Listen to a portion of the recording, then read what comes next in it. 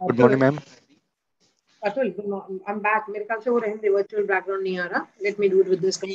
Okay, कोई नहीं okay ma'am. Good morning ma'am. Good morning Neena. Good morning, good morning. Actually ma'am, मैंने slide ना सबसे पहली स्लाइड दिखा रखी है एजेंडा की, इन द फ्लो। तो आपका प्रेसिडेंट एड्रेस पहले, तो यही अतुल मुझे कह रहा है कि आप पहले वो स्क्रीन लगा देना, स्क्रीन शेयर, और फिर हटा देना, because that is how I'll just share you. It is the way I put the things. I'll just share it. He said वो लग जाएगा, तो just 1 minute.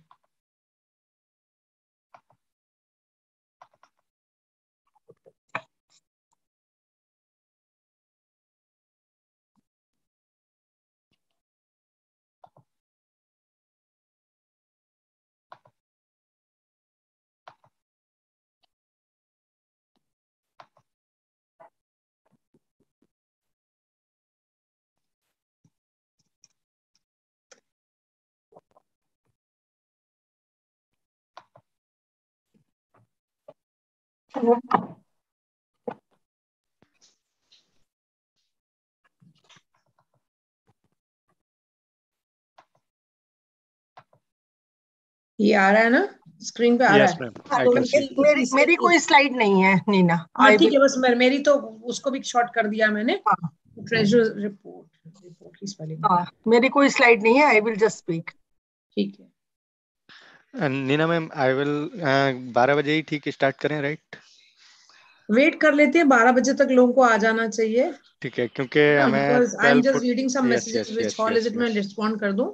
जी मैम, जी ma'am. Is in hall C, उसी हॉल में जो कल थी ना। ओके, जैसे ही आप स्टार्ट करना हो मुझे बता देना, तो मैं 10 से 1 तक काउंटडाउन दे दूंगा, उसके बाद आप स्टार्ट कर देना। कौन बोल रहे हो? Who is there? Ma'am Atul is there from the conference international. Atul, मैं वो हॉल मैनेजमेंट में बोल देती हूँ, हॉल सी। हॉल सी। इस वाले का लिंक भी सबको फॉरवर्ड कर देती हूँ हॉल मैनेजमेंट में। Yes ma'am, yes ma'am. है ना, that will be a better thing so that everybody knows. Yesterday there were close to 24 people. And just wanted to confirm with people who's the, yeah, let's see.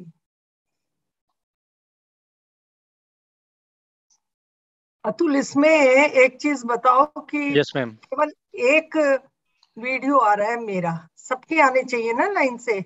अगर हम अभी कोई on करेगा video तो उसका दिखेगा, और जो ऑन नहीं करेगा वीडियो, उसका नाम भी नहीं आएगा। उसका नहीं, उसका साइड पे केवल यहीं पे आएगा पार्टिसिपेंट में, बट वो जूम का ये फीचर है कि ऊपर जो जिसका वीडियो स्टार्ट होगा उसका ही ऊपर दिखेगा मैम। अच्छा, जी मैम। एंड या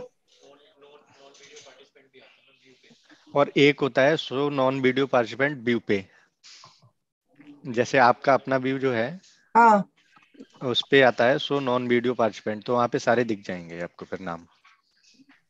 अच्छा ठीक है। हाँ, मैं वैसे ही सोच रही थी, क्योंकि जी मैम, जैसे हम एक स्क्रीनशॉट लेते हैं ना कि नाम भी वो एक्चुअली वो ले लेंगे, जैसे जिनके वीडियो स्टार्ट होंगे मैं सबको आज टू स्टार्ट वीडियो कर दूंगा, तो जो भी वीडियो स्टार्ट करेगा उनके फोटो के साथ हम नाम ले लेंगे। अच्छा ठीक है, ठीक, okay okay fine.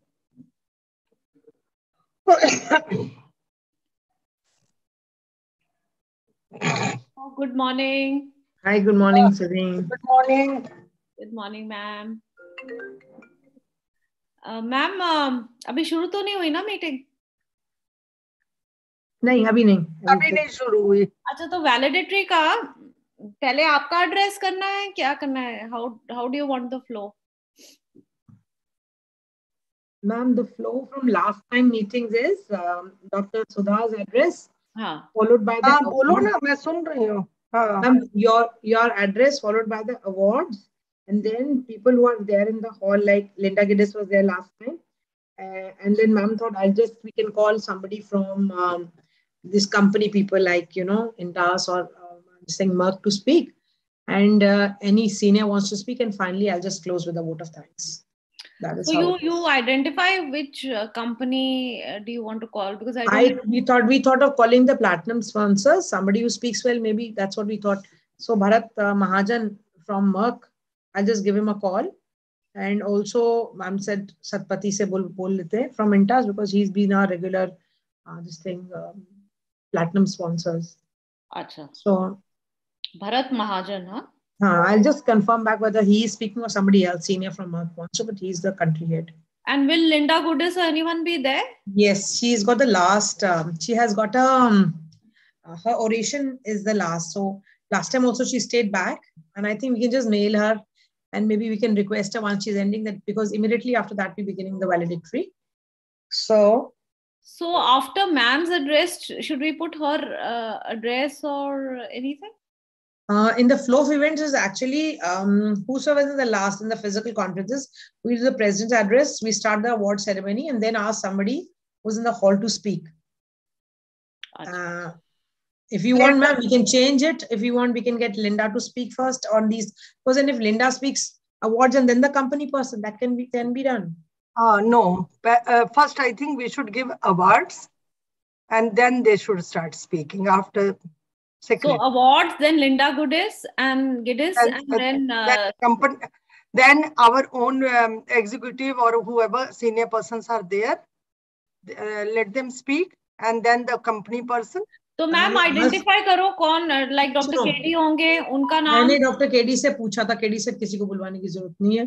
He was very particular. नहीं ऐसी बात नहीं. जो उस समय होगा ना सुरवीर, हाँ जी, जो उस समय होगा उनको बोल देंगे.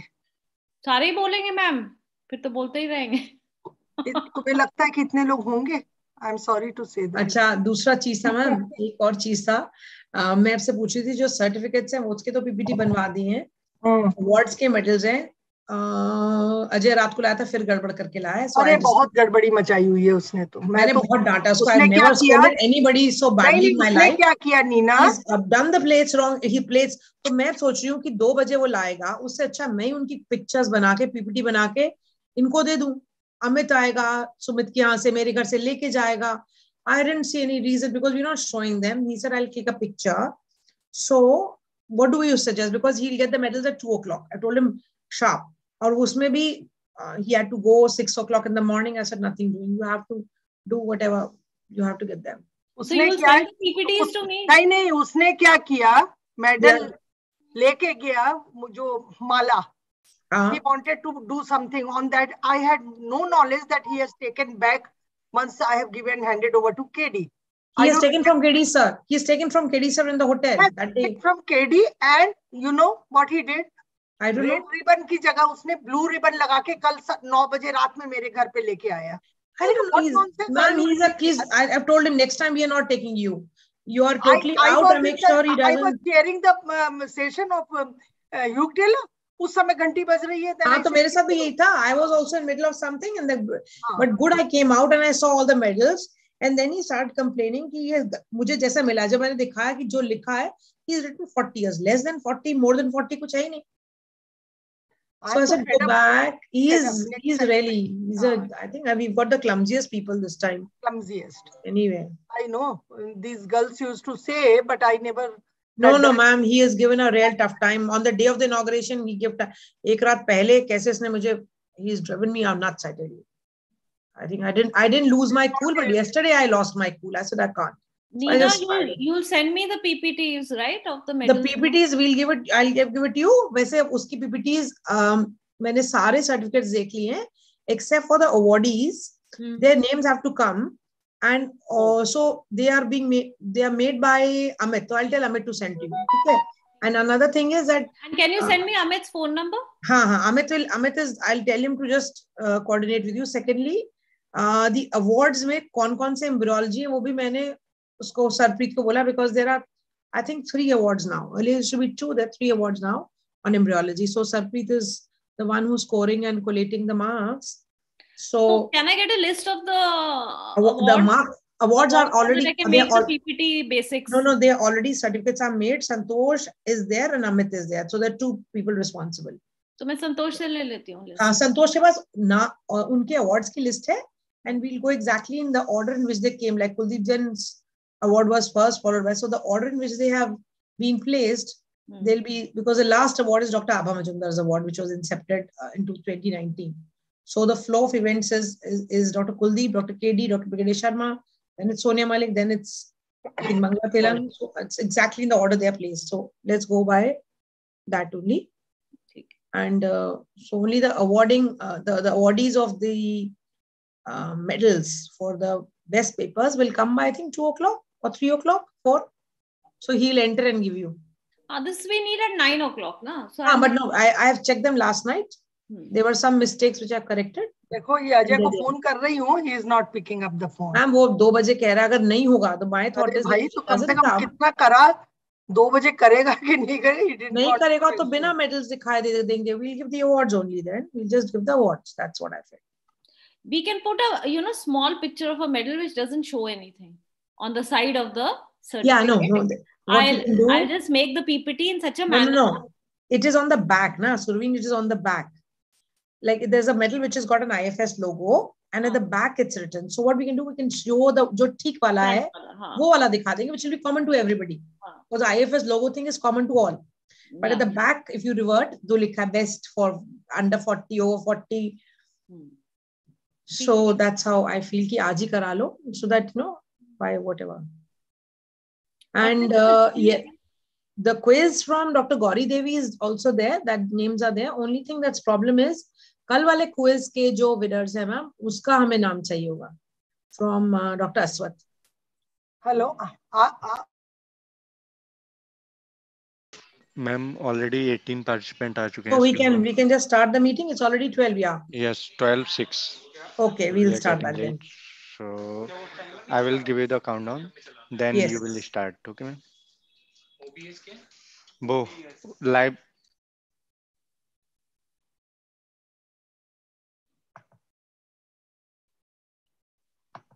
Yeah, a very good morning. I hope I'm audible. Yeah, a very warm good afternoon now, but not a good morning anymore. Ma'am, I'm giving the countdown. Just okay. Wait. Okay. 10, 9, 8, 7, 6, 5, 4, 3, 2, 1. We are live. Yeah, a very warm good afternoon. It's already past 12, and welcome to the GBM for Fertivision 2021. It's the last day of the conference, and as we are dutifully bound to do the GBM. So we'll begin the GBM. The agenda is the President's address, the report by the Secretary General, the Treasurer's report, followed by the Editor's report, and any other matter with permission of the Chair. So I would request our President, Dr. Sudha Prasad ma'am, to please address the GBM. Thank you, Nina. It's my pleasure to welcome all executive member and Dr. K.D. Nair, who is going to take over the presidentship from the next year of Indian Fertility Society. We had a very, very successful 12 workshops, and out of which 6 were physical. And it went very, very well. It was very successful. So congratulations to all conveners and co-conveners. Then we had a grand physical inauguration at Hotel Lalit in Delhi. Shri Shatrughan Sinha ji was the chief guest, and Linda Goodies and Hugh Taylor were the guest of honor. So it was a grand, who all executives have joined this, must have seen the and enjoyed the inauguration, the way it was made. And in a very short notice, Shatrughan Sinha ji has consented to join the inauguration. So it was a pleasant moment to have a physical inauguration after nearly 18 months. It's my proud privilege to thanks to all members of IFS who were busy in conducting webinars throughout the year in spite of this harsh pandemic situation. And we have done a lot through the Indian Fertility Society, and we have given a very good academia platform to each and every member and unreached people who were not going to be benefited by the academics. The kickstart of the Fertivision 2021 was fantastic, with 51 international speakers, with 243 national faculties. 90 young budding researchers have presented their oral and the posters of the research, and it was fantastic fantastic sessions which were still running, and today is the last day which is going on. And to organize such a mega event, there may be some hiccups, and but the organizers have put whole and soul energy to make it a grand success. So please bear with us. And it is very, very difficult to make absolutely 100% correct and without any mishap. It is difficult to do any event like this. But my heartiest congratulations to my Secretary General, Dr. Neena Malhotra, who has taken the complete burden from my shoulder, and in a very disciplined manner, she has done. She has regulated, rather, I must say, she has regulated the IFS office, the conference, the academics in such a manner, and made the very easy path for each and every one who are going to join the office, and further it will take away. And I hope that IFS will take a great height, and the way it's going, and it has become so popular, and we have made so many members, and everybody was so happy about this. Yesterday we have enjoyed the quiz which went up to 10-15 night, and it was very, very interesting, and people were enjoying it. And congratulations to all the 3 winners who have really through the Shivani Scientific, who have won the prizes. So wish you a very good Sunday this afternoon, and long live IFS. Thank you very much. I will hand over to Neena now. Thank you, ma'am. Thank you very much. So I would just not take time, and I would go ahead with the report from my end. I have deliberated and presented this on the EBM as well. So I think, as I would say, that taking over has been really a challenge of going to the Mount Everest, an expedition. But I think with the team that we had, we have really succeeded in saying that truly it was a clear vision once we have moved up. And of course, it was the hardest climb, but the view is really fantastic. And I know that with all your cooperation, we have made it to from the physical world to the virtual world. So I would just present quickly the minutes of the EBM and then move forward, which has actually been presented, but I think it has been approved. So I think we cannot wait. We can't waste more time. So basically, I want to share that on our last year moving forward, we have been very successful in conducting on the education front, which the society is well known for our courses. Last year, until last year, we were doing 2 courses on diploma of DCR and DC with the Amity University. And happy to share that in the last, academic year, we also added 2 more courses with the Amity, which is diploma in clinical and applied genetics and diploma in counseling and reproductive medicine. The entrance and the exit exams went on smoothly despite all the challenges of the virtual platforms. This year, this is also a very proud moment to share that the brainchild of Dr. Kuldeep has taken 9th year in its growing, and the 9th IFS embryology certification course just completed with 78 participants, and this is really a very august group which joins to be a member of the elite ESHRE certification on embryology. So this is really, really a congratulations to the team who has been doing it consistently over the years. Again, on the virtual academics, I think we've shifted our entire world to the virtual platform. Wanted to share that while we initiated Vibrate in 2020 when we took over, we are happy to share that we completed 48 sessions of eVibrate with the funding coming from Zydus. Again, thanks to Zydus for their support, both in organizing and kind of advertising and sending this message across the country. Also, we completed 16 sessions of the Journal Club, which was again a joint activity with the ESAR and ACE, which was very well taken and they completed early in January of 2021. Again, supported by Cooper Surgical.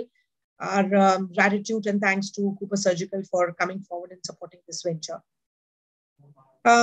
Moving forward in again virtual academics, Fertility Connect was again a very passionate move by our president, because we understand that the curriculum of postgraduates in the 3 years does not completely comprehensively cover reproductive medicine and infertility. And keeping with this, we initiated this fortnightly activity, which began on the Wednesday, but the popularity pushed us to take it for Sundays, and therefore we are happy to share that this is again an ongoing activity where we have already done 9 sessions, and next Sunday again we have a session on the Fertility Connect, covering comprehensively the module which should actually be taken care for the postgraduates. While we had 13 SIG special interest groups, this team added 2 more: early pregnancy, environment, and fertility. And again, in this current year, which is from beginning December onwards, 19 SIG webinars were held, very well taken and very well participated. So this is just a snapshot of the webinars that were done by the SIGs, with the applied genetics doing 6, that was the maximum, and likewise, many did more. Moving forward for the chapter activities this year, there were 55 webinars, thanks to the chapters who are very enthusiastic and who have taken the flag of Indian Fertility Society to greater heights with all the activities. And I think the SIG and chapter activities have translated to an increase in our membership as well. So this is again a snapshot of the activities that are done by all the chapters, including from the north to the south, with Haryana and Tamil Nadu doing the maximum number of activities. The online tutorials has again been very well taken. The endoscopy research methodology did completely on the virtual platform, and they did it consistently this year as well, thanks to Dr. Renu Mishra and Mohan Kamath. These were very well accepted, and even participants from the Middle East were there. In the last 2 months, the andrology SIG did 4 physical activities, and we are again thankful to Dr. Venugopal and Dr. Gaurav, who kickstarted it in the month of October. Some glimpses from their activities. So again, we had an international symposium, which we did on the World Embryology Day, very well attended on the 25th, despite the day being flooded with so many activities. We had a good number of participants joining us to hear the stalwarts from across the globe. I would like to mention here a great thanks to our sponsored sessions, which came from Bharat Serum and Vaccines, who did the month of March, the webinars on endometriosis month, 4 webinars across all the corners of the country. And also in the month of December until February, we had 4 webinars sponsored by the Sun Pharmaceuticals, who did it on the progesterone and reproductive medicine. I would like to mention the successful congress that we did last year, 16th annual conference, which was the first virtual global conference of the Indian Fertility Society. And this was really a success story. Just to put it, we have never had such a fantastic number of 61 international faculty deliberating with dedicated sessions from the Indian IFFS, the British Fertility, the Middle Eastern Society, and the Mediterranean Society. Well, that's all about what we were doing in academia, in teaching each other, teaching our colleagues, teaching postgraduates. But we went and taken a leap further by connecting to our patients. And that's something which you're doing on the virtual platforms, or I would say on the social media with Facebook and the Twitter and many more platforms like that, which is entitled Not Her Fault, which is a patient awareness platform, which we've done not just in Hindi, English, we've gone ahead in Marathi, Bengali, and Telugu. And we have a few more lined up until March in different languages. So please, from the chapters, we request a participation for this as well. On the publications, I won't dwell much because the editorial team will be talking on that. Just on the advocacy this year, like last year, we did the recommendations on starting the facilities, ART facilities post-pandemic. or during the pandemic, the IFS made recommendations for COVID vaccinations before ART. Thanks to Dr. Sonia Malik and Dr. Kuldeep Jain for this brilliant initiative, which has again been very well taken by our members and many more beyond IFS members. I would like to share our collaborations. While we have always been known for our collaborations, ESHRE, in the successive 5th year, we've had a session called the India session jointly with ISAR and IFFS. Of course, we have a dedicated session. Our alliance with the Middle Eastern Fertilism Society has strengthened with our MOU in place. And we are happy to share, for the first time, we even shared jointly with the ISAR a session in the ASRM on the virtual platform. And of course, recently, we've also aligned with the Nigerian society called the AFRH. We are happy to share that this was another kind of a collaboration which we look forward to strengthening our ties with Western Africa. Of course, our national collaborations are seen when we are deliberating on all these with these societies in our Congress as well. I think the key performance indicators of any society is its membership. We have immense gratitude to all the chapters, all the SIGs, and all the executive and core committee who have worked so hard to get us such a brilliant number, despite very few or limited physical activities. So coming on to the chapter details, which are the chapters which are the maximum contributors. The East UP stands at tallest with the 389, followed by Haryana. This is the overall strength, which is a glimpse of the strength of the chapters. Though we have all of them in double digits, we really look forward to many more members coming from chapters like Kashmir and Odisha, which is a new chapter, and also from many more which are less than 50. This is the total strength which was added from the last 20 months. And I would point here in the last year, or rather 10 months, the maximum number of membership has come from Haryana. And therefore, the best chapter and the best SIG was likewise given for chapter activities and members. And we are happy to announce that the Haryana chapter got the award for the best chapter this year, which was declared at the inaugural ceremony. And the best SIG went to Applied Genetics to Dr. Sarapreet and Dr. Rakesh Kumar. Of course, our virtual Congress Fertivision is already on. We're on the last lap of it. Thank you very much for being part of it. As Madam has already said, that we did fantastically well with the 12 workshops, and the numbers are already there. Some glimpses from the workshops, some of them being virtual, some being physical.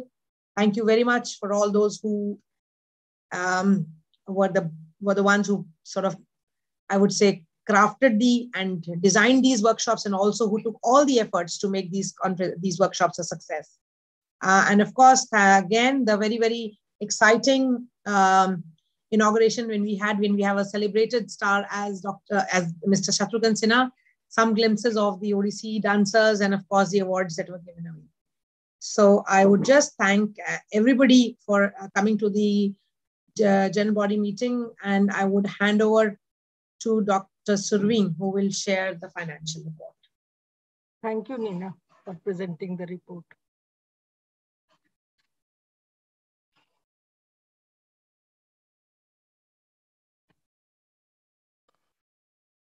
I need screen share. Host has. Yeah.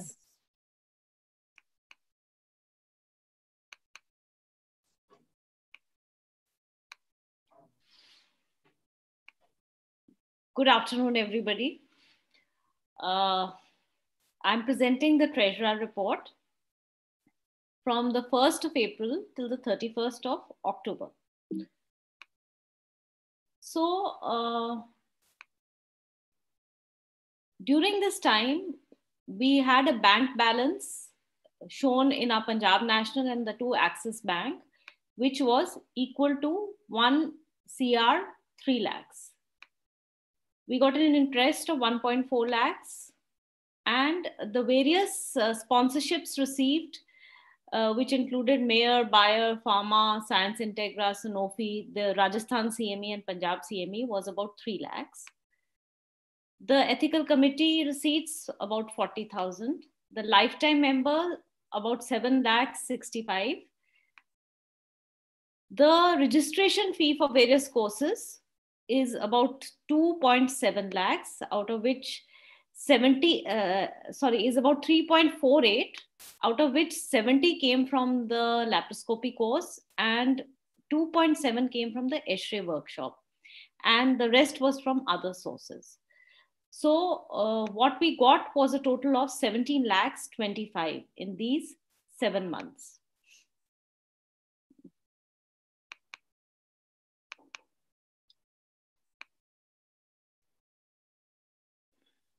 Then coming on to our payments. So our payments consisted of bank charges, honorariums to examiners for the teaching classes, ethical committee, methodology courses, the memberships, both IFFS and X-ray, GST, TDS deposits, telephone, electricity, staff salaries and impressed, computer maintenance, office maintenance, conveyance, meeting expenses, and printing and stationery.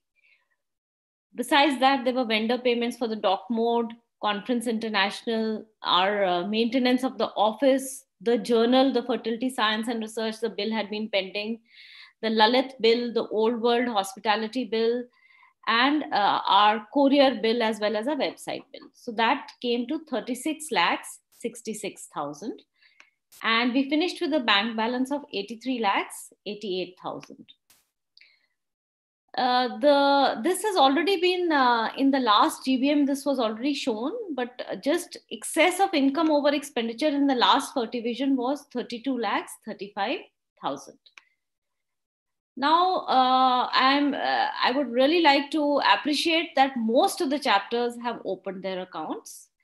The ones which remain are Jammu, Northeast chapter, and Andhra. Nepal, of course, is not applicable.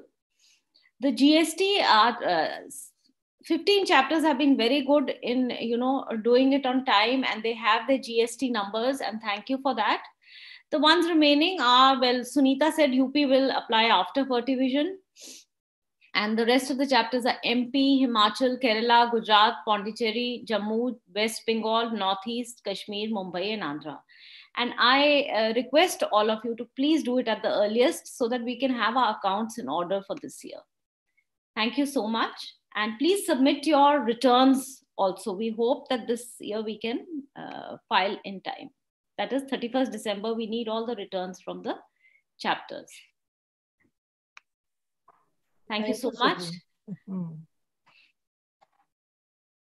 I hand over to Nina.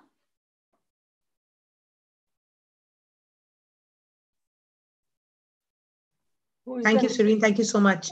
I think Shweta is around. She will share her report for the editors. Or Rashmi is there. Rashmi and Shweta, are they there? They checked in the morning.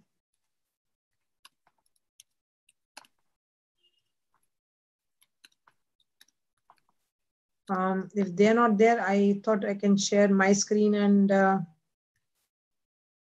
show that, or can we move forward with the, and let them join us later? Dr. K. Nair sir is here, sir. We can have them come later. You can deliberate on some pressing issues that we wanted to discuss. Since the GBM is there, get the approval of the EBM issues, sir. You can call Shweta to join also.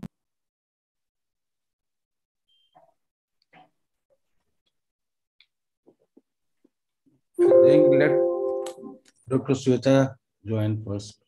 I'll just call her, sir. She knows that it is. क्या नाम है बेटे तेरा? खुशबू राय.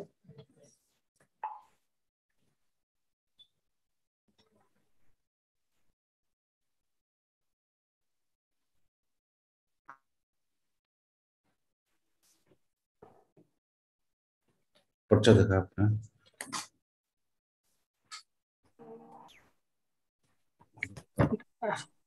Dr. K. Yesterday's quiz, the 3 winners She's joining. So we have to give to Shivani for that. Yeah, because Rupali was writing their names, their details. They have messaged me also. So they wanted to know to whom to contact. So I said IFS Secretariat. Yeah. Ma'am, I have mailed the, I had contacted Santosh, got the names, and I have mailed the results to Dr. Nina, ma'am. yesterday's the all winners. the three? Yeah, all yeah. the three, ma'am. Okay. Yes, okay. yes. Right, These three don't get certificates; they just get the cash award because it's sponsored. Yeah. So this is like last year. The other, quiz winners of Dr. Gauri Devi's medal are already there. So we will have them announced. Their names are in place. The two girls who got it, Dr. Bhavani and Dr. Nidhi. Dr. Neena, they will get the cash award from the secretariat. Yes. Plus, they will get some training incentive from Shubhani. They have also announced. So we'll announce their names, sir, in the valedictory when we are awarding award ceremony. They should send their accounts also because it will work. Yeah.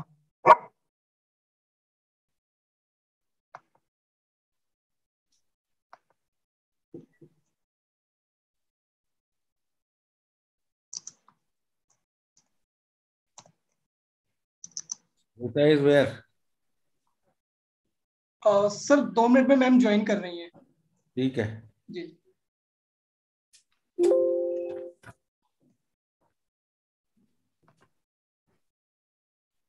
तेरा हुआ था बेटे अप्रैल में. Yes, sir. 5 April.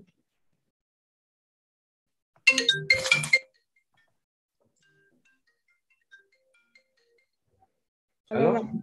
Shweta, please. Ma'am. You can share your screen, Shweta. I'm sharing. So good afternoon, everyone. Welcome to the GBM of Fertivision. This is a very small editor's report. So greetings from the editorial team. At the outset, I would like to thank Dr. Sudha ma'am and Dr. Meena ma'am for giving us a wholehearted support and always being open to new suggestions and always giving us encouragement. So basically, there have been 3 things. Just a second. Okay, so there have been 3 things which we have been focusing on. One is a fertility focus. So this is like a consolidated release by the SIGs where they kind of come up with multiple publications and releases on a particular topic. So we have had 5 of such in the last 1 year. I don't know. Yeah. It's not moving. So these have been the different fertility focus, and we are very thankful to especially the genetic SIG team and the endometriosis team for taking out these fertility focus. Number 2 is a monthly newsletter. So what was decided was, it was a very, very brilliant suggestion by Sudha ma'am and Dr. Neena ma'am that all the SIGs can forward and can publish 1 newsletter per month. And this is what we have been doing. So I think most of all the SIGs till now have at least taken out 1 newsletter. They are all available, updated, and they have been put on the website. So please, I would encourage all our members to read these newsletters. They are very interesting. They are very small and very easy to read. Then the third thing has been so this is how a newsletter looks like. So it's typically about 500 words and you can easily read them. The next is, I don't know why my slides are shuffling. So after the newsletter, there is an IFS conversation, which is our basically a journal, or you can say is showcasing all the IFS activities. Other than that, we also showcase all the international presentations which are done by the IFS members. So we encourage all our chapters. So most of the times, these are chapters who contribute to the articles, and we are very thankful to them. So what is the basic editorial team's motto? That we want to encourage all our IVF members, the chapters, SIGs, to contribute in academic activities, in journals, in newsletters, IFS conversations, and also we want that they should showcase their work. All the members are requested to visit the IFS website for the details of all these academic activities, what we do and we take out. So thank you very much. And I look forward to all the new suggestions given by everyone.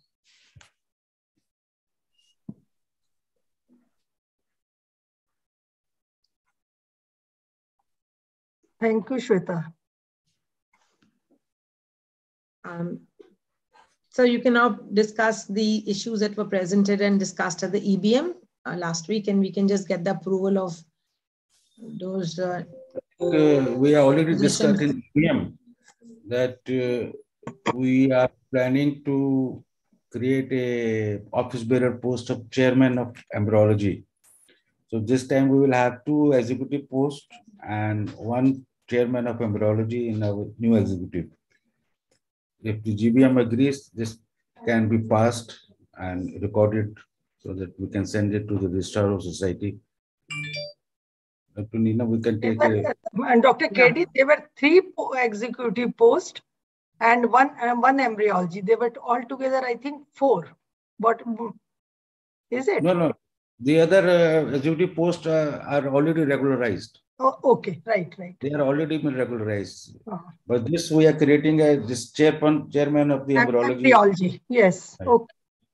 So if the House agrees, we can pass it and record it in the minutes. Yes, sir. We agree to it. I think anybody who has objections, otherwise we accept that everybody is agreeing to it. Yeah. No, let it be put on record. Vote. Okay. So all the... Okay. Yes, sir. Thank you. And the other issue was the formation of chapters from our neighboring countries, from SAARC countries. There is issue with we cannot have any bank dealing with those chapters. So we have to make them associate chapter or something like that. That we will work out with our CA how to go about it. The SAARC country members had the same membership fee like Indian, 7,000 rupees, which they can transfer anytime. But for IFS Secretariat to transfer to their account, because they cannot open account there. So that we have to see how to go about it. We can discuss it with our CA. How can we transfer the money back to them? That is an important issue which can be discussed. And then accordingly, we will progress further. We have this Nepal chapter already with us. The Sri Lanka chapter is on the way. And Bangladesh chapter is also hanging around. So all the SAARC countries, we have to make a framework how they can be a member of associated with IFS. So we'll work out with this. So I would like to request all our members who all have the good relation with SAARC countries, Indian, the fertility societies or obstetric society who are collaborated with the fertility societies. So they should come forward because already we have covered all over India and our chapters and the SIGs are doing so well. So we are trying to go little out from the country and further we want to collaborate with different countries because we have the Nigerian society, we have the South African society, we have collaborated this year. So like Chinese, Pakistan, Japanese and other countries who all have little contact, we will try. So please come forward and just make little effort about it. So the IFS can come on the global map. It is already there. We have tried our best to get it, but I think more collaborations are required, international collaborations. Thank you. Definitely, ma'am. So if there are no issues, we can close the meeting, sir. Ma'am, what do you say? Is anybody who wants to say something about any problem? We are here to sort it out and we will take care of that. And can I say something, madam? Yeah, please. Madam, we want to have a conference of IFS here in Western UP in our Tirthankar Mahavir Medical College. We have very good venue. So what should I do for it? You write just one request to IFS Secretariat and we will see the calendar because from the month of January to March, which I will take care, we are little booked. So we will say you propose the dates and we will see it that you should be able to do it. Okay, madam. Thank you, madam. Okay, right. Thank you, madam. Anybody else?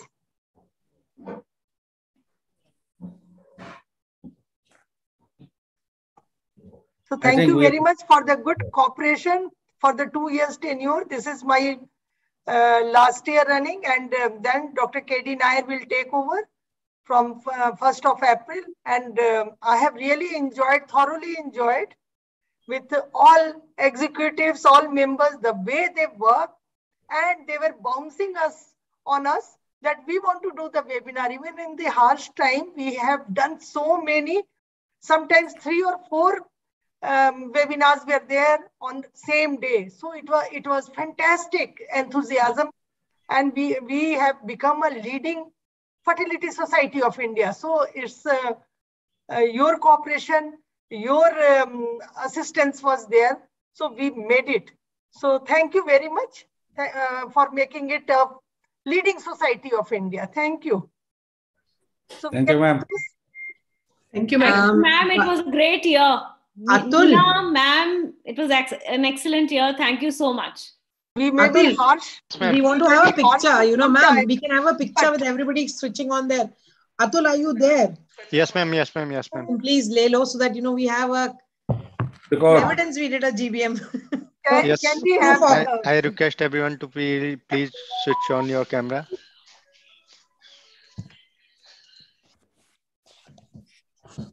In one go, it is not coming? What? Even two.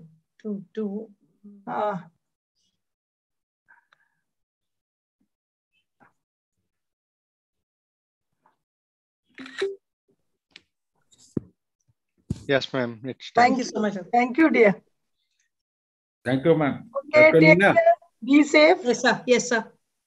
Tell Santosh to make a minutes of all the people yes. attending. Santosh is very much, yes, sir. He is. Thank you, everybody. Thank you and namaste. Thank you. Thank you so much. Thank you. Thank you, ma'am. Yeah, we'll close the meeting here. Yes, thank you, ma'am. Thank you. Thank you, sir. Sir कोई उसका क्या करना है debate का कुछ है sir? एक minute doctor सुधा debate का शालिनी हाँ जी ma'am as there were only 4 participants and there were 2 quizzes 2 debates so we will give the appreciation award to everybody. Okay ma'am ठीक है. So we can announce valedictory. We can announce in valedictory. So ये मुझे कुछ आगे किसी को inform करना ma'am who is conducting the inform करना है. We already got Shalini. I got the certificates made last night. So Surveen ko all the certificates ka PPTs we'll just pass it on. And I think once by 2 o'clock the today's presentations are done. Right. By 4 I think we should be able to collate all the marks 4 or 5, and then I will just sit with Sumit and do it. And maybe we'll show the medals also along with just click pictures and we'll show the medals. And Dr. Sudha, maybe next year onward we can create an award for debate also. This is one category left. That's what I was thinking. Actually debate में ma'am मेहनत तो बहुत है दोनों participants तभी मैंने कहा बहुत ज़्यादा. We can create an award for debate. क्योंकि counteract करना है ना. Somebody has to. So it will go from my name. Yeah, let it be. Thank you. Yes. It can be your name, and you can even start from this year. Oh, great! Let's start. Start from this year. Okay, do it, please. You see, Dr. Shalini. Hanji sir. A contribution of 2 lakh will give us an interest of almost 8,000 rupees per year. Yes, so sir. what we can do 8,000 and this year we can divide among all the 4 participants. From next year we will give it to the winner of the debate. 2 debates and on the first one, huh? Yeah, the winner of the debate, winner 1 or debate number 1 winner, debate number 2 winner. Yes, we'll divide 4,000. But this year, because we have not announced it earlier, this time we'll give 2,000 to all the 4 participants. Sure, sir. Thank you. You are generous. Thank you, Dr. Teddy. Yes, sir. Thank you, ma'am. Thank you so much, ma'am. Yes, sir. Thank you so much. ये minutes में चला जाएगा ना sir, ये GVM के minutes में भी डाल देते हैं that the awards were, but we were not there. We just put it. We'll circulate the minutes for the members. ये भी सर चला जाएगा so that if there is any. चला जाएगा कि Dr. Sudha Prasad had donated 2 lakhs and the award is for debate. Best. Debate award from next year. Best. The winner of the debate. So 2 debates. Yeah. Yes, sir. Winner of debate 1, winner of debate 2. Debate 2. Yes. Yeah. Thank you. Ma'am, I have sent you the screenshots. Yes, thank you, Atul. I have Okay. seen. They're very nice. You can share them. Yes, I can share it with the IFS chat. Yes, ma'am. So Okay. now I am thanking everyone. Okay. So I will Thank you, start the ma'am. next Thank you, session. sir. So I request everyone to please be on mute. Sure. Okay. Thank you. Thank you, dear. Thank you, ma'am. Thank you. sir. Thank you, Dr. KD. And thank you for Thank this. you, ma'am. Thank you. Society will remember your name now. That's what I had a doubt. No. We will have.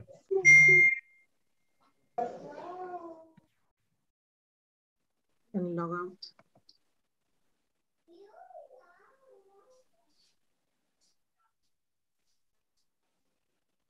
Geetika ma'am, hello. Thank you so much, Dr. KD, Dr. Sudha. Sir, we could finish the GBM on time, and now we will be moving to Hall C for the sessions. Thank you so much, sir. Geetika, please kindly you take over. Yeah, I'll just start, ma'am. Am I audible? Yes, ma'am. I will give you the countdown after in 1 and 2 minutes. I think we have so some time. We have some time. Yes. 5 minutes before, Geetika, you please start the introduction and welcome all the faculty for Fertivision 2021. Okay. And then, you announce the chairpersons and then the first speaker as well. Okay. Then the judges. Judges. Ma'am, we will have to start before some time because we have 6 presenter in this session. It's already 12:46, I guess. Yes. I will give you the countdown in 1 or 2 minutes. Okay. I'm just checking that who is attended or not. Yes. Yeah. Good morning, Dr. Sarapreet. Good afternoon. How are you? I'm good. How are you? A very warm welcome to Fertivision 2021. Thank you. So, I think, Dr. Geetika is the hall in charge today. She would. Good morning, sir. Good afternoon, sir.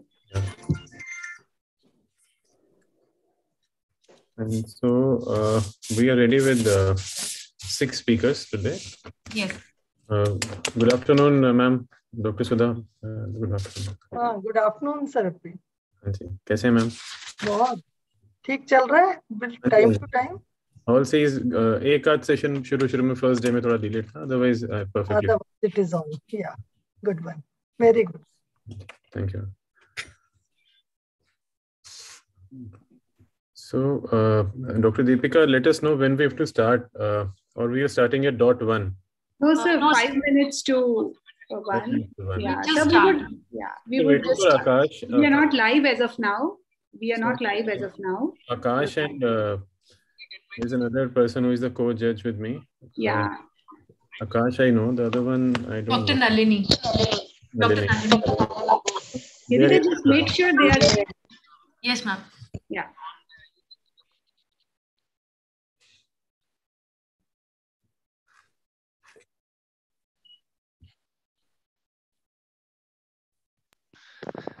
Ma'am अभी तक actually सारे जजेस और participant अभी नहीं किए हैं, तो जैसे ही वो आते हैं उसके बाद ही स्टार्ट करें. आई थिंक वो बेटर है. गीतिका मैम.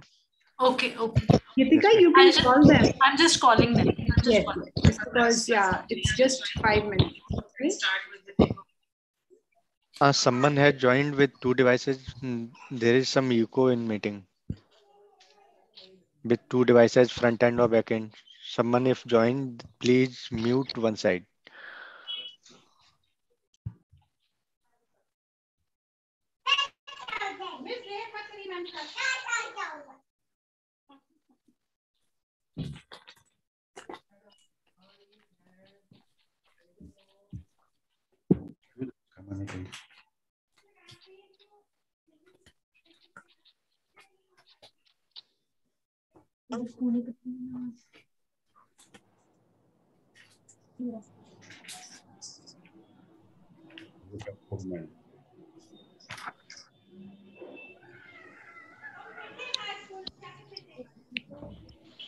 नजर आ रहे हैं, अच्छे हैं. साइज थोड़ा छोटा है.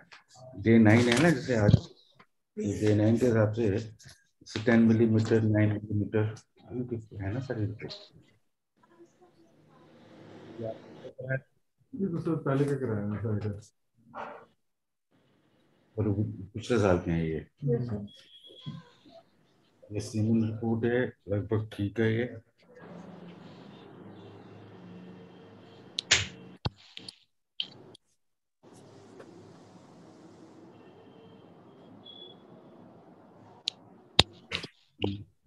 ठीक है।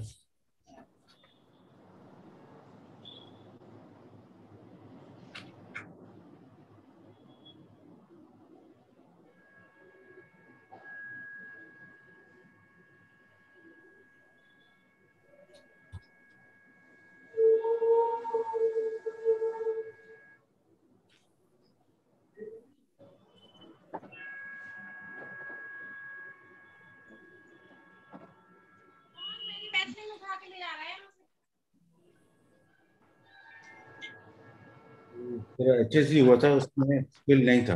Yes, sir.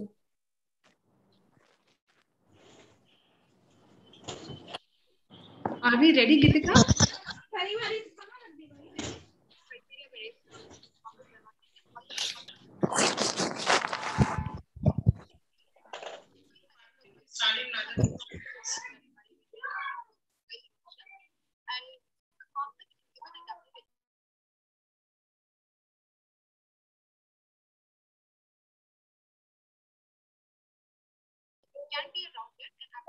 Gitika, are we ready? Please unmute. Yeah. Dr. Nalini, she would be joining in 2 minutes. Okay, okay. So in case someone is late, the other two worthy judges can start. Okay, ma'am. I'm just calling Dr. Akash also, and then we can start. Great, great, beta, great.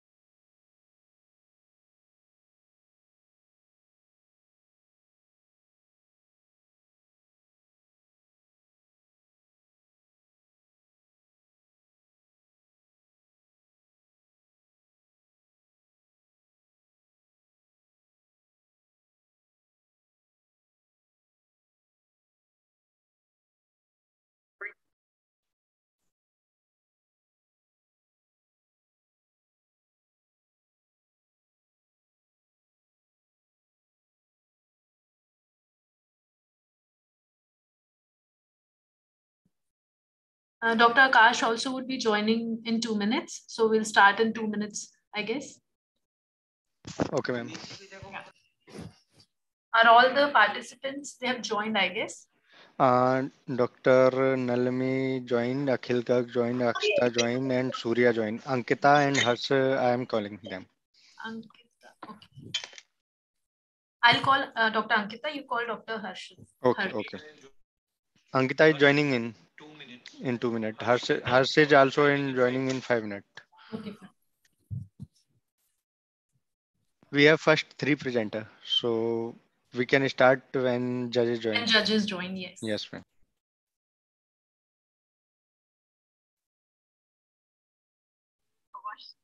Please give a countdown, Mr. Atul, and we'll start.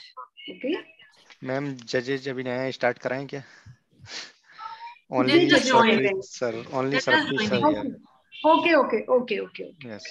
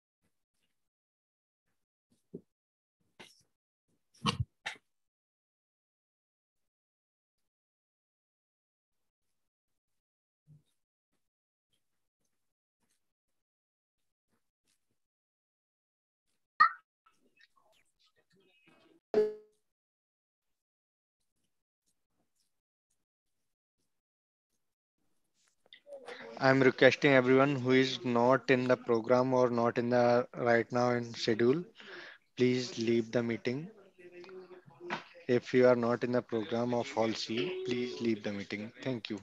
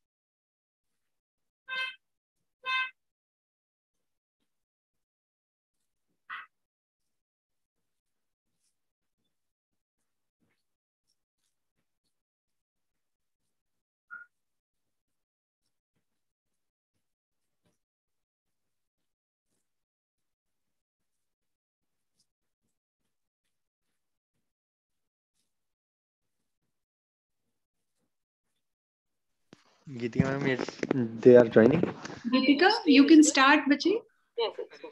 So can we start, ma'am? We are Yes, getting late. absolutely, absolutely. You should start. Yes. A prospective study to evaluate the significance of progesterone level on the day of frozen Geetika, yes, ma'am. You please start. Okay, ma'am. He's going to give me a Okay, countdown. start in. No, please start. I will give it. I am giving you the countdown, Geetika ma'am. Then you will start. Yeah, Okay, and ma'am. start with the slideshow also. Yes, ma'am. 10, 9, 8, 7, 6, 5, 4, 3, 2, 1. We are live, ma'am. Very good afternoon to one and all. I welcome you all for this session. And without wasting any further time, I would straight away go to welcoming our judges for today. Please change the slide. I welcome Dr. Sarabpreet Singh. He's ASHRAE certified senior consultant and clinical embryologist at Artemis Hospital, Gurugram. We welcome you, sir. Then I welcome Dr. Akash Agarwal. He's ASHRAE certified clinical embryologist, scientific director, Hegde Fertility at Hyderabad. We welcome you. Then Dr. Nalini Bagul, she's the director at Bagul Hospital and Nashik Fertility Center from Nashik, Maharashtra. We welcome you, ma'am. Now we will invite our speakers for today. First speaker for today is Dr. Sujata Reddy.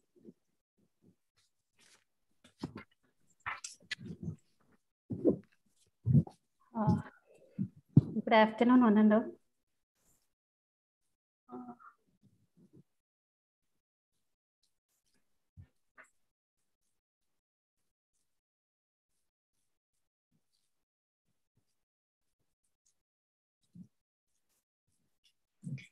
Ma'am, shall I start, ma'am? Yes, you can start. Good afternoon, respected judges and my dear friends. Today I'm going to present on effect of long-term embryo cryopreservation on subsequent frozen embryo transfer outcomes. It is a retrospective cohort study. And I'm Dr. Sujata Reddy doing MCH in the Department of Reproductive Medicine and Surgery, CMC Vellore. After the first pregnancy following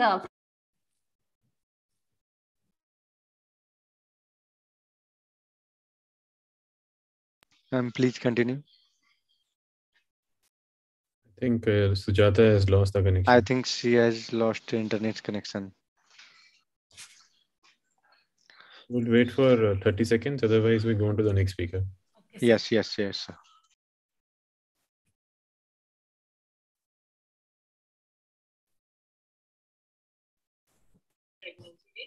the secondary outcomes analyzed were the beta-HCG positive rate, clinical pregnancy, ongoing pregnancy rate, clinical miscarriage, and total miscarriage. Sheetal ma'am, behind you there is a background noise. We are watching from front end, so please mute there.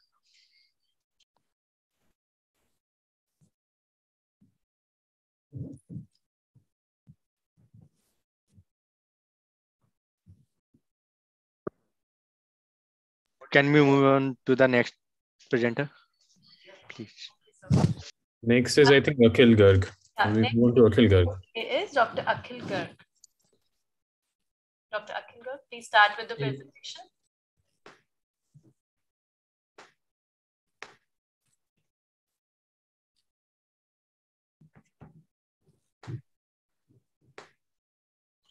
Good afternoon, everyone, and thanks to the Fertivision 2021 to provide us an opportunity to represent our work regarding comparison of live birth rate of fresh and frozen thought transfer cycles in time-lapse incubator, and we will also see that does frozen thought transfer cycles improve the live birth rate in autologous cycles or not.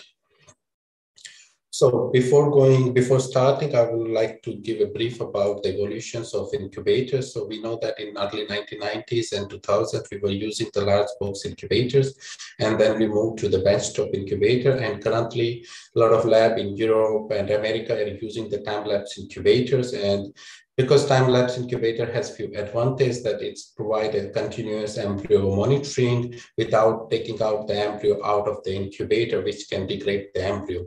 So in this particular case study, we will only consider the cycles that are incubated in the time-lapse incubator from 2016 to 2020. And just a brief summary about how we have done the fresh cycle. It starts with the ovarian stimulation, and then we retrieve the oocyte from the patient. Then we fertilize, and we are using the ICSI as a fertilization technology.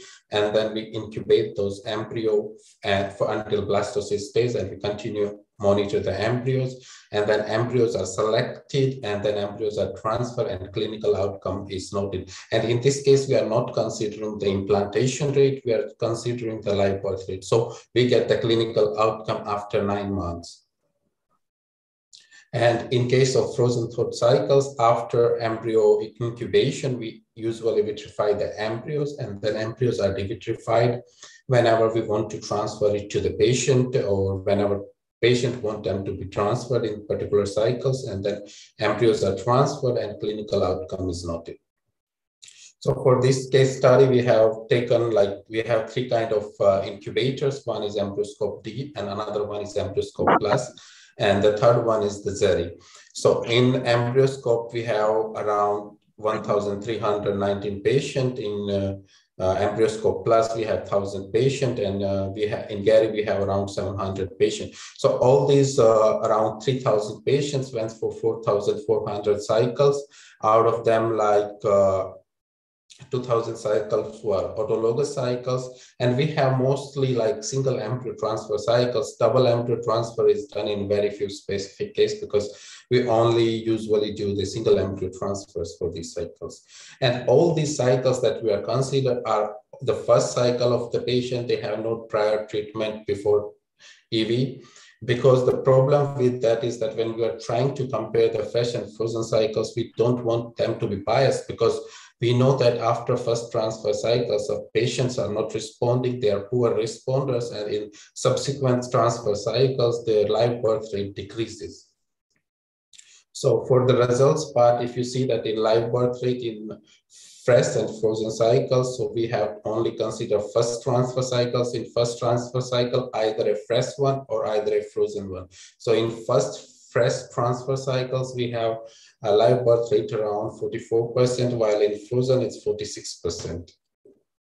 And then we also compare the result of subsequent transfer cycles. So if it's a first transfer cycle of the patient, we have live birth rate around 45%. And when we go down to second, third, because second and third cycles are usually frozen one, because first can be either fresh and frozen, but subsequent cycles are either early frozen cycles. So they have a low implantation and low live birth rate. This is the paper published recently in ASRM regarding the cumulative live birth rate in different incubators. So in ESD, ESD Plus, and Gary, we have different, as we see that the cumulative live birth increases with number of cycles. So if we consider 2 cycles or 3 cycles, it can go up to 80% as cumulative live birth in the different incubators. And then we have the first transfer cycles, which are fresh or frozen in different incubator. And you see that in all the incubator, not only in particular incubator or something, in all the incubator, we have increase in the frozen transfer cycles. But if you see in the Gary, we have more frozen cycles live birth rate than the fresh one, because in Zari, we are not using a kids scoring algorithm that we were using in the embryoscope, which gave us really a good selection about the embryos. And then we also tried to compare between difference between the autologous and donated cycles. And if you see that in autologous cycles, the frozen cycles have high live birth rate compared to donated cycle. But there is always a discussion about this, because this can be the reason that in frozen cycles, we have more PGTA cycles compared to fresh cycles. So we try to compare the non-PGTA cycles. So we compare the PGT cycles with the non-PGT cycles in single embryo transfer in frozen thought, and we see still we have high rate of live birth in non-PGT cycles compared to the autologous cycles. So even if there is non-PGT cycles in autologous cycles, we have high live birth rate compared to the fresh cycles in frozen cycles. So for the discussion, we have seen that frozen thought cycles always have a comparable and better live birth rate compared to the fresh cycles. But there are a lot of paper that reports that in the frozen cycles, we have low live birth rate, but the problem is that they are comparing all the frozen cycles with the fresh cycles, but the fresh cycles is always the first one, while the frozen can be subsequent transfer cycles. And we have seen in subsequent transfer cycles, the live birth rate goes down. And we also seen that in autologous cycles where the frozen or thought cycles have better results than the fresh cycles in even non-PGT transfer. And this also, we have seen the live birth rate decreases in subsequent transfer, but this is because of their intrinsic biological factor, or the patients are poor responders. So that these can be the different reason that live birth decreases in subsequent transfer. Thank you for attention. And this, I would like to acknowledge the IVF laboratory at EV Valencia and my PI, Marcos Messiger, and our colleague from the lab. Thanks a lot. If you have any questions, I'm happy to answer. Yeah, Akhil, it was a nice presentation. I would like to ask you that, can you hear me? Yes. So did you take into account the patient characteristics when you're evaluating your frozen versus fresh? Yes, we have do a post-hoc analysis of the patient age and other characteristics, or was it randomized? I mean, how did you do it? So we have not taken the correct, because all the incubators have kind of same patient that we goes, because we don't choose the patient based on incubators, but we have tried to determine the age criteria. If you have seen, we have the age of the patients, which is oocyte age, because for donated cycles, we consider the age of the donor, not the age of the patient. And for the normal autologous cycles, we consider the age of the patient. And we have defined oocyte age, which is comparable, almost equal in all type of incubators. But of course, we don't have so many cycles that we define the patient by their etiology or characteristics. But of course, we have taken the age as the primary factor to define the patients here. And in one of the slides, you showed that the fresh rates were higher compared to the frozen rates in the first slide which you showed. Sorry, let me share my slide.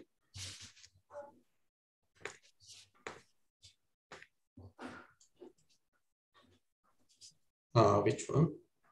The first slide which you showed. I mean, I think this is the first slide. Because all the time we have noticed that frozen cycles have higher higher live birth rate, because the problem is that the studies that sometimes shows, because they only not consider the first cycle, because we don't want to differentiate here between the subsequent cycle, because as you know, if we go to the second transfer or third transfer, the really patients become poor responders and the live birth rate decreases. So we only compare the first cycles and first transfer cycles of that first cycle. Okay, I think we are a little short on time, although there were many other questions. But we'll conclude now and move on to the next speaker. Good, well done. Thank you.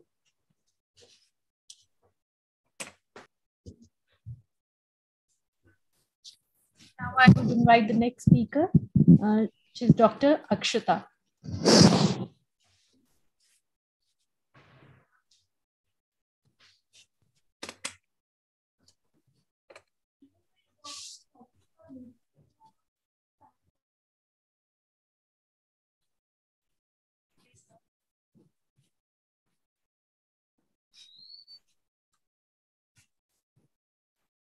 Is my slide visible, ma'am? Yes, perfect. Okay, can I start? Yes, yes. Okay. Welcome everyone. I'm Akshata DP, PhD scholar at the Manipal Academy of Higher Education, Manipal. It's my pleasure and honor to be presenting my research finding at Fertivision 2021 Scientific Forum entitled, Does Maternal Age Influence Developmental Competence and Cryotolerance of Oocytes? Since the first live birth from oocyte cryopreservation 3 decades ago, it has become a crucial aspect of ART due to several indications. One of the challenges for oocyte cryopreservation is the global increase in women's childbearing age because new age women often seek assisted procreation treatments in their 40s. Nevertheless, the report suggests that with increasing maternal age, ovarian reserve and oocyte competence is compromised, which can be due to mitochondrial dysfunction, shortening of the telomeres, cohesion dysfunction, and spindle instability. Usually in an oocyte freezing program, commonly used strategy is ovarian stimulation with gonadotropin followed by oocyte retrieval and oocyte cryopreservation. However, this approach may not be suitable for women suffering from hormone-sensitive cancer or those who are in urgent need of oocyte cryopreservation. To address this, the latest approach is the combination of in vitro maturation and cryopreservation of the oocytes. Vitrification is a widely used method for oocyte cryopreservation, but despite its benefit, it has significant impact on oocyte structural and functional competence, which can ultimately lead to decreased pregnancy and live birth rate. So considering all these factors, we have hypothesized that advanced maternal age and vitrification thawing process can compromise the structural and functional integrity of the oocytes. However, there is no concrete evidence on whether maternal age can impact the cryotolerance of ovulated and in vitro matured oocytes. This knowledge will benefit women seeking oocyte cryopreservation in their advanced maternal age. So to address this research questions, we have framed our objectives, that is to understand the association between the maternal age and cryotolerance of ovulated oocytes, to understand the impact of in vitro maturation on oocyte cryosusceptibility in relation to the maternal age. Due to ethical restrictions to use human oocytes, we have considered oocytes from 8, 24, 36, and 48 weeks old Swiss albino mice. Oocytes were retrieved either by ovarian stimulation or by in vitro maturation. These mature oocytes were then subjected to vitrification and warming. The survived oocytes were used to assess various functional and developmental parameters. Now moving on to the results of the first objective, where we observed that with increasing maternal age, the cryosurvival rate of the ovulated oocytes found decreasing, and it was significantly lower in the 36-week group. As mitochondria is known to provide energy for fertilization and embryo formation, we assessed the mitochondrial potential using JC1 dye. It was evident that mitochondrial potential is negatively influenced by the maternal age of the animal, and it further reduced after vitrification and thawing. However, there was no age-dependent changes in the mitochondrial potential post cryopreservation. Similar trend was observed with oocytes with respect to their spindle abnormality. The advanced maternal age group had higher spindle abnormality post cryopreservation compared to that of the younger age group.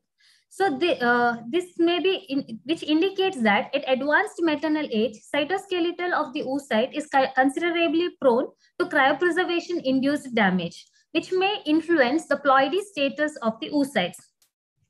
The parthenogenetic activation potential is also reduced with increasing chronological age. Higher percentage of oocytes from adult age group failed to activate post-vitrification and thawing, indicating vitrification at advanced maternal age can impact the fertilizing ability of the oocytes. The extent of DNA double strand breaks as quantified by gamma H2X shown that maternal age influences the stability of the DNA. However, double strand breaks post-freeze thaw was significant only in the 24-week group, and it was similar among other age groups. So from these findings, it was evident that ovulated oocytes from advanced maternal age are vulnerable to freeze thaw-induced damage. So to address our second objective, cryosusceptibility of the ovulated and in vitro matured oocytes of different age group was studied. In the adult age group, IVM oocytes showed a higher survival rate compared to that of ovulated oocytes, and it was significantly different in the 48-week group. Also, there was no age-dependent changes in the survival rate of the IVM oocytes. For further, in my following results, for better understanding of the observations, we have divided age group into two categories, that is 8 and 24 will be called as young adult, 36 and 48 weeks will be called as the adult group. So when the mitochondrial potential of the ovulated and in vitro matured oocytes are compared, it was significantly reduced in IVM oocytes of the young adult groups. Meanwhile, adult oocytes had similar mitochondrial potential irrespective of their mode of maturation. Also, vitrification thawing process didn't alter the mitochondrial potential of the IVM oocytes. Spindle abnormality increased significantly in the in vitro matured oocytes of all the maternal age groups, which can be due to incomplete cytoplasmic maturation of the IVM oocytes. Notably, spindle abnormality in IVM oocyte, in vitrified IVM oocyte was comparable except in the 8-week group. The activation rate was comparable between ovulated and IVM oocytes in all the in vitro matured groups, but also it was after vitrification thawing, it decreased non-significantly. The number of gamma H2X foci was higher in the IVM oocytes compared to the ovulated oocytes in the young adult, and it was proportional in the adult age group. Freeze thaw-induced DNA double-strand break was negligible in the IVM oocytes compared to that of its non-vitrified control. Hence, from our findings, we summarize that with increasing maternal age, ovulated oocytes becomes more vulnerable to freeze thaw-induced damage as indicated by functional, structural, and developmental parameters. Nevertheless, this study provides promising result as maternal age is not influencing the cryosurvival of IVM oocytes. However, inherent mitochondria and spindle damage of IVM oocytes raises the concern and emphasizes the need for ideal IVM procedure to obtain competent oocytes, which can benefit women seeking oocyte cryopreservation in their advanced maternal age. Thank you.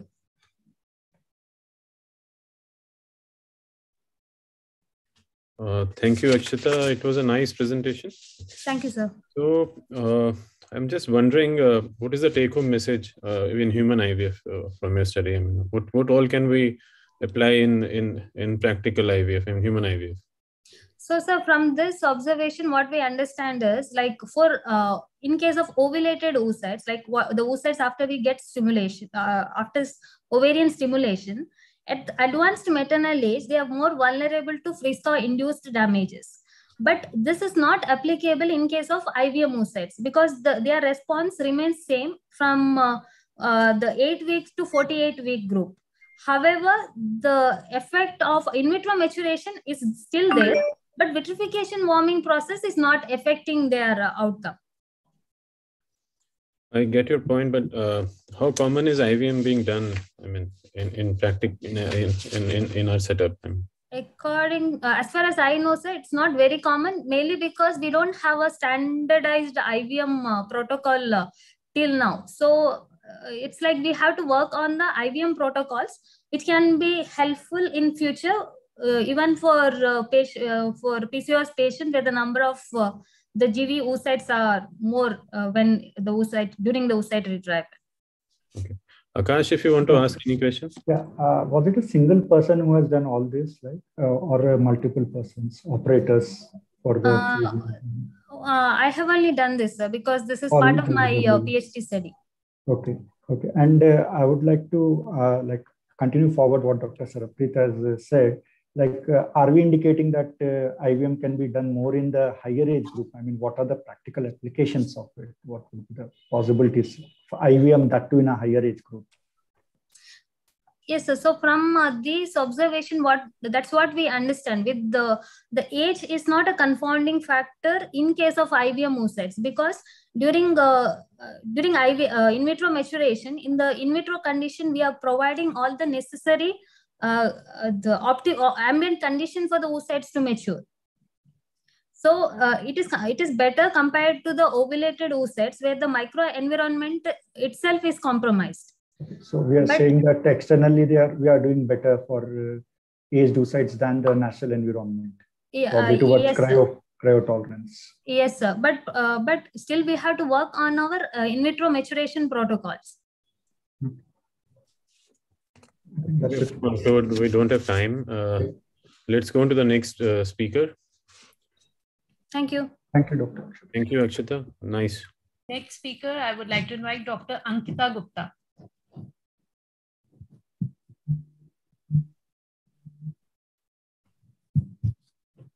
Dr. Ankita.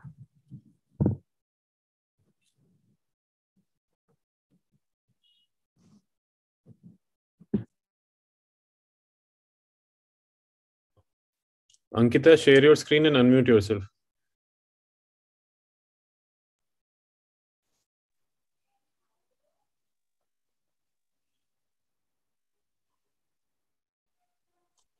What happened? Ankita ma'am, please share your screen. I'll just.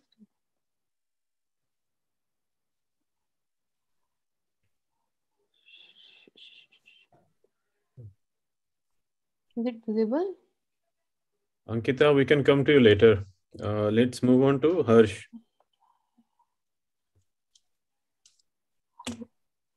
Hello.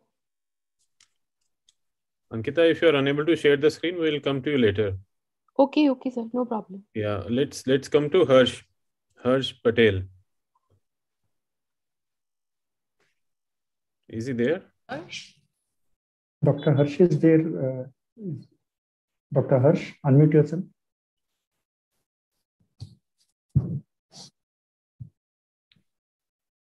I don't think he's there. So you can move on to Surya or anybody who is there who can share their screen.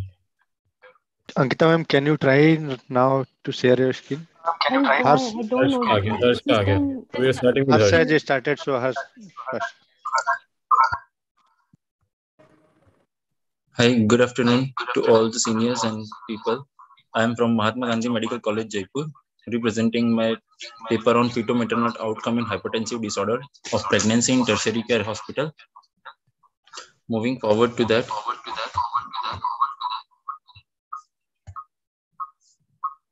There is echo, it seems. Is that okay? Okay.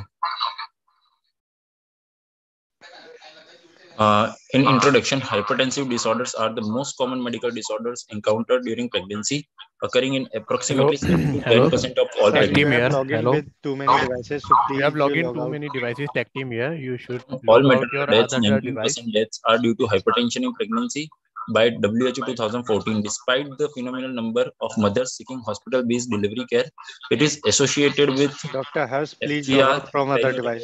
perinatal asphyxia, iatrogenic premature. Dr. Harsh, please listen. Dr. Harsh, please log out from Yes, other device or please mute other device.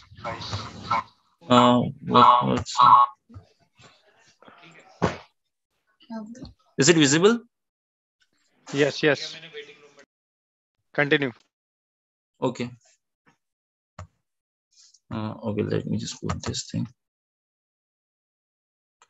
Okay. It is associated with FGR, perinatal asphyxia, iatrogenic prematurity, stillbirths, preterm delivery, perinatal death, neonatal mortality, and affects vital maternal organ systems such as renal, hepatic, cardiorespiratory, fetoplacental, and hematogenic. Although many such studies have been published earlier, and our study is just an addition to the existing literature, for us, it helped to set up a protocol to prevent such untoward consequences. Material and methods. Hospital-based descriptive cross. The host asked will start the video. Start. Okay, sorry, my video is not started. Inclusion. Hospital-based descriptive cross sectional retrospective study. A retrospective study was conducted to find the incidence and evaluate the fetal-maternal outcome in 1,462 women with HDP who delivered in our hospital. Inclusion criteria is all women presenting with HDP whose records were complete and were included. In exclusion criteria, included women with multi-fetal gestation, known fetal anomalies, who were transferred to other hospitals after being admitted to the study hospital, lost or incomplete data, or died on the arrival before adequate diagnosis was made. Data collection was made by the pretested check list to document all the parameters properly. Data was entered in Microsoft Excel worksheet and appropriate tests were used to find the significant association. Moving forward to that, there is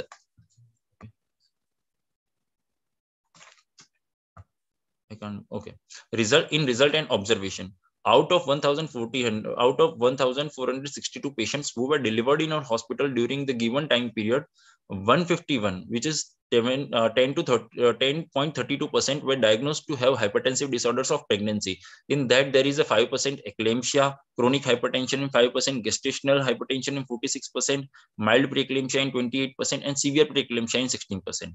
17.19% of HTP belong to the age group of 18 to 27 years, and 94.7% were Hindu. Incidence was almost equal in multigravida and primigravida, like 51.65% and 48.34% respectively. Patients who delivered vaginally were 54.96%, while remaining were delivered out by LSCS, mostly due to fetal distress. In 82.11%, which is 124 out of 151, presented with no maternal complications. 17.88% cases had significant morbidity. No major complications were seen with gestational hypertension, mild preeclampsia, and chronic hypertension, as compared in the patient who were diagnosed with the severe preeclampsia and eclampsia. The p-value of it was like less than 0.055. Most ICU admission, ventilator support, maternal deaths, HELP, PPH, ARF, intracranial hemorrhage were seen in the eclampsia group. As shown in the table, there is a outcome of the maternal like normal in total is 124, 82.11%. In ICU admission, it is like 6.62%. In ventilator is like 3.31%. In ARF, 1.32%. And other is as shown in the table. Okay. On conclusion, hypertensive. Okay.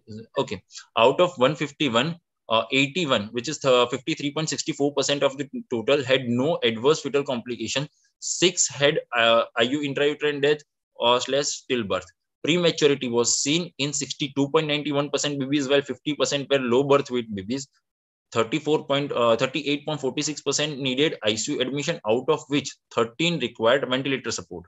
There were 3 neonatal deaths due to respiratory distress and sepsis. Poor neonatal outcome in terms of low ABGAR, IUGR, low birth weight, higher NICU admissions, and need for ventilator for babies was much higher in the woman with eclampsia and severe preeclampsia. On conclusion, hypertensive disorders of pregnancy is one of the major health problems seen in the pregnancy, as it is associated with a huge burden of maternal and perinatal morbidity and mortality. The spectrum of the disease ranges from the mildly elevated blood pressure measurements with minimal clinical significance to severe hypertension and multi-organ dysfunction. Timely diagnosis and provision of specialized antenatal maternal care could reduce the impact of such complications. Thank you. Very nice presentation, Harsh. Thank you, ma'am. Have you considered the infertility, since it is the infertility conference, have you considered the infertility or IVF pregnancies with the hypertension in these patients? Yes, ma'am. It was considered. How many patients were infertile and then conceived and had preeclampsia? Yes, ma'am. 10. Ma'am, 10 patients. How many patients were having? 10 patients. Okay. Sure. What was the reason for higher incidence of preeclampsia?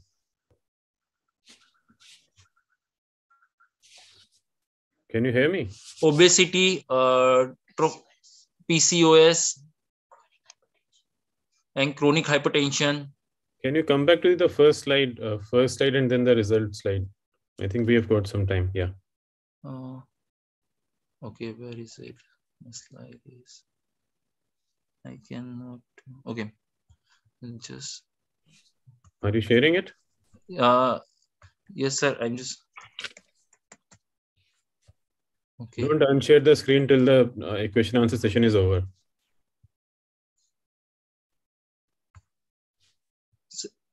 The slide is visible, sir? No. I can't. Anyway, has it anything to do with the corpus luteum? Sir, what? The preeclampsia. Can you okay, you tell me the title of your study again. Fetal-maternal outcome in hypertensive disorders of pregnancy in a tertiary care hospital. A retrospective study, sir.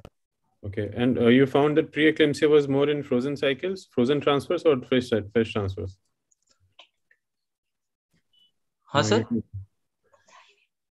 Sir, I haven't considered in the IVF patients, sir, actually. Okay. You said like 10 were there infertility patients you had said, no? So like these were the 10 patients with infertility and they had preeclampsia and eclampsia, right? Yes, sir. So did you consider parity in this? Yes, sir. I considered the parity in this. Parity in this for infertility. Both were almost equal, sir. Harsh, you should include the IVF patients also. Sir has rightly said that it is because of IVF, that is the frozen section, freeze-all technique. If you do the estrogen priming, then the incidence of preeclampsia rises. So it is better to have this column also, that is the infertility treatment and which infertility treatment you have included. If at all it is freeze-all, that should be included in that. Yes, ma'am. Yes, ma'am. Thank you. Next time I will make sure that I will include the infertility patients, ma'am. Thank you so much. Right. Okay. Yes, ma'am. Thank you.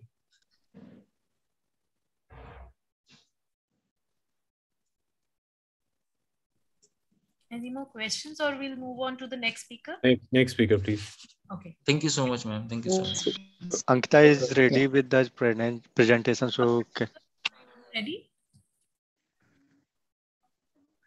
Please unmute. Yes, I'm ready. Okay. Start with it. Atul, can you please? Thank you, Atul. Shall I start?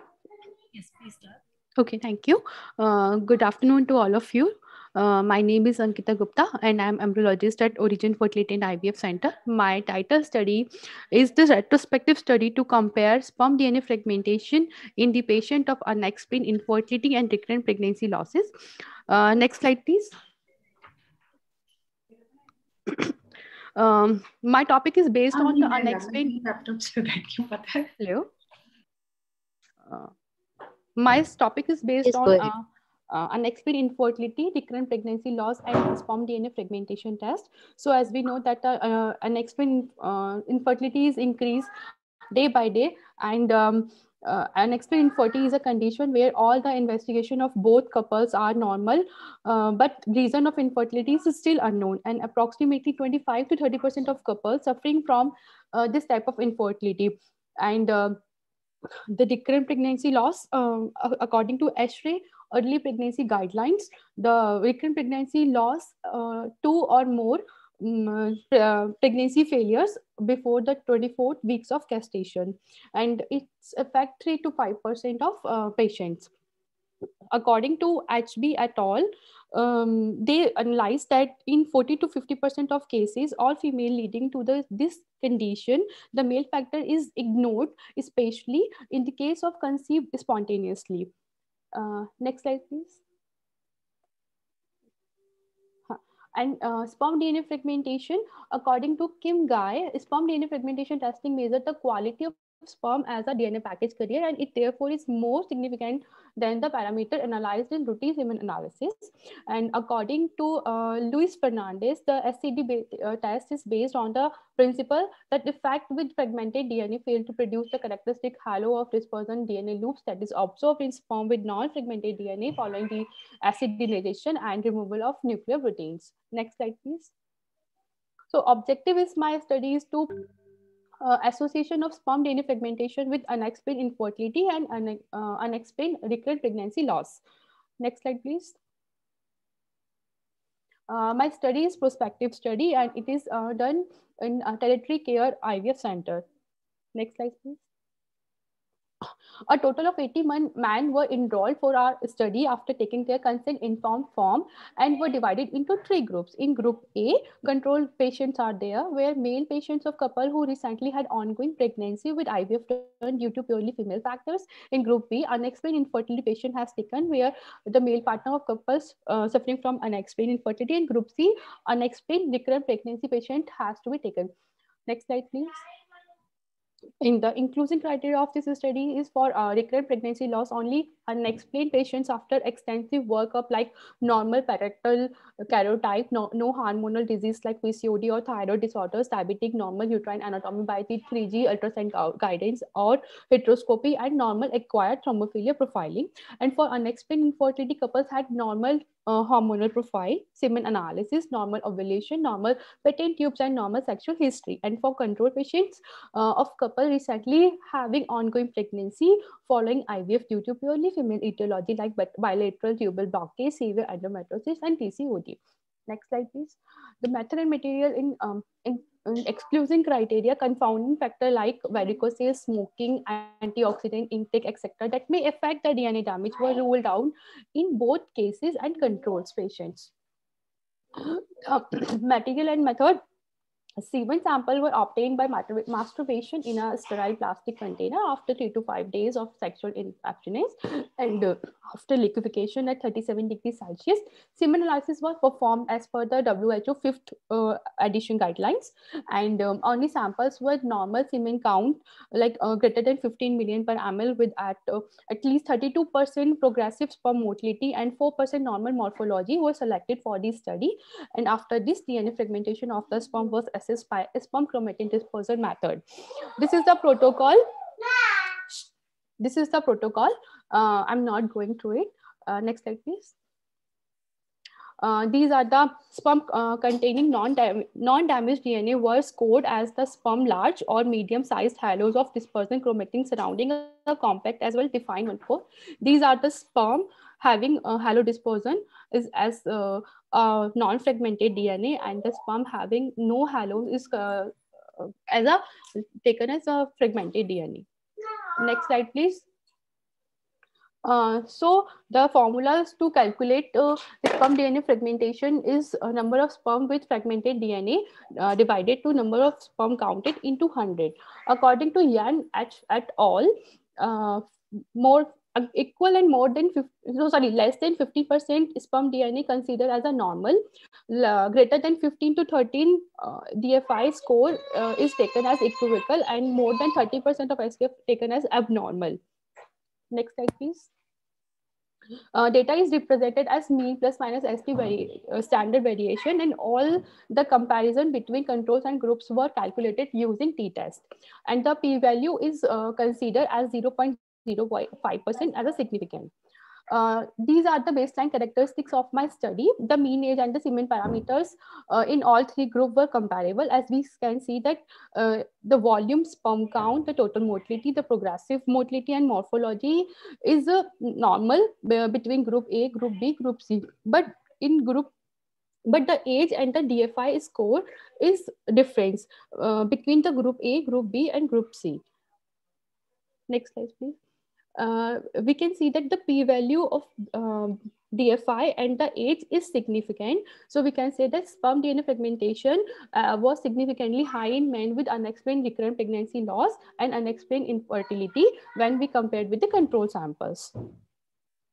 There is a systematic review and meta-analysis by Justin Tan et al. He was taken 13 studies. In this, male partner of women with a history of recurrent pregnancy loss have a significantly higher rate of sperm DNA fragmentation when they compared to the patients of fertile control women. Next slide, please. In the discussion, sperm DNA fragmentation may play a role in unexplained RPL despite normal semen analysis parameters. And investigation the integrity of sperm DNA has both diagnostic and prognostic implications in a couple experienced repeated pregnancy losses. This is a reference of my study. Zini and colleague reported that percentage of sperm with denature and fragmented DNA was 25 to 28% in infertile men as compared to 10 to 13% of fertile men. And they also reported that infertile men have less than 13% of greater than 30% of denatured DNA and is associated with poor embryo quality and miscarriage. Next, please. This is a recent study, sperm DNA fragmentation in Chinese couple with unexplained recurrent pregnancy loss, and their results are, they say that STF is an important cause of RPL, and couples with a history of RPL show a higher incidence of STF and poor progressive motility of the sperms. These findings indicated that testing of DNA fragmentation has a certain predictive values in the assessment of the prospective risk of RPL. Moreover, the higher the level of sperm DFI, the higher the risk of the RPL. It is necessary to perform the STF couples in coupling experience RPL. Next slide, please. This is another study by Balwar J et al. Next study. Next, please. Limitation of my studies to studies on larger group required, and more testing parameters of DNA fragmentation can be used to get more significant results. The strength of this study is sperm STF, sperm DNA fragmentation provides information that is different and of better prognostic value than semen analysis. And sperm chromatin dispersion test is the simplest method to assess STF in routine clinical practice.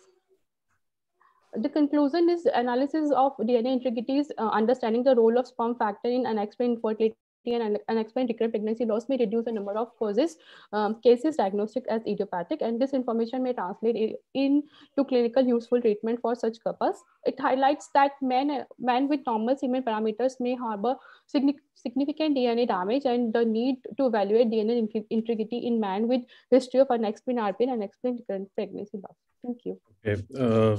Thank you, Ankita. If you wanted to ask you, are you aware of any other methods to assess DNA fragmentation? No, sir. No, sir. I'm just only SDF you are interested in? Yes. No other method is available? Available, yes, but I'm not doing. No, so you tell me now, what other is available? So there is such method for like Ternal assay, SCD method, Comet assay, but these are quite difficult method. We can't do in practical way, in routine way, but SCD is very simple method we can use in our IVF lab. What you have done is you have done SCD and you have used the articles as your references, which are using SCSA or other methods, which is wrong. Okay. So please correct that. Please correct your presentation. Any other question, Akash? Just one thing, like you have mentioned retrospective in your title, what was given, and here you have told prospective. So I would just whether it's a prospective or a retrospective. That's a prospective study, sir. Okay, what we had got was it's a retrospective in that. No, sir. It's a prospective study actually. And how many patients were there of 80 patients were there. And how many patients infertile and recurrent pregnancy loss RPL patients? Ma'am, 40 patients were in control, 25 in unexplained infertility, and 15 in recurrent pregnancy losses. Okay. Okay. So let's move on to the next speaker now. Yeah. Dr. Reddy. Dr. Reddy or Dr. Surya? Yes, sir. Yes, sir. Dr. Reddy, you can start. Yes, sir.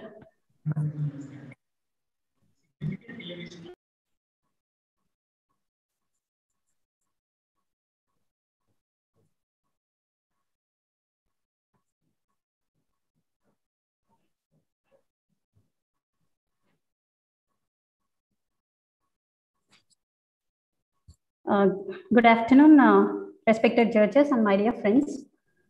Today I'm going to present on effect of long-term embryo cryopreservation on subsequent frozen embryo transfer outcomes. It is a retrospective cohort study.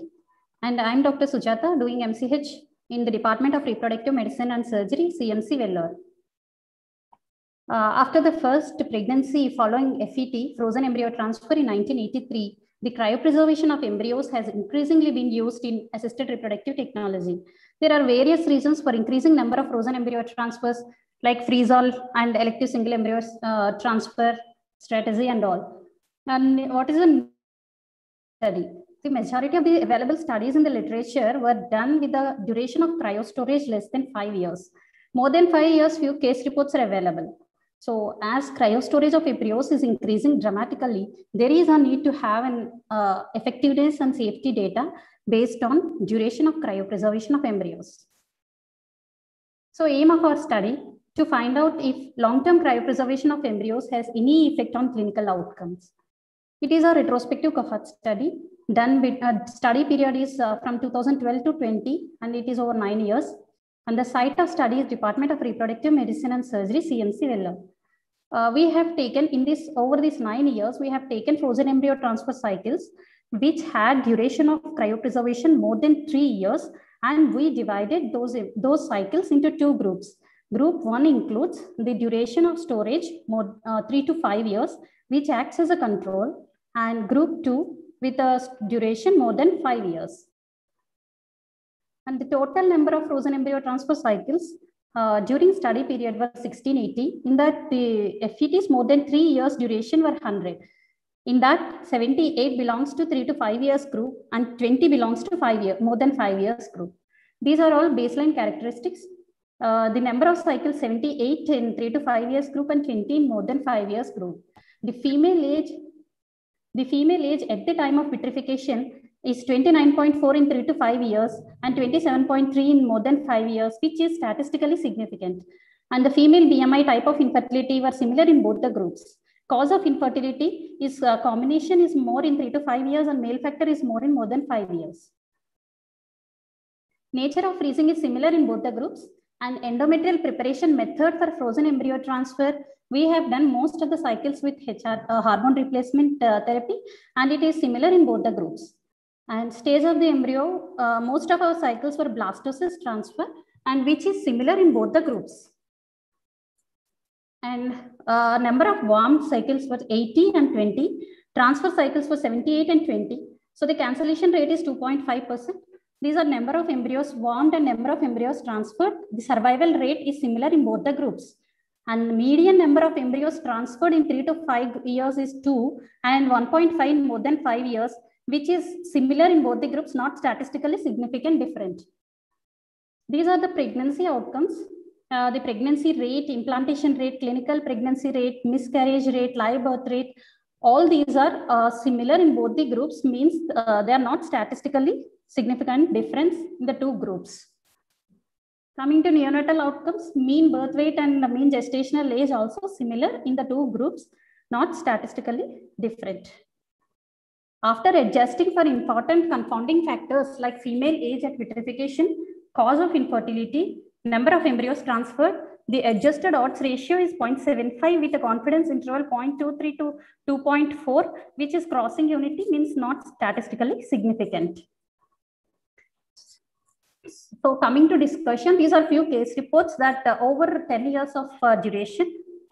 These are the studies. Here I have quoted 3 studies. The first one is done in 2010, published in Fertility Sterility.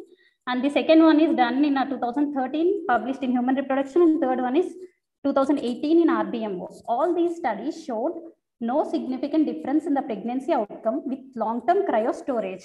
Means they are giving positive result. However, most of the studies, duration of cryopreservation is less than 5 years. This is the only study with more than 10 years. Like this is a study published in Human Reproduction in 2019. They showed that embryos remain usable even after long-term cryopreservation from 12 to 17 years they did. And this also showed positive result. The paper which is showing negative effects after long-term cryopreservation is this paper published in 2021. In this, they showed that prolonged cryopreservation negatively affects pregnancy rates. But they have taken the groups is like less than 5 years. Most of the cycles were less than 5 years. And this is another paper published in Human Reproduction recently in 2020. They showed that prolonged storage of embryos negatively affected pregnancy outcomes, but did not influence neonatal outcomes. If we see the storage duration, it is also less than 5 years.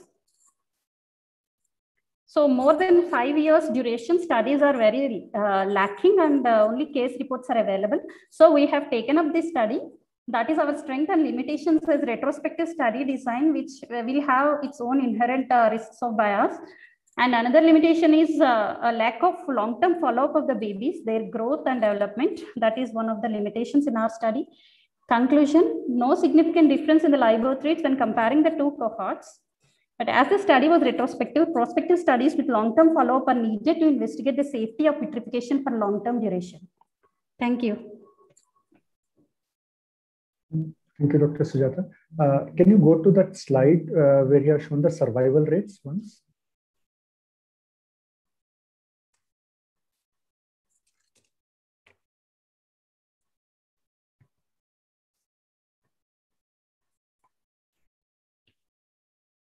Akash, unfortunately, we have just 1 minute for the question. Sir, it is not moving. No problem. Because I saw the survival rates to be on the lesser side, what I just saw when you were going through. And one more thing was you have not used as a control. I mean, less than 3 years as a control could have been used. Sir, we have taken our main motto is more than 5. Study group is more than 5 years. And the control, we were thinking what to take. Then we decided to take 3 to 5 as an arbitrary cutoff, because if we take less than 5 years, this sample size in the control group will be huge. And more than 5 years, it will be very less. So we arbitrarily taken 3 to 5 years as the cutoff, sir. Okay. Doctor, sir. Yeah, so unfortunately, we can't ask you many questions. It was a very nice presentation, very to be applied, and some good take-home message. So Dr. Reddy will move to the next presentation now. Thank you, sir. Yeah, Surya, Dr. Surya. Please end your presentation.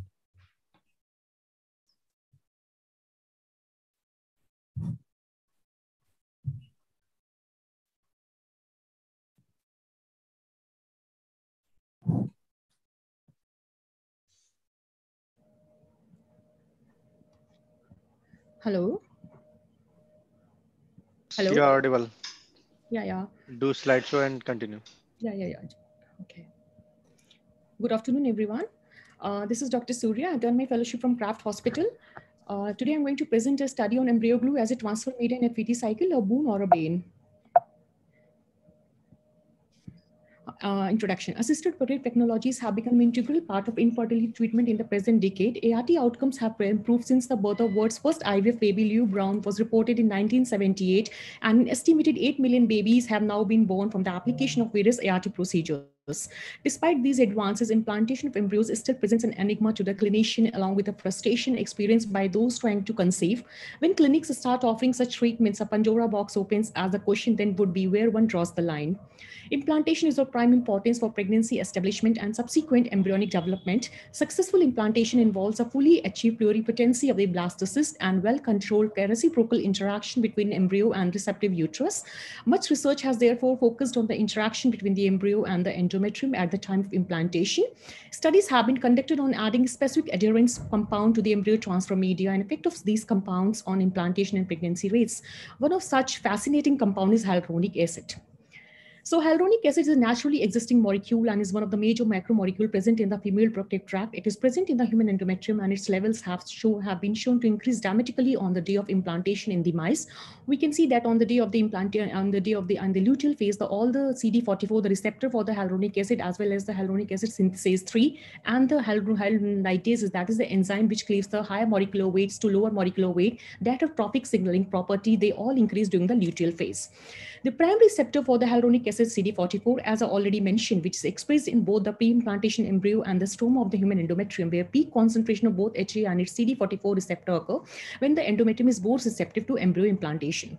HA is known to have a role in regulating proliferation, differentiation, migration, gene expression, and it may even have an important role in natural endometrial decellularization and implantation and in normal embryo development. The increase in embryo quality attained by the HA was also shown to be dependent on CD44 activity and the mitogen-activated protein kinase, that is MAPK signaling. Now, in 2020, P.T. Rouhani et al. Concluded that HA in embryo glue is not acting as a CD44 bridging molecule, which was considered before in the initial stage of embryo attachment.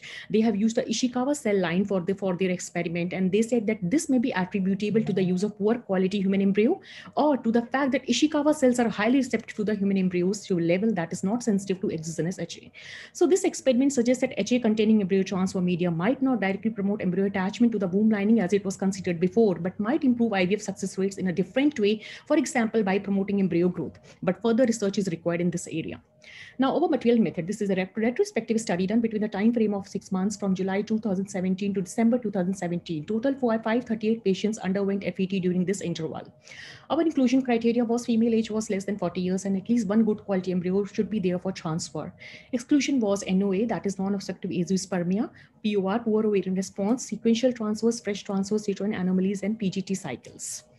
Two groups. The patients are segregated into two groups. Study group, which comprised of 210 patients. For the study group, the embryo transfer media was embryo glue, Vitrolife, containing recombinant human albumin and a high concentration of HA.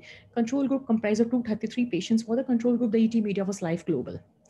Ovarian stimulation was done by the ANTAC protocol when the diameter of each follicle, one follicle was more than 18 or at least two were more than 17. The patient received the trigger that was in the form of HCG or in the form of the agonist, depending upon the patient profile. Follicles were aspirated using transvaginal ultrasound guidance 36 to 38 hours after administration. On day 3, depending on the quality and the number of embryos, either the embryos were frozen or continued to culture to blast until day 5 to 6. Cleavage stage embryo morphology was graded according to week and blast grading was done according to Gardner and Schoolcraft. In all the patient endometrial preparation was done with the HRT protocol. Embryo were placed in the well containing the equilibrated embryo glue for 30-minute duration. Catheter was washed in embryo glue media before loading. After rinsing, the embryos were gently loaded in approximately 5 to 10 microliter of embryo glue, followed by a small amount of the air. And the ET was done using Cook's catheter in both the groups. Outcomes. The primary outcome was live birth event. Intermediate outcomes were clinical pregnancy rate, implantation rates, miscarriage rates, biochemical pregnancy, multiple pregnancy. Embryo glue, as it was considered implantation promoting media for increased take-home baby rate. Is it yes or no? Let's see. A total of 443 cycles were analyzed in this time frame. Baseline patients' characteristic including clinical profile, age, AMH, number of attempts of ICSI, embryo transfer, stimulation details were similar in both the groups. Similarly, the embryo parameters comprising the fertilization rate, cleavage rate, number of embryos, quality of embryos were comparable in both the groups. This we very well see in the table number 1 and table number 2. Now, what are the results? Our data clearly depicts the decreased clinical pregnancy live birth rate in the study group when compared to the control group with a significant difference in the live birth rate, which we see very well here. The live birth rate in the control group is 44.6 and the study group was 34.2. That was really a very, the p-value was significant. Next, we did the subcategory analysis on the transfers. We have done the RAF category, and then we have done the age more than 35 years. What we find out that outcomes like clinical pregnancy, live birth rate were higher in the group of patients with RAF when embryo glue was used as a transfer media, though the p-value doesn't came out to be significant. But the embryo glue was not useful in the category of the women age more than 35 years. Next, we did the subcategory analysis depending on the transfer. No benefit in day 3 versus day 5 transfer with the addition of embryo glue as an add-on. Now, what the evidence says, let's see. Retrospective study by Weifu in 2018 showed significantly decreased implantation rates and clinical pregnancy rates, that is 34.1 versus 50% in first embryo transfer attempt.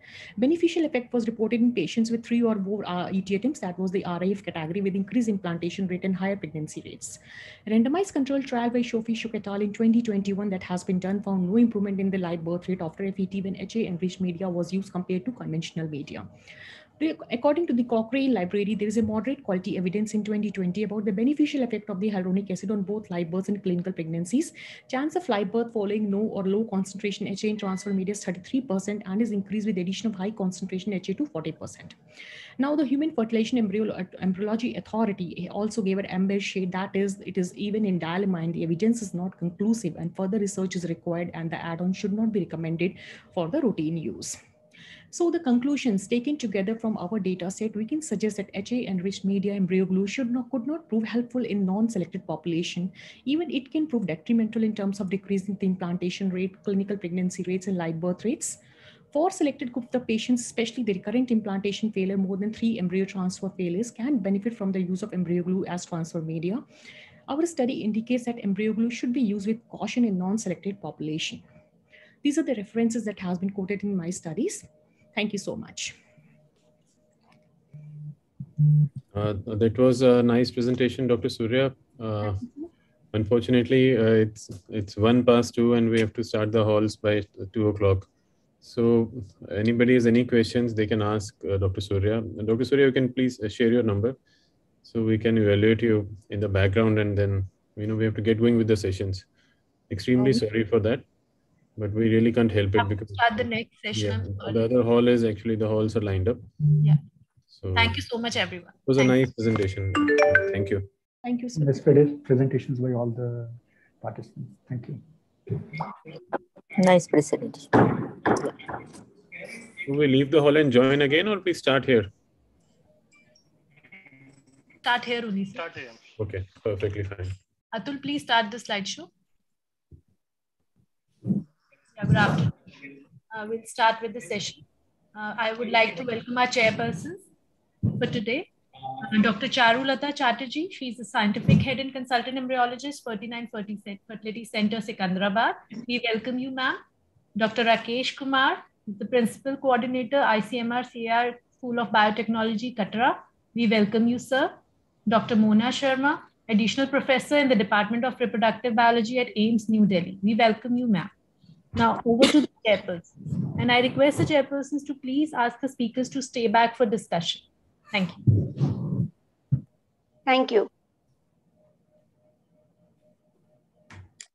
Thank you for introducing us.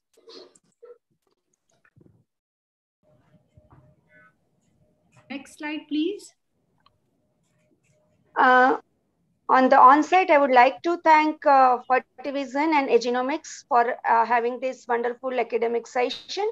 And it's really my honor to introduce Dr. Carmen Rubio. She's a head of research and embryonic chromosomal abnormalities at Genomics, and she works in Spain. She's going to talk on non-invasive PGT, which is a need of the day, microscopy, media, and many more. So let's just start with her. Thank you so much. Good morning to everybody. Thank you for the invitation to participate in this symposium. So I will share my screen.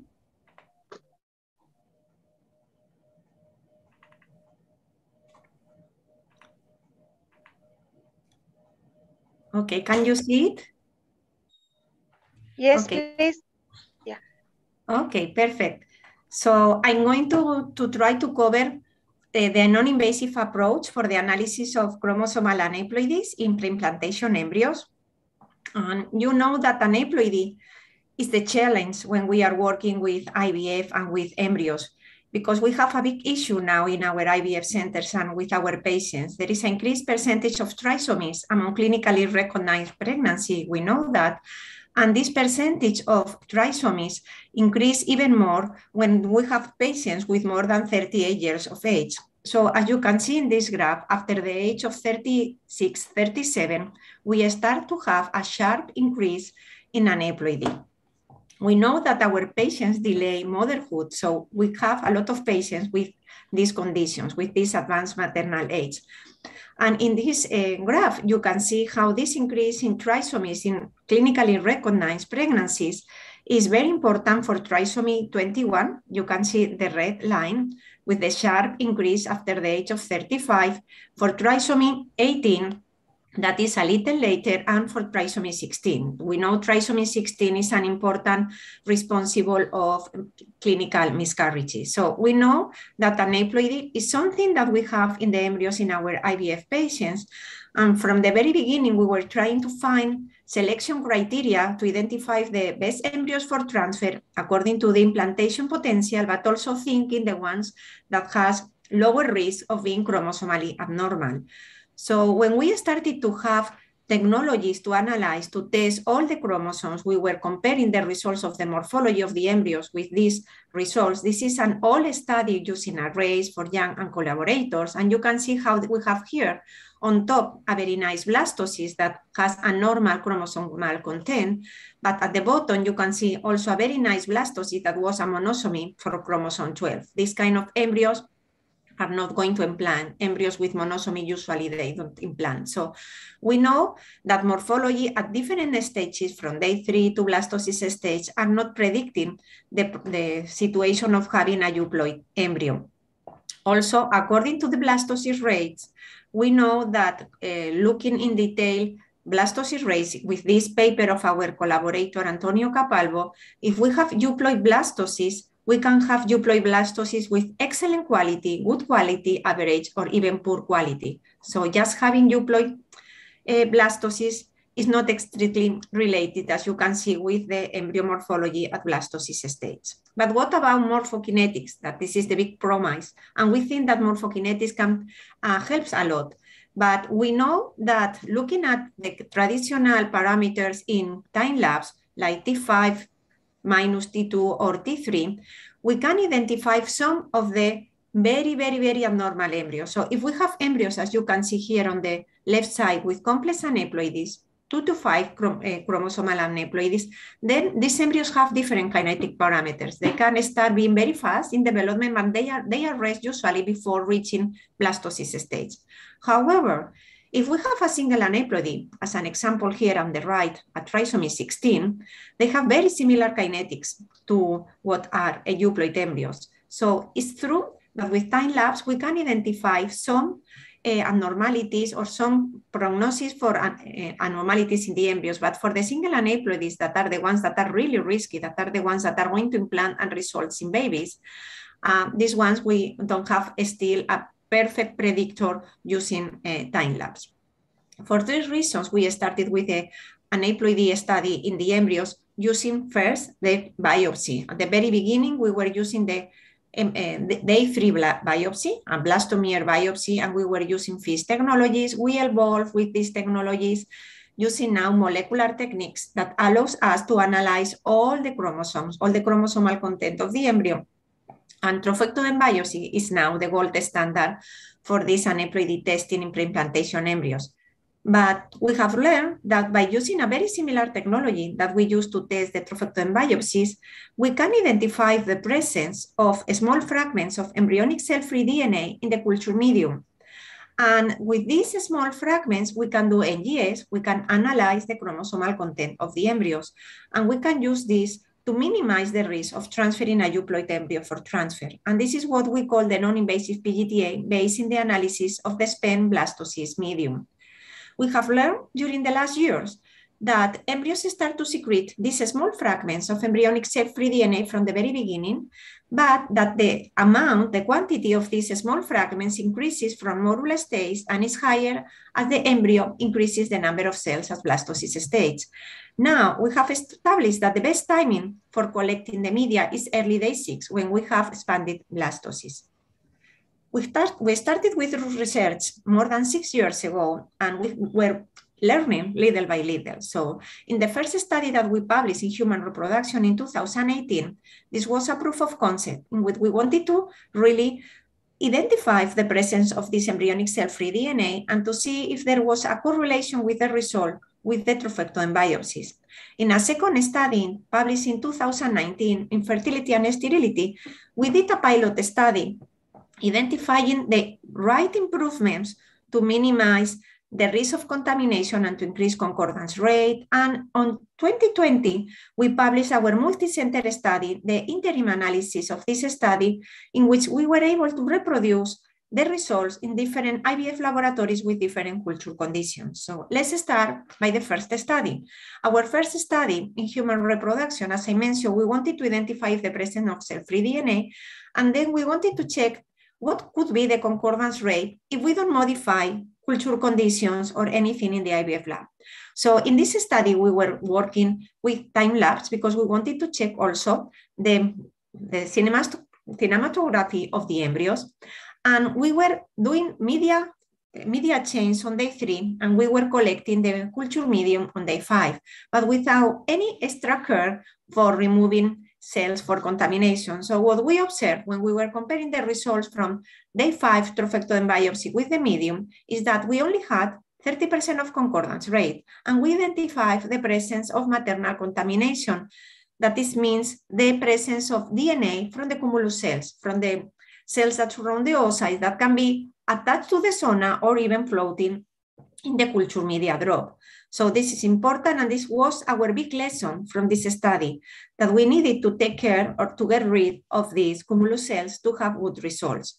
So with this idea in mind, we developed a new protocol to improve the IVF conditions and also the NGS protocol to have a higher amount of DNA and to estimate the optimal time for media collection. Also in this paper, we were able to identify what could be the clinical potential benefit for patients by testing the sperm blastocyst medium.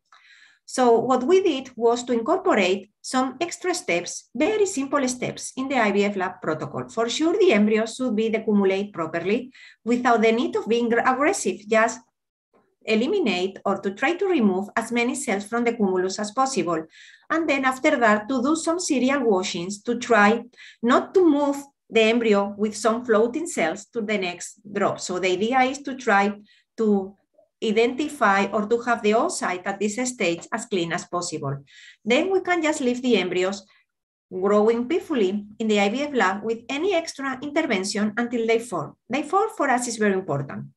So in day 4 is very, very, very important to do a media change, to move the embryos from the regular culture conditions to a new drop, of a small drop. If we are working with regular IVF incubators, then 10 microliters, 10 to 15 microliters of culture drops would be okay. But before replacing or moving the embryos to this new drop, it's very important to do an additional series of washings to remove any remaining DNA from cumulus cells, but also to remove any potential DNA from fragmentation of the earliest stage of embryo development or for the generation of the polar bodies. So we are going to place the embryo in a new fresh drop, and the DNA that we are going to collect on day 5 or day 6 is going to be DNA only secreted by the embryo in these latest stages of preimplantation development. So this is the very, very important thing. Then we can collect the medium and then do the analysis. In this study that we performed in collaboration with Laura Rienzi and Filippo Ubaldi of General Labs in Italy, they were not doing any assisted hatching on day 3 for the trophectoden biopsy. They were doing just the whole right before aspirating the trophectoden biopsy. So we have intact blastocysts to do the analysis. So on day 5, we had 27 embryos that they had the biopsy on day 5 because they had the right development on that time. And we had a concordance rate of 63%. That was double that the concordance rate of our previous study, but was not really what we really wanted. However, when we look at the embryos that were biopsied on day 6, because they were a little slower, then we have 81 day 6 or day 7 blastocysts, and the concordance rate was 84%. And this is a very good concordance rate, similar to other previous publications with concordance rate around 80–85%. But in this previous publication, the embryos were previously manipulated either with assisted hatching, a previous biopsy, or vitrification. So we consider that 84 concordance rate, working with very physiological conditions, could be a good start to think in the clinical application of this analysis of the culture medium. And here you have some examples of what we can see after NGS. So you will see here on the left the results of NGS with a trophectoden biopsy, and on the right with the sperm blastocyst medium. And I would like you to pay attention to the quality of the sequencing. So these profiles that are very flat, no noise, are very similar if we have a good amount of DNA in the medium and are very comparable with the results of trophectoden biopsy. So you have here the first example, a full concordance, a euploid trophectoden biopsy and a euploid sperm blastocyst medium. If we go to other cases, we can observe that sometimes we have an aneuploid biopsy, an aneuploid medium, but the aneuploids are not exactly the same. We have one trisomy in common, trisomy 10, but for chromosome 4, we have an additional monosomy in the medium. We can observe this, and this additional aneuploid can be also in the trophectoden biopsy. In other examples, the point is that we have in both cases a normal sample. So the embryo is correctly diagnosed as abnormal either by a trophectoden biopsy or by the sperm blastocyst medium. We have to be very careful with contamination, as I mentioned, because we can have a very clear abnormality in the trophectoden, but if we have DNA from the cumulus cells, that this DNA is normal female because it's from the mother, then we can mask the trisomy. So it's very important, as I mentioned, to follow strictly the protocol that we provide when we are doing non-invasive PGTA to avoid this false negative that can be caused by the presence of contamination. And regarding false positive, we can have the different scenario in which we can have the medium with a trisomy, but the biopsy being normal. And this is kind of difficult to understand because the contamination in the medium can come from the cumulus cells, the polar body, or even though from the embryologists or the situation in the environment on the IVF lab. But in any situation, either the cumulus cells or the embryologists, the DNA should be normal. So if we identify a very clear abnormality as this one in the medium, we think this is very clinically relevant, even though the biopsy is normal. So we have some of evidences that support this idea. So from this study with General Labs, they were providing us the clinical outcome of 29 single embryo transfers. They had the results of the trophectoden biopsy. They didn't have the results of the sperm blastocyst medium. So we split these cases into groups. One group in which the embryos had very clearly the euploid trophectoden biopsy because this was the criteria for transfer, but we checked blindly the results of the sperm blastocyst medium, and this was euploid. So in those cases with both trophectoden biopsy and medium being euploid, the clinical pregnancy rate was very high, no miscarriages, and ongoing implantation rate was as high as 52.9%, very good. However, if we go to cases in which the medium was abnormal, you can see how we had miscarriages and how the ongoing implantation rate decreased to less than 20%. So this is giving us the idea that the sperm blastocyst medium is giving us very important information.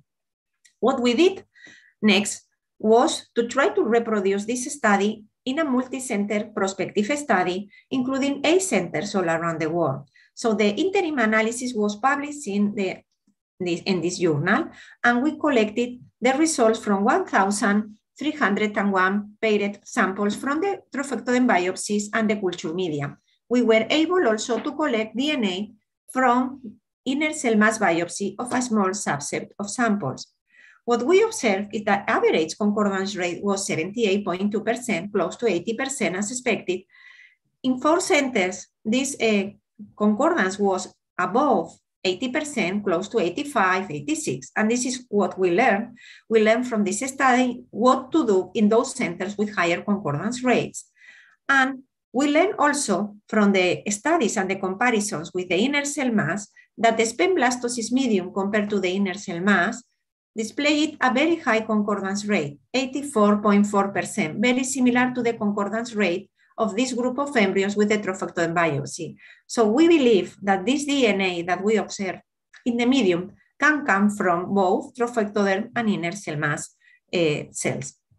So with this idea, we established, and with all this data we retrieved from this study with more than 1,000 samples, we developed a bioinformatic tool to predict the potential probability of an embryo to be euploid according to the results of NGS in the medium. So we have NGS results in the medium, we apply our algorithm and we give a probability of this blastocyst to be euploid. That is what we call the euploid score. And according to this euploid score, this is an example, if we have a patient with 4 embryos, we can run the embryos for transfer. The idea is not to discard embryos. This is not a substitute of PGTA. This is a biomarker, a tool that you can use to increase your pregnancy rates in your patients. We consider that at least by 10%. So we prioritize the embryos for transfer. You select for transfer first the ones with a higher euploidy score. And that's why we think this can help to improve your IVF outcomes in any IVF patient by decreasing also the number of transfers needed to achieve a successful pregnancy, and with this, decreasing costs and emotional burden to the couple. And what about the clinical application of this test? Next slides are related to the clinical application of the test. We started to offer this to clinical IVF settings 1.5 years ago, last year in July in 2020. From then on, we have started to work with many different labs worldwide. And before starting with the clinical cases, we always train the IVF lab and do a proper validation, comparing the results of the blastocyst with the medium to be sure that the protocol is properly established in each IVF lab. We have learned that with conventional incubators, we can have more than 85.1% of concordance rate. That is very, very, very good. And working with time-lapse incubators, in which the embryos are individually cultured in single wells, we can have 86.5. So we have a system for both conventional benchtop incubators and time-lapse incubators. This is for fresh embryos, but sometimes we have the request also of couples that they have frozen blastocysts from previous cycles. What can we do if we already have frozen blastocysts and we cannot culture from day 4 to day 6 to collect the medium? So in these cases, we can thaw the embryos, and if they are from day 5 blastocysts, then we can just culture for overnight, and then we can have 100% of global concordance rate with just overnight culture. If we have day 6 blastocysts, we are not going to ask to culture for 1 more day, but just with 8 hours, we can have a global concordance of 90%. In general, if we are doing this test in frozen blastocysts, the concordance rate should be as high as 95% in overall. So this is important to know, because when you read some previous publications, you should check if they have been done with frozen or previously biopsied blastocysts or not. If the embryos are previously biopsied or frozen, the expected concordance rate should be around 95%, and in fresh embryos within 85%. And what are the clinical outcomes so far with the previous studies? This is a small subset of cycles that was presented last ESRE meeting by our colleagues, one IVF center in Spain. And they observed in patients with good prognosis, less than 38 years of age or ovum donation, they had an ongoing pregnancy rate with non-invasive PGTA of 61%, very comparable to PGTA. And in both cases, 13 percentage points higher than the IVF ICSI. So showing that the aneuploidy testing in embryos is really increasing the chances of having an ongoing pregnancy, even for good prognosis patients. So in this center, in particular, when they have patients with more than 38 years of age, they keep on doing PGTA. So the main indications in the 400 cycles that we have performed in different centers all around the world, the main indications for these centers has been, as I mentioned in the previous slide, for some of them, they are applying this technology in good prognosis patients, and they are still doing PGTA in patients with a very clear PGTA indication, but in other cases in which they don't have the possibility of doing biopsy, or the patients, they don't want biopsy, or the embryos do not have enough good quality, they are applying this in advanced maternal age, repetitive implantation failure, recurrent implantation, a recurrent pregnancy loss, or even male factor. So this is what we have so far, and we are still conducting a randomized study. Would request you to please kindly wind up. Okay, yeah, I'm just telling that. Thank you. Okay, we are just doing a randomized control study to test for the potential benefit of this test, and we expect to achieve a 10% improvement in clinical pregnancy rates in the intervention group. Thank you very much, and thank you to my team. Thank you very much for this wonderful session. Thank you very much.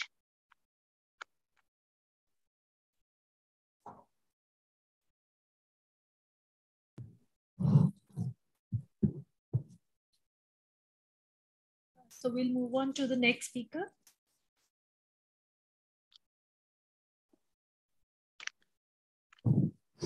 Hello, good morning, everyone here in Spain. Good afternoon in India. So it is my pleasure for me to be in here today. And if you want, I can start sharing my screen and start my presentation. Can I introduce you first? Can I introduce? Can I have the slide back?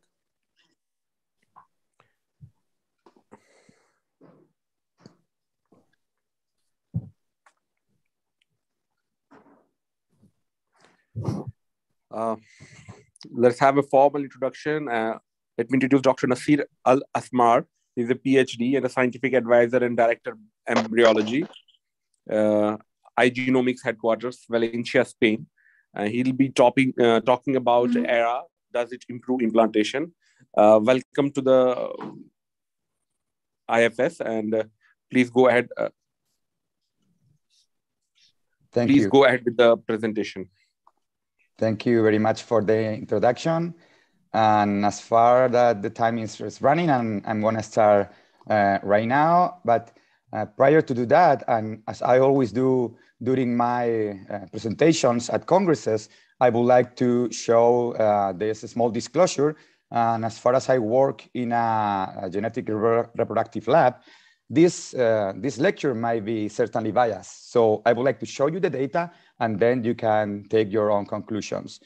I'm pretty sure that most of you know about the ERAs, so I would like to perform a lecture in a couple of parts. The first part is going to be like a reminder, our introduction, whatever we do with the ERA. Then I will show you our RCT paper that we published last year, just in case you miss it, and I will show you the results. But the second part of the talk is going to be focused in a specific following up cases with patients that you might face in your consultation. So I think this part is going to be really interesting for you as well.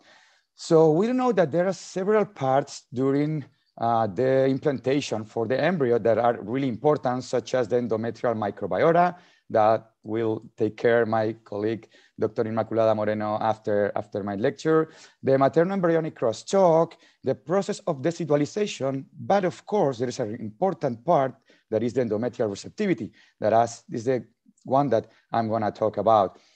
10 years ago, we came up with this paper that was human endometrial receptivity based on a transcriptomic signature. We were analyzing 238 genes that were up or down regulated at a certain time of the window of implantation. So we can know if the patient is receptive or non-receptive. When should we do the cycle for the biopsy?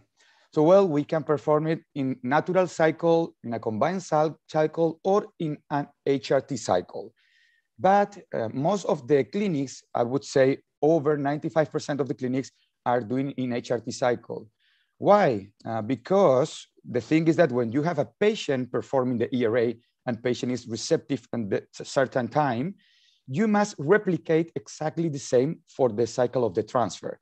This means same days or same hours of progesterone, same way of administration, and same dosage. So obviously HRT cycle, it's really easier to replicate the mock cycle and the transfer cycle. So you will start with 7 to 10 days of estradiol, then you make an ultrasound, you will find a triple layer endometrium with a higher of 6 or 6.5 millimeter of thickness. And then it's really important at this point to measure the endogenous progesterone. This must be under 1 nanogram per milliliter, because if don't, then we can have a result that could lead us into a mistake. So if this endogenous progesterone is higher than 1 nanogram per milliliter, our recommendation would be to cancel the cycle and do it in the next cycle.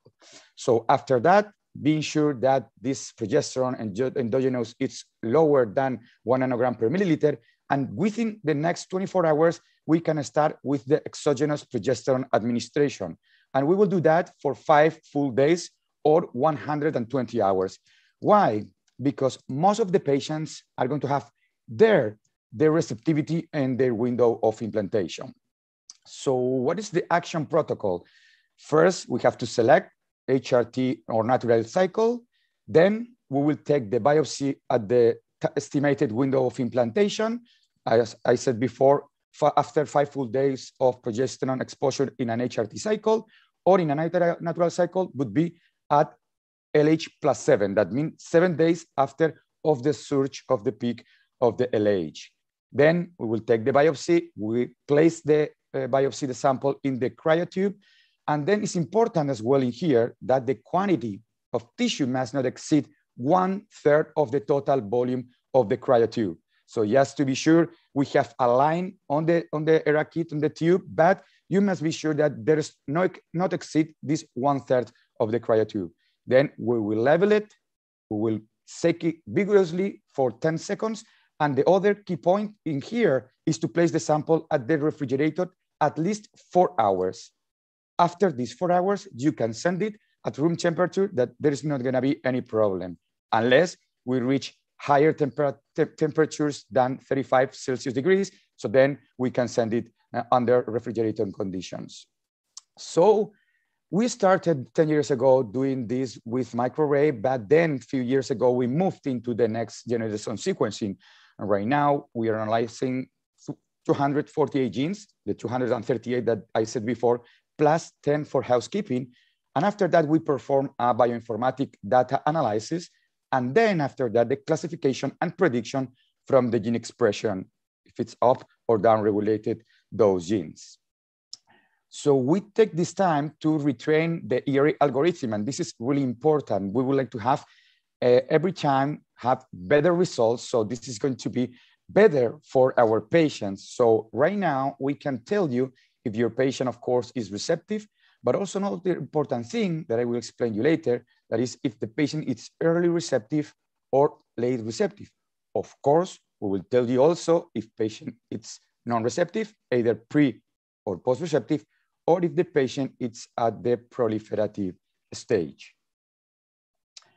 Talking about ERA publications, we do have so many publications. We have more than 20 internal publications, but also what it is important that we have external publication.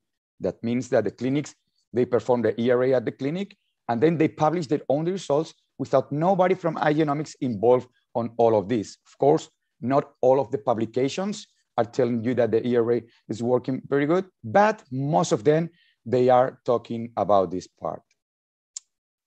In summary, on data that we have right now in our hands is that we did the ERA in over 120,000 patients in more than 90 countries, of course, in India as well, and in more than 2,700 clinics. And so far, and performing the ERA in progesterone, day progesterone plus 5, or 120 hours later, we will find around 70% of the patients are going to be receptive. And this is why I said before that we should perform the first biopsy at this certain point. So we will have 70% of the patients that will be receptive at this time, and around 30% that are not going to be receptive. For those 30%, most of them, almost 90%, will be pre-receptive. That means that they will need 1 or 2 days more of progesterone.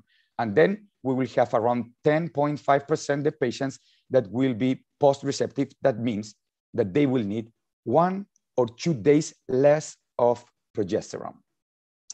But the important thing, again, about the retraining of the algorithm of the ERA, because we are always trying to improve our algorithms in order to be more objective and to have better results, is that right now, in 92% of the cases, we only need 1 biopsy, because if the patient is receptive, of course, we will tell you, you have to perform the embryo transfer at that certain point.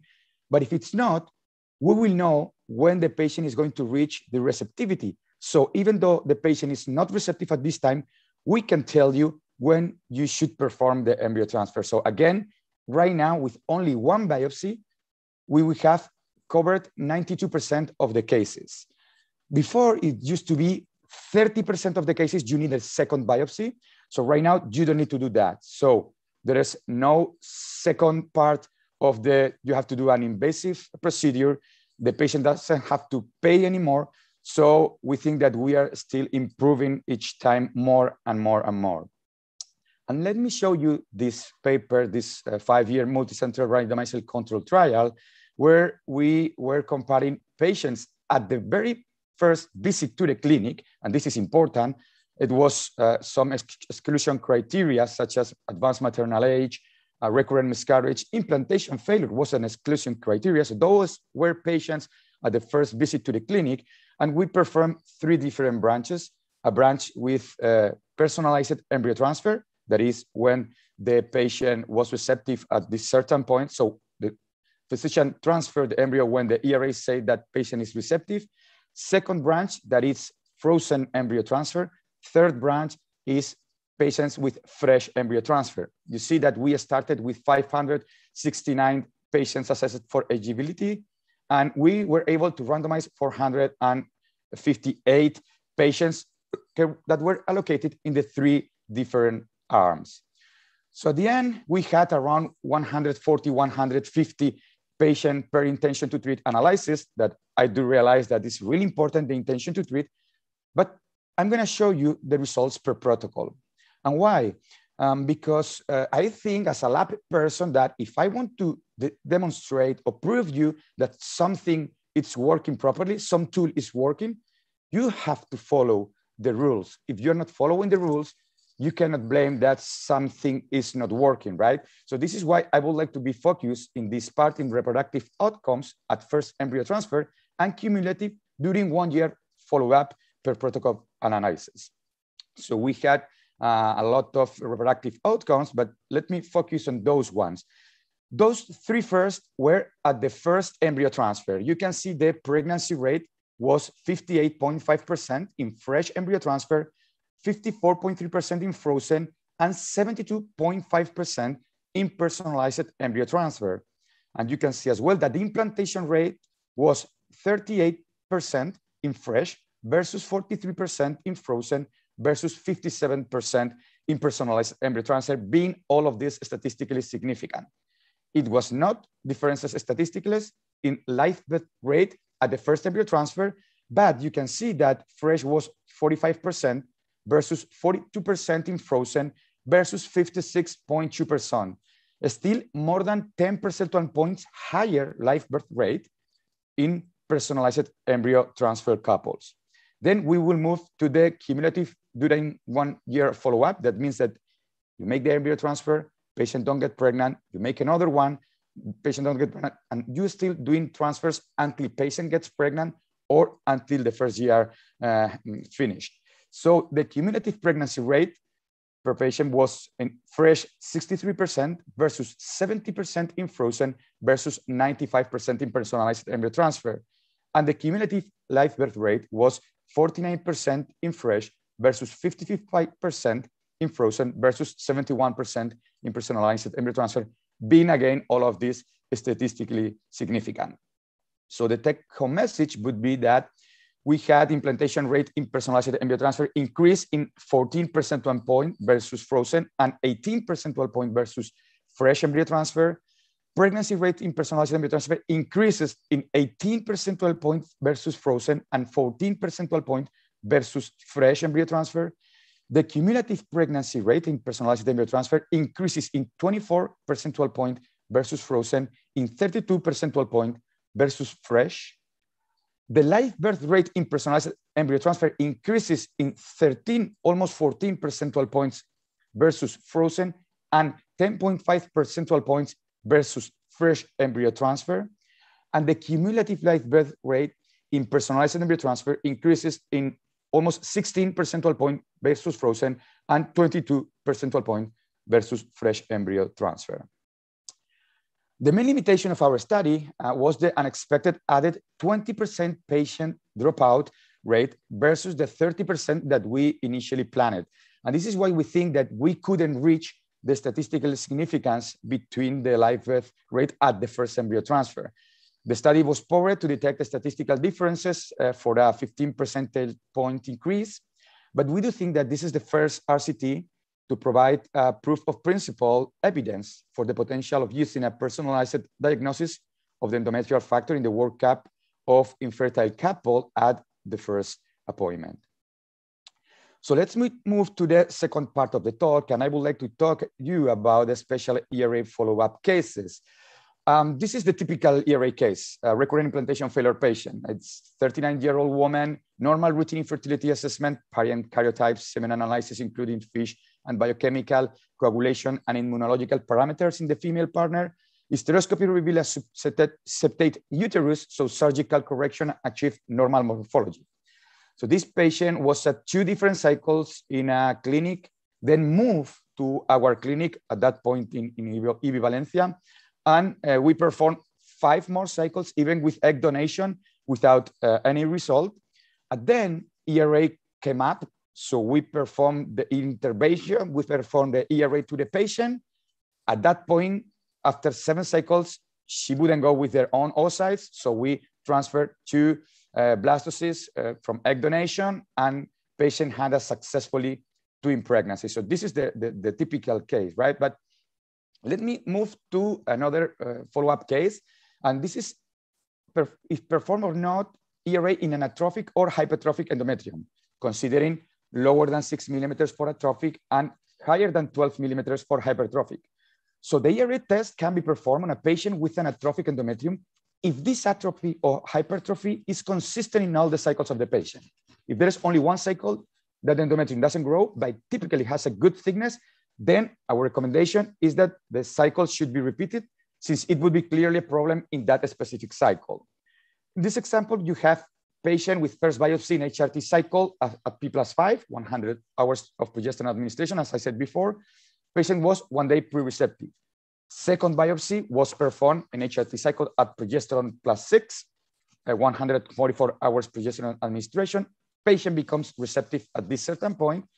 The endometrial thickness at this point was 5.5 millimeters, and the first biopsy was 5 millimeters of thickness. We showed those results in ESHRE by Diana Balbuena in 2016, when you can see that patient with endometrial thickness under 6 millimeter, the receptivity was 43% versus non-receptivity that was 57%. And if you have a patient with a hypertrophy, those are 65% for receptive and 35% for non-receptives versus the normal one that is 77% versus 23% for non-receptivity. And this is a paper showing us a case with a really thin endometrium, as thin as 3.5 millimeter thick endometrium. How about those patients with a narrow window of implantation? Because usually window of implantation lasts between 24 and 48 hours, but a narrow window of implantation lasts less than 24 hours. So we perform a patient with first biopsy HRT cycle, as always, at P+5, 120 hours progesterone administration, and patient was post-receptive. So then we perform second biopsy HRT cycle at P+4, 96 hours of progesterone administration, and patient becomes 1 day pre-receptive. So then we do know that this patient has a narrow window of implantation. We perform the personalized embryo transfer in between at progesterone plus 4.5 day, 108 hours with progesterone, and patient had a successful pregnancy. We can have patient with a bicornuate uterus and ERA. So our recommendation is to perform 1 biopsy per horn, left and right, at the same time, because different results can be obtained. In this case, we have a patient with a right horn with an atrophic endometrium and a normal left horn by ultrasound assessment. We perform 1 biopsy per horn, HRT cycle at 120 hours with progesterone administration. We got these results: right horn, pre-receptive result, left horn, receptive result. Patient was transferred in this horn, the receptive one, and she had a successful pregnancy. According to our internal data, around 89% of women with a pre-receptive endometrial profile will reach the receptivity with 1 more day of progesterone administration. But 11% of the patients would need more or less progesterone administration to reach the receptivity. In this case, we performed first biopsy HRT cycle, P+5, 120 hours. Patient was 1 day pre-receptive. And when we did it the next day at progesterone +6, 144 hours with progesterone administration, the second biopsy, patient was again 1 day pre-receptive. So we do know that this patient is a slow responder to the progesterone. So we perform a third biopsy. We can go to P+7, but we would like to go farther away. We went to P+8, and in this case, at 192 hours with progesterone administration, the patient becomes receptive. And also, it's really important that the endometrium in most of the patients responds differently to a different progesterone administration methods, intramuscular, vaginal, oral, and or to a different dosage, in example, vaginal, 200 milligram per day or 800 milligram per day. In this case, we had, yeah, I'm almost done. We performed the first biopsy, HRT P+5, 120 hours. Patient was late receptive, but we do realize that patient performed intramuscular progesterone. We don't know why, but the clinic performed again a second biopsy in HRT cycle, P+5, 120 hours. Result was pre-receptive, but we do realize that in this case, the progesterone was vaginal. So in this case, we put a note on the report that the ERA cycle medical protocol was different from a previous ERA medical protocol, and therefore the two results do not correlate. So each result should be assessed separately. And the measurement of the patient endogenous, as I said, is critical. Sorry to interrupt you, sir. Please wind up. It's time up. Okay. Yeah, I started a little bit later, but anyway, I would like to go to the conclusions. The best day for the endometrial transfer from the uterine perspective depends on each patient. The transcriptomic signature reveals that the endometrial factor is responsible for 30% of the cases of patients with recurrent implantation failure. The personalized embryo transfer normalized the clinical results, and the multicentric RCT is the first study to provide the proof of principle of evidence for potential usage of a personalized diagnosis of the endometrial factor. And thank you very much for your attention. Thank you, Nasir.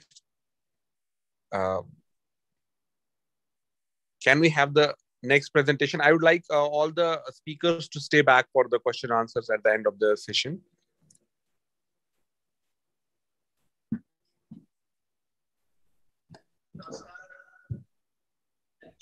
Hello, everyone. First of all, I want to express my heartfelt gratitude to Indian Fertility Society for giving me this opportunity to interact with the stalwarts of reproductive medicine.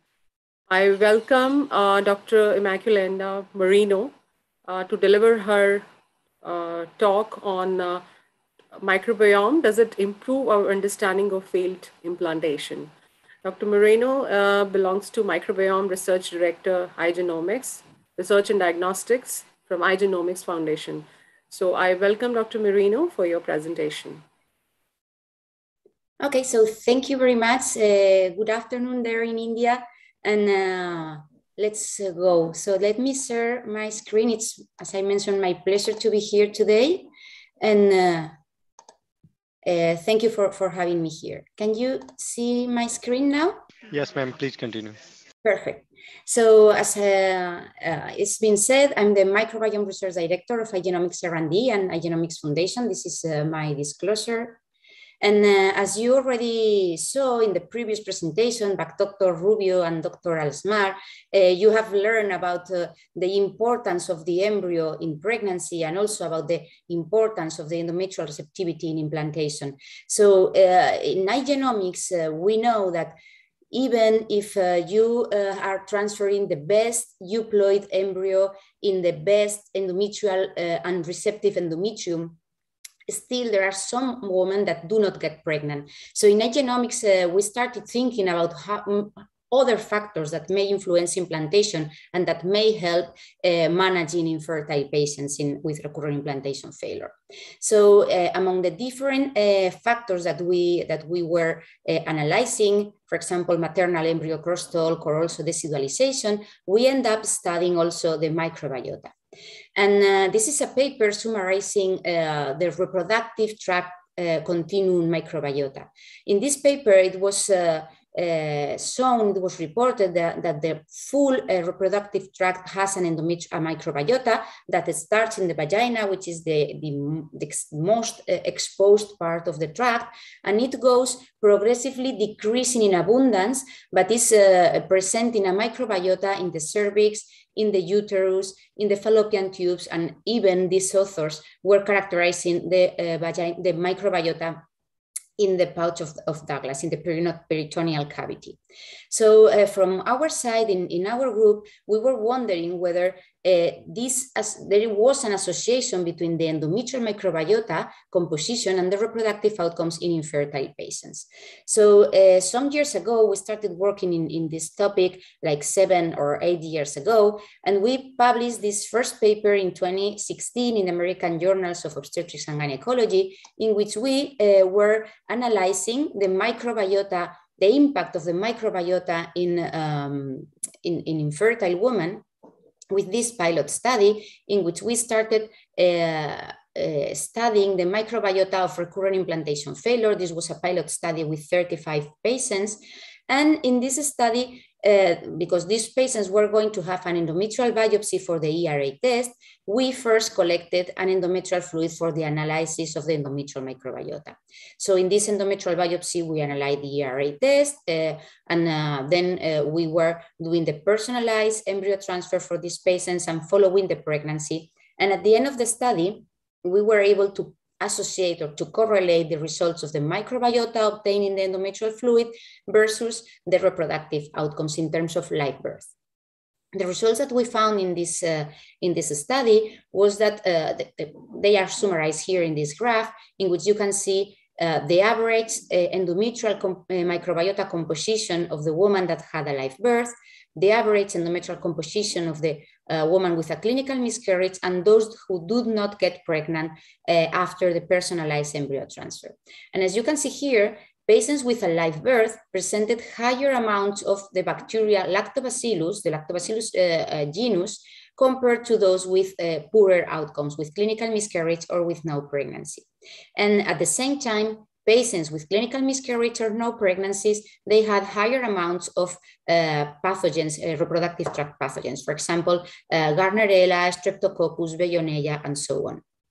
So this was the first insight into the role or the impact of the endometrial microbiota in pregnancy outcomes in fertile patients.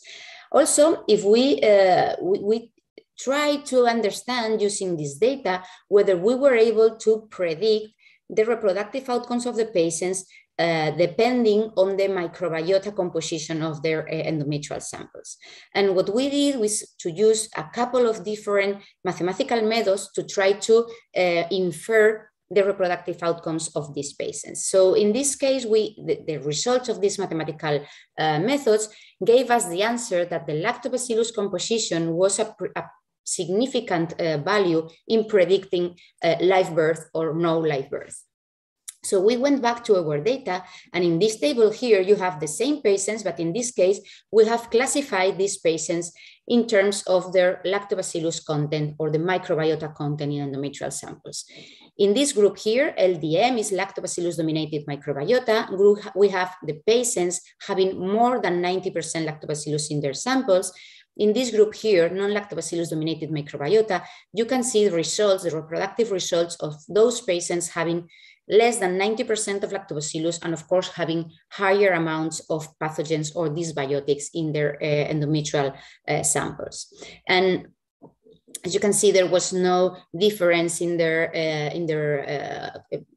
population. But when we went to the reproductive outcomes, what we saw is that patients with a non-lactobacillus-dominated microbiota, and of course higher amount of pathogens, presented lower pregnancy rates, implantation rates, ongoing pregnancy rates, and live birth rates per transfer compared to those patients with a lactobacillus-dominated microbiota, what we could somehow consider a normal or a healthy microbiota in the reproductive tract. And these were significant values. And also we observed an increased rate of miscarriage in those patients with a non-lactobacillus-dominated microbiota, although the difference was not statistically significant at this point. So with this evidence, we started analyzing different scenarios and different cases. And I would like to show you very briefly a couple of clinical cases that I consider that are quite important. And this is the first case that we published a couple of years ago. And this is the case of a patient with primary infertility, in which for the first time we had the opportunity to make a follow-up or a longitudinal study of the endometrial microbiota in these patients. And this is quite important because the endometrium requires an invasive technique to be sampled. It's not as easy as the vagina to collect the samples. And also collecting samples from infertile patients at different time points, this will lead to a delay in their embryo transfer and a delay in their infertility treatment. So it is very difficult to analyze prospectively and longitudinally the endometrial microbiota of IVF patients. But we have this opportunity to make like a follow-up of 18 months in which we collected sample from these patients in 6 different occasions that you can see here. This is the first sample, second, third, and in between this patient had 3 different embryo transfer that end up having one ectopic pregnancy and 2 clinical miscarriages. And very importantly, the last sample collection that we did was only 6 days before the last embryo transfer that end up with a clinical miscarriage at 6 weeks of gestation. So it is quite important for us because this microbiota is collected in the same cycle than the embryo transfer. So it reflects perfectly what was the niche in which the embryo was able to implant, but then unable to continue this pregnancy to term. And what we saw in this case is that in the 6 samples that we collected from this patient, we observed that there was a high amount of Gardnerella vaginalis, which is one of the most fastidious pathogens in the reproductive tract. And also we did a more profound analysis in terms of microbiota function. We analyzed all the genes of all the bacteria that were present in this niche, and we found antibiotic resistant genes and antitoxin system and many other virulence factors associated to this microbiota, which may explain this recurrent reproductive failure in this patient. In the second case that I would like to show you, this is a case that we consider very important because we had the chance for the first time, and I think that is the only one, paper that describes the endometrial microbiota in early pregnancy. And we had this patient, it was a young patient, 28 years old, with primary infertility and 1 previous failed cycle that had a first ICSI cycle with 6 euploid blastocysts vitrified. She had a first an embryo transfer and was a beta negative. And then because we were sorry, can you go ahead? Okay, so we collected.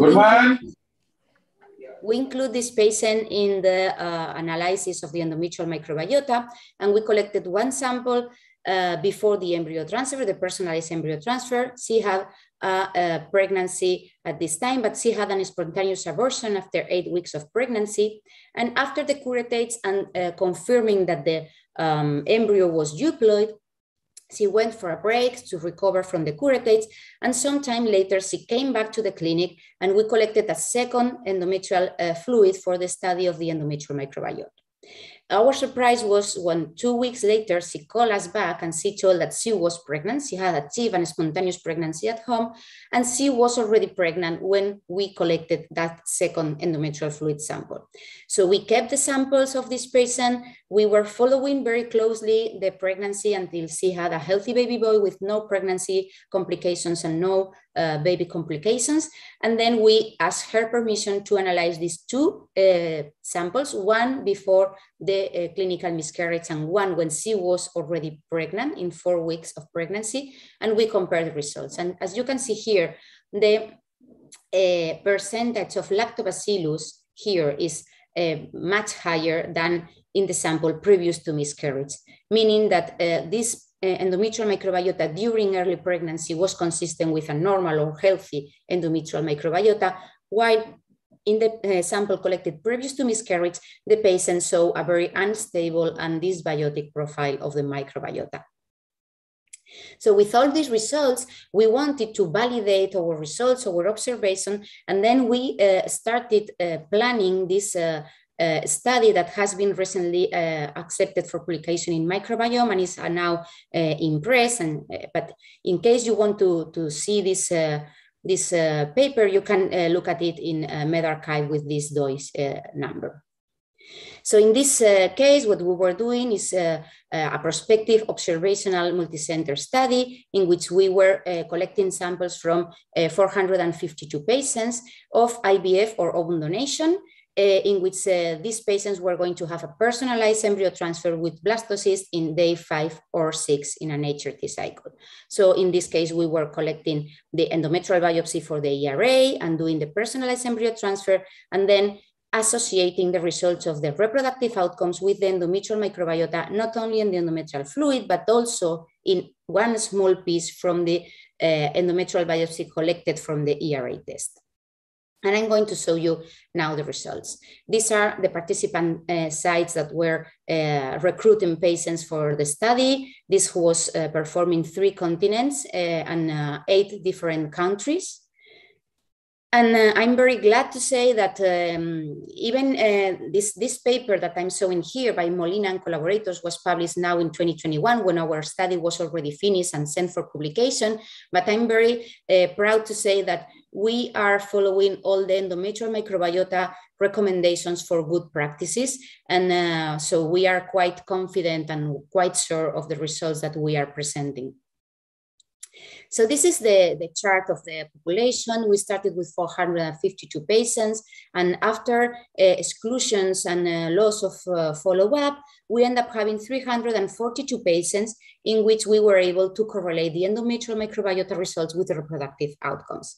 From these patients, 144 did not get pregnant after the personalized embryo transfer, and 198 did get pregnant in this after this personalized embryo transfer. From them, 141 had a live birth, 27 biochemical pregnancies, 28 clinical miscarriages, and 2 patients had ectopic pregnancies. And from now on, I'm going to show you the results in terms of these 4 groups: live birth, biochemical pregnancy, clinical miscarriage, and no pregnancy.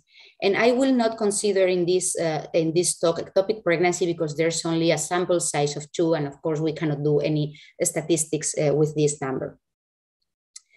But when we saw the composition of the endometrial fluid microbiota and the endometrial biopsy microbiota, what we saw consistent with our previous results is that Lactobacillus is the most abundant bacterium in both types of samples.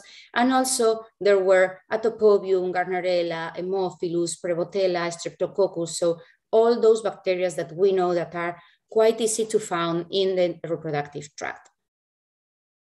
Then we wanted to see or to confirm our previous results about the importance or the impact of the Lactobacillus in reproductive outcomes. But in this case, in the previous case, in our previous pilot study, we use a 90% cutoff value to define Lactobacillus dominance. But following other publications and the criterion or of other authors, in this case, we have defined Lactobacillus dominant in 50% of the sample. So to see whether dominance of Lactobacillus was important for reproductive outcomes, what we did is to subtract the sum of all the other taxa from the percentage or the composition, the abundance of Lactobacillus. And as you can see here, in patients with a live birth, the average composition of the microbiota presented higher amounts of Lactobacillus than the other taxa, what is the same of saying that is Lactobacillus dominant above 50%.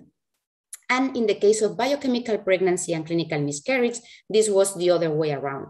We had a higher amount of the sum of the other taxa than Lactobacillus, meaning that non-Lactobacillus dominant microbiota was predominant in biochemical pregnancy and clinical miscarriage. And we observed the same pattern both in endometrial fluid and in endometrial biopsy. Then we wanted to see whether still we can predict the reproductive outcomes in terms of the abundance of lactobacillus, and we used this predictive probability study or analysis for each ART outcome. And what we saw is that patients with a higher abundance of lactobacillus, which is this group here in blue, were more likely to have a live birth than patients with lower amount of lactobacillus that were predictive or no pregnancy, biochemical pregnancies, or clinical miscarriage. And then we wanted to see whether we could somehow define a signature of good endometrial microbiota prognosis or bad endometrial microbiota prognosis, to see whether there were some correlation of a specific bacterial taxa with reproductive outcomes.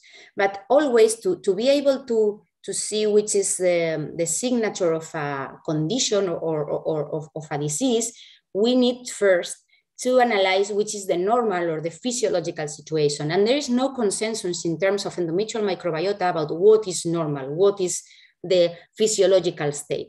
So after thinking a lot and after doing a lot of analysis, we end up considering that from the clinical point of view, we should consider that the normal situation is that microbiota that allows a live birth.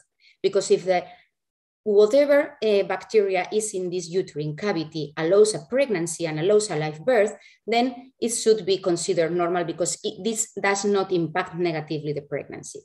So for that, what we did is to construct a normal range based on the abundances of the different bacteria on patients with a live birth, and then compare the abundances of patients with no pregnancy, biochemical pregnancy, and clinical miscarriage with that. And we did this for all the bacteria that we observe or that we detect in the endometrial fluid and also in the endometrial biopsy. And then after comparing the abundances of the different bacteria in the different reproductive outcomes, we end up having which is the signature of this bacteria that may have affect negatively implantation or pregnancy. And this is the results that I have summarized in this slide. So when we compare no pregnancy with live birth, what we saw is that Atopobium, Bifidobacterium, Chrysobacterium, Gardnerella, and Streptococcus were significantly increased in no pregnancy versus live birth, while Lactobacillus were significantly decreased in no pregnancy versus live birth. In the case of clinical miscarriage, Haemophilus and Staphylococcus were increased in clinical miscarriage and Lactobacillus were decreased. And these were the results for endometrial fluid. If we move to the endometrial biopsy, what we saw is similar results.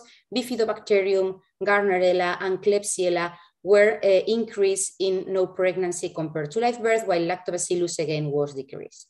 And if we focus specifically in those bacteria that we know that they cause chronic endometritis, which is the inflammation of the endometrium due to bacterial infection, what we saw again is that in the case of the endometrial fluid, we observed Gardnerella, Klebsiella, and Streptococcus being increased in no pregnancy, Enterococcus increase in biochemical pregnancy, and Klebsiella and Staphylococcus increase in clinical miscarriage.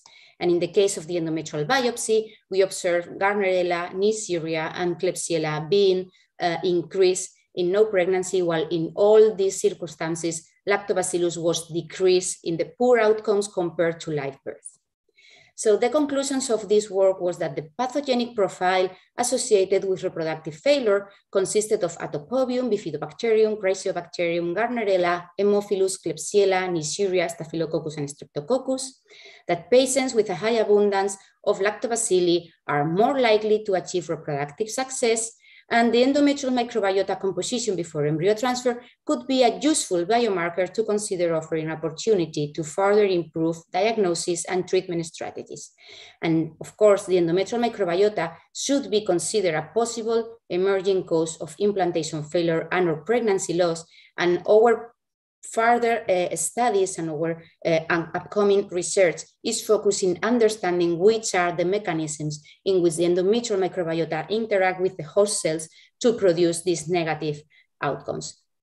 So last slide, I would like to thank all the team participating in these studies, the team in Genomics R&D, also the participant sites recruiting the patients, our collaborators, and of course, the patients that very kindly gave their samples for research. And thank you all for your attention.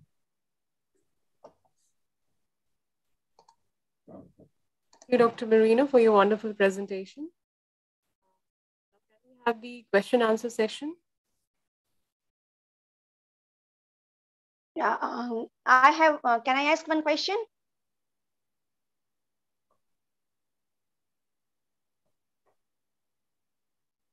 Sure, ma'am.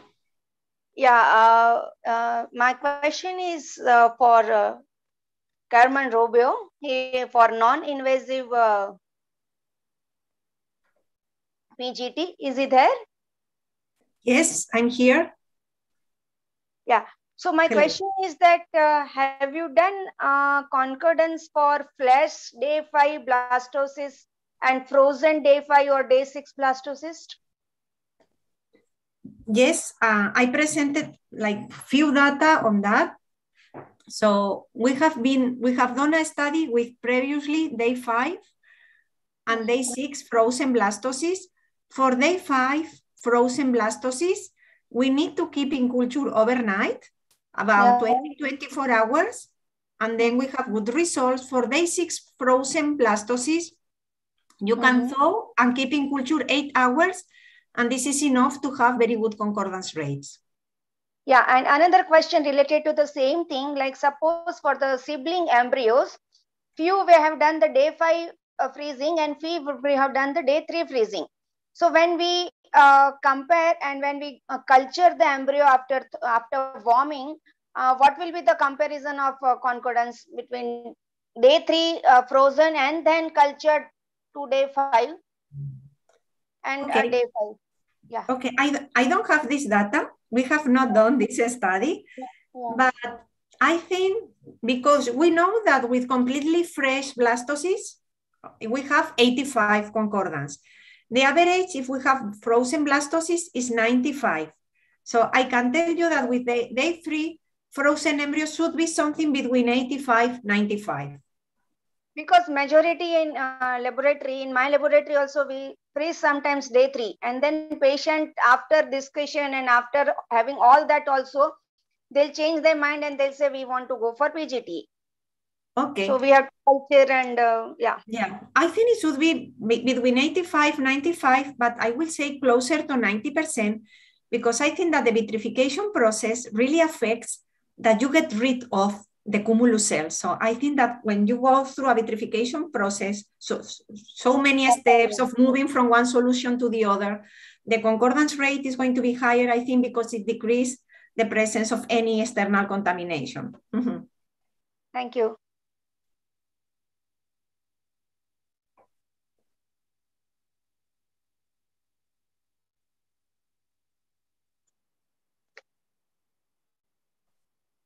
I want to ask Dr. Marino, what do you think that what is the mechanism of the link between the microbiota and the reproductive outcome? What do you think that what is actually the link between the two concepts? Yeah, so this is, thank you for the question. This is something that we are now starting to study. We have a couple of projects going in this direction in studying not only the composition, but also the mechanisms behind this relation. And although we don't have the results yet, because this is research that we have just started, there are some hypotheses behind.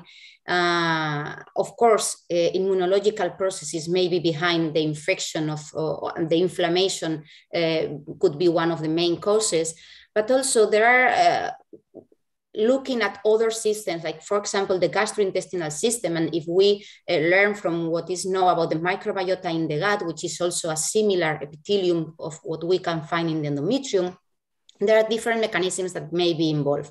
One of them is the loss of the epithelial barrier because of the presence of this pathogen. And then losing this epithelial barrier may affect implantation. This could be one of the hypotheses.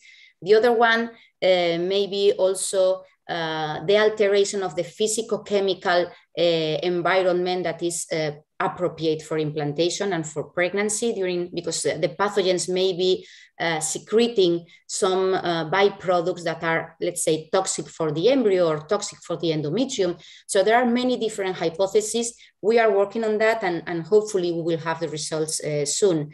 What we are doing now is just trying to see which is the interaction between the microbiota and the endometrium and the single cell, and see whether we can find any ligand receptor pair that is affected or something like this.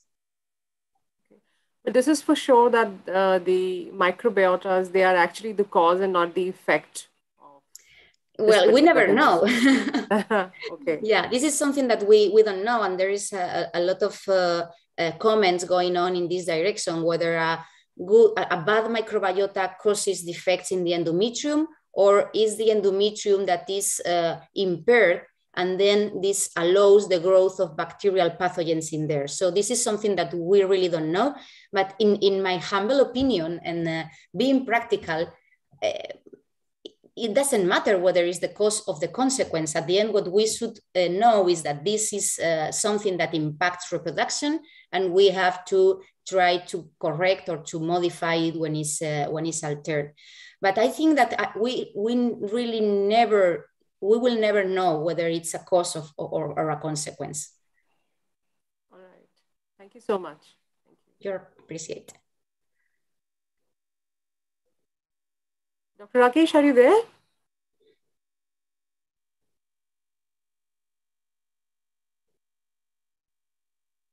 Any more question from the participants or something? We can't read here. So Varun, if he's there, I think he can coordinate if you have. There is only one question from Rajnarayan Sahu. What do you do if patient is having high DFI? I think this question was from previous session, I feel. Okay.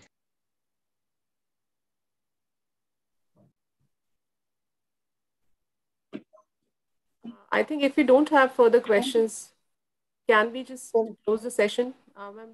Charulata, yeah. if you permit. मैं जा रही हूँ खेलने कम से कम झूले तो नहीं सकती ना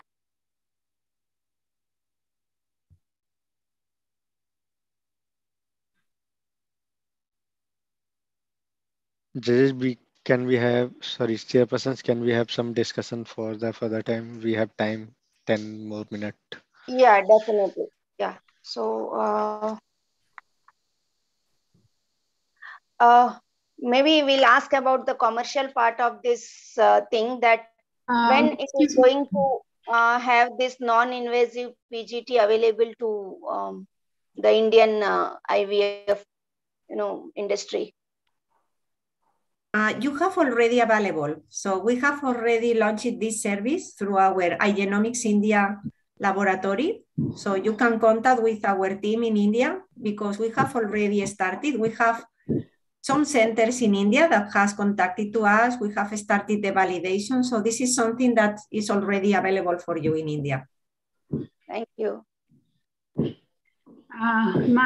Excuse me, I'm Dr. Sheetal Jindal. My question is to Dr. Nazir and Esma regarding ERA. Dr. Nazir, is he there? Yes, I'm here. Sir, I just wanted to ask you, what exactly do you mean by replication of ERA testing?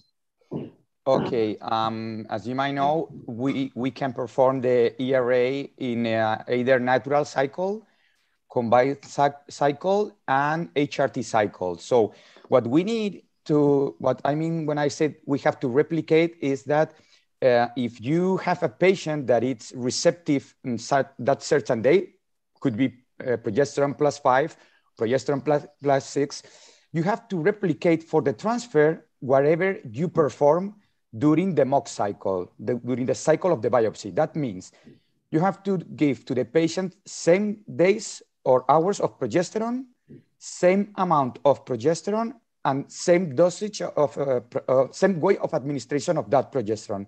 This means that you have to replicate. And this is why I said that most of the clinics try to do it in HRT cycle, because obviously it's easier to replicate whatever to the hours to give you your patient. You control that, you control the dosage, you control the way of administration, and this is because it's easier to replicate. Okay, I did perform this for the mock cycle, for the biopsy cycle. So then when my patient is receptive, I will do exactly the same for the transfer cycle. Okay. It is irrespective of the number of days of estrogen which we are giving? Yes, the important thing is that sometimes you give irrespective of the endometrial thickness, sir? Yeah, well, we usually think that it's better to have endometrial thickness higher than 6 millimeters. But if there is a patient that constantly have endometrial thickness lower than that 6, then you can perform it. But you should expect that the percentage of patients with this atrophic endometrial thickness are going to be higher non-receptive than a regular patient with a normal thickness, being normal thickness between 6 to 12 millimeters. But if it only happens one time, we usually will recommend to cancel the cycle and try it again on the next one, because this could be only an artifact for this certain cycle. But if patient constantly has not growth of the endometrial thickness, then we do recommend to do the ERA, but then we should expect like higher proportion of patients that are going to be non-receptive. Okay. And one more thing, sir, like in the post-receptive endometrium, what is the serum progesterone levels you have encountered, and what is the commonest reason which you people feel that is responsible for the post-receptive endometrium? Well, at that point, we don't measure the levels of progesterone.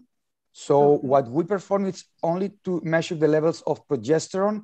The day that we find that we perform the ultrasound, we find this endometrial thickness with triple layer trying to be more than 6.5 millimeters of estrogen, then we measure in there, and has to be, as I said, less than 1 nanogram per milliliter. But we don't measure anymore the progesterone for a patient. Just do the 5 full days or 120 hours, and then perform the biopsy or the transfer if the patient was receptive at that certain point. Okay. I know that there is different papers published with different groups. Actually, 2 big groups here in Spain are working in that, and they said if the progesterone levels are higher or lower than this, this is related with less or more pregnancy. But yes. we for the and the endometrial advancement too, sir. If the progesterone levels are higher, probably the endometrium should be post-receptive and the endometrial maturation should be there. So that is what I was trying to correlate. Mm-hmm. Okay. Okay. Thank you, sir. Thank you. Thank you. Thank you very much.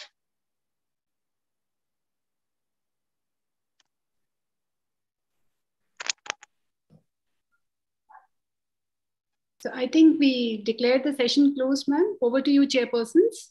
We still have 5 more minutes, but we can wind up. And if do you have any more questions? No. So then we can just close the session. And I would like to thank all the speaker for this wonderful insight into the subject, which is really, interesting. And thank you very much, Genomics, for giving this forum, and Fertivision for this wonderful, as usual, the session about the academics. Thank you very much. Thank you. Thank you very much. Thank you. Bye-bye. Thank you very much. Thank you. Bye-bye. Good day. Bye-bye. Bye. Thank you.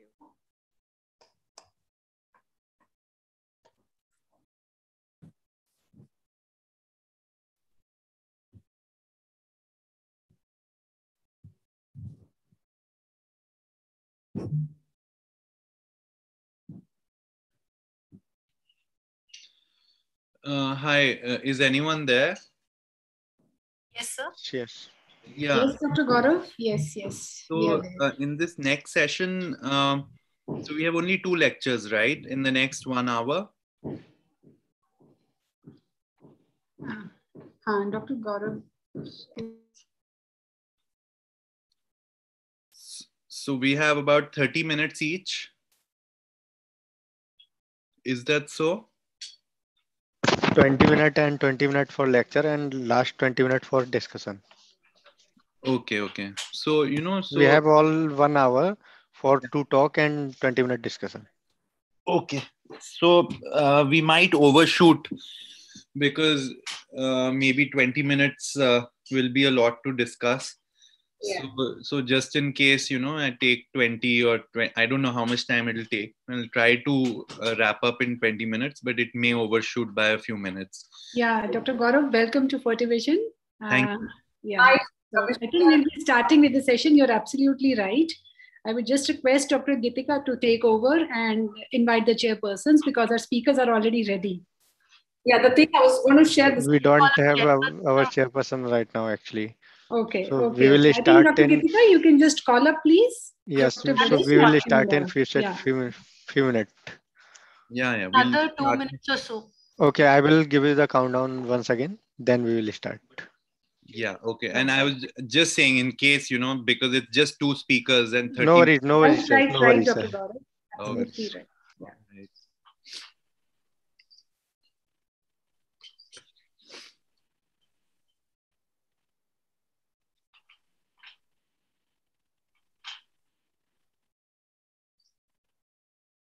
I think the discussion part is like a little longer. It's for 30 minutes. So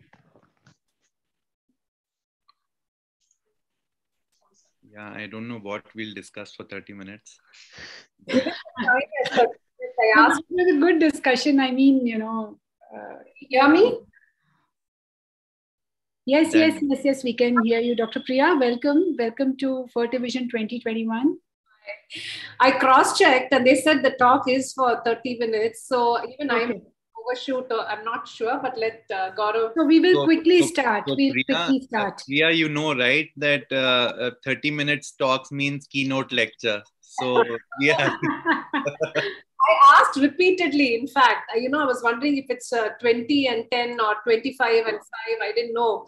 So anyhow, we'll probably take the full hour. Let's see. We'll see. Yeah, we have all 1 hour, so you are two only speakers. So the stage is all set for you people. Yes. So I will try to talk for as less as possible. Time, Gaurav, because you've got to stay back and check this. No, I Gaurav, will. Sir, you have shared your screen, I think. Oh, I have. This is my Dr. Malvika has joined, ma'am. Yeah. So, Dr. Geetika, you can just. One of the chairpersons has still not joined. So, shall we start? Yes, you can start. You can wait for a minute and then probably you can start. Gaurav, sir, till then you can stop share your screen. Oh, should I stop share? Hello? Yes. Can you hear me? We have to invite the chairperson. Yes, thank you, sir. Hi, Gaurav. Hello, ma'am. Good afternoon. Good afternoon. I was looking forward to your lecture. Oh, thank you so much. Thank you. I hope it's a good session. I'm sure. I'm looking forward to this. Thank you. And I hope... so you are the opening batsman for this particular session, right? Yes. Okay, great. And then there's Dr. Priya Selvaraj. Yes. She will be speaking on also something related to this. Absolutely. You can start. Yeah, I'm just waiting for the slide. I just put my video and audio on. Geetika, should we start? I'm putting myself mute. I think we should start now. Yeah, please start. Okay, Pranay Ghosh is also is here. So I will give you the countdown, Geetika ma'am. Then you will start with the introduction of chairperson. Okay. Then chairperson will handle the session. Okay.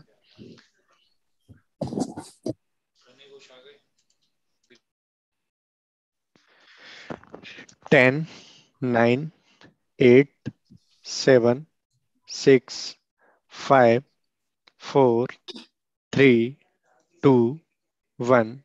We are live. Yeah, good evening, everyone. A very warm welcome to all of you. I would be welcoming all our chairpersons one by one.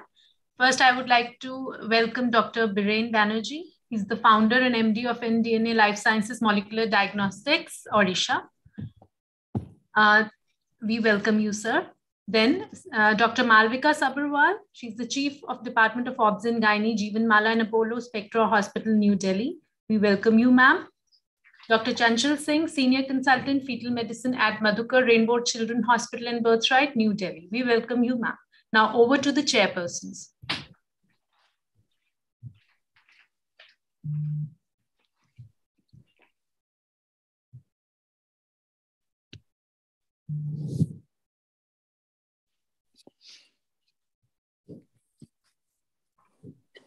I hope the chairperson is there.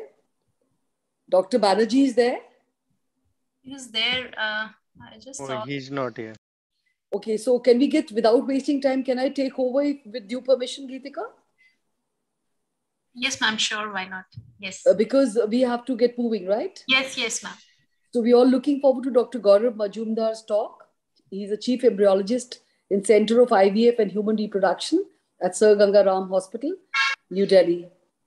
I've known him for a very, very long time, and I've seen his work, which is excellent. And I'm sure we'll have a lot of insight by his talk, which is on repeated IVF failures, what to look for in laboratory.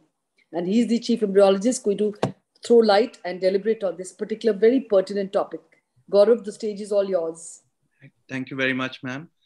I will share my screen now.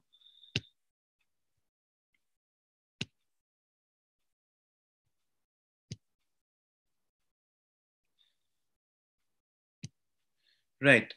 So I'll be speaking on repeated IVF failures, what to look for in the laboratory. And I'd like to thank the Indian Fertility Society for having me share my insights here. So getting straight to the topic. First, it's important to understand that by repeated IVF failures that we're going to cover during the course of this lecture, I mean repeated failure of an individual case at any given point. So repeated failures of a particular case. And by repeated IVF failures, we do not mean failure of a majority of cases done within a short span of time, or for that matter, failure of any and all cases done within a given span of time. So having just cleared that, now it is important to understand that what can be termed as repeated implantation failures. And over a period of time, these definitions have changed a lot.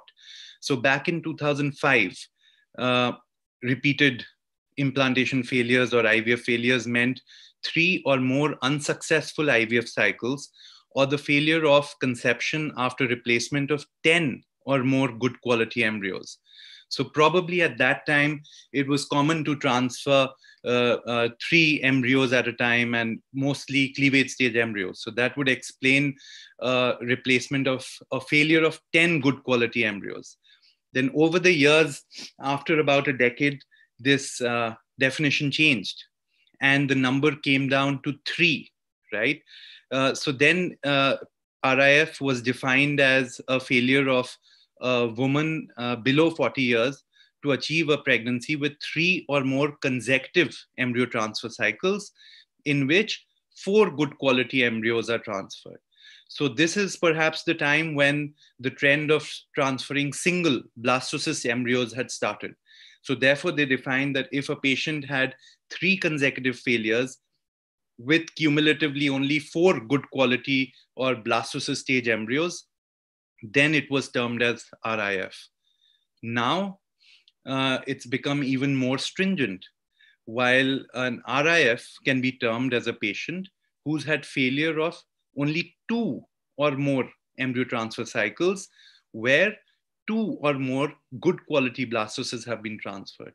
And most of these embryos that have failed would probably in this day and age would be euploid embryos. So they have gone through a further step of screening through PGTA. However, there's also a section where RIF can be defined like this, that it looks like RIF, it feels like RIF, so it definitely must be RIF. So we are not going to be talking about this patient group, but we need to know that implantation failure can be quite tricky to understand and can have a lot of convoluted passages leading to failure. So and this is because it's very difficult to understand where exactly did the implantation fail. Was it that the embryo failed to thrive in utero or failed to develop? Was it that the embryo actually was able to develop and thrive, but it failed to initiate implantation? or the embryo did initiate implantation but could not complete it. So this is why repeated implantation failures can be a tough nut to crack. And this is why I have represented it as the black box, where we don't have answers yet to many of these questions. However, when we try to look for reasons for RIF, and especially in the laboratory, the possible culprits can either be the embryo, and if not the embryo, then the endometrium, or it could be both. It could be both the embryo as well as the endometrium. And finally, if it is neither the embryo nor the endometrium, then possibly there is an asynchrony which exists between the implanting embryo and the endometrium. So these are all the different aspects that we are going to discuss about in the next few minutes. So let us now begin with the embryo. And when we talk about embryonic factors which may lead to implantation failure, the possible culprits are only a few. It is either the egg or the sperm, and finally, most importantly, a laboratory, because a poor laboratory may lead to a lot of repeated implantation failures. And this is a fact which can easily get ignored. So this is just to highlight that the laboratory plays a very important role. But let's see what specific roles or factors get attributed to the egg and the sperm. So yes, the oocyte competence does matter as far as embryos are concerned. And in a very engaging and stimulating talk last night by Dean Morbeck, we saw how instrumental are stimulation protocols in generating the right group of eggs, and which translate directly into whether we have competent embryos at the end or not. So that was eye-opening, and it was a very, very nice lecture that we heard last night. And there are so many other things, you know, which decide whether the participating oocytes will be able to make a competent oocyte or not. So may it be the mRNA composition or zinc or the cytoskeleton or other dysmorphisms in the oocyte. And then we're looking at the changing metabolism of the oocyte. And finally, now we're also trying to look at the mitochondrial competence of the oocyte. So there are so many things which are yet out of our control, but they completely dictate what kind of embryos we will get at the end. Next, we want to look at the role of the sperm. How does the sperm impact problems in the embryo, which may lead to RIF? Well, there are at two different levels the sperm contributes. One is at an early paternal contribution, and it does so with the centrosome, which is critical in mitosis. So if there are any abnormalities in the centriole, it will affect formation of cytoplasmic fragments in the embryo. It will lead to abnormal cleavage and abnormal distribution of chromosomes. And this is what leads to mosaicism or aneuploidies in the embryo. Then the sperm also provides a oocyte activation factor, which plays a major role in triggering oocyte activation during fertilization. Then poor chromatin packaging of the sperm DNA also has far-reaching effects on fertilization and embryo development. Now, these were the early paternal contributions, but what about the late paternal contribution of sperm? We know that this comes into play, the sperm DNA comes into play only after the 4 to 8 cell stage of embryo growth. And that's when the embryonic genome actually starts working. Before that, it's just the maternal genome. So here, now the quality of the sperm DNA becomes important. And what do we mean by quality? We mean that whether the DNA is fragmented or whether it is intact, because fragmented DNA will lead to prolonged cell cycles and late divisions in the embryos. and it has been heavily implicated. There's a clear now association between sperm DNA fragmentation and increased miscarriage rates. However, whether it can lead to repeated impaired implantation is a matter of controversy. We are not sure, but it seems like it that DNA sperm fragmentation may be an important factor in RIF. So in case we do find in patients of RIF a high sperm DNA fragmentation, then what are the things, modalities to counter it? We can opt for lifestyle modification, or there's a paper which this is now quite an established modality where testicular sperm can be used instead of ejaculated sperm to find sperm with good DNA. Or also in the laboratory, we can opt for real-time selection of sperm with intact DNA. And this is through many techniques which can now select sperm with more intact DNA, like PXC or MAX or microfluidic sperm separation. So this was about the sperm. Now let's start looking at an embryo. So in case we think that the cause of IVF failure is embryonic in origin, then first we need to, and if we want to put the blame on the embryo, saying that the embryo is poor, we need to understand what is a poor embryo. So poor embryos are definitely those that demonstrate a diminished potential for either implantation, but surprisingly, they're also defined as those embryos which probably fail to survive post-cryopreservation.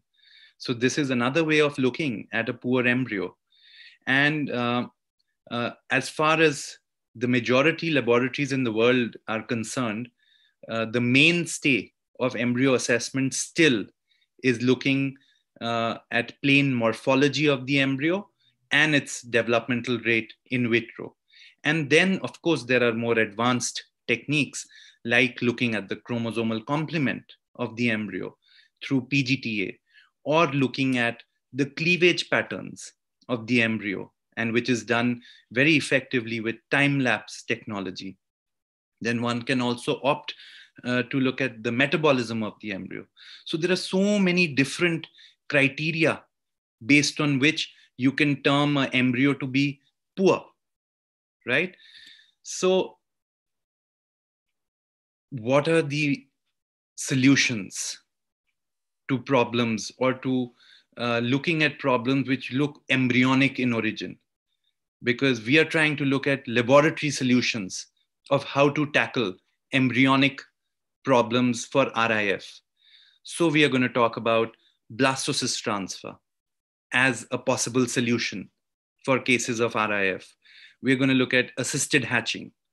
Then I'm going to talk about pre-implantation genetic screening, that whether it can be a solution or whether it cannot.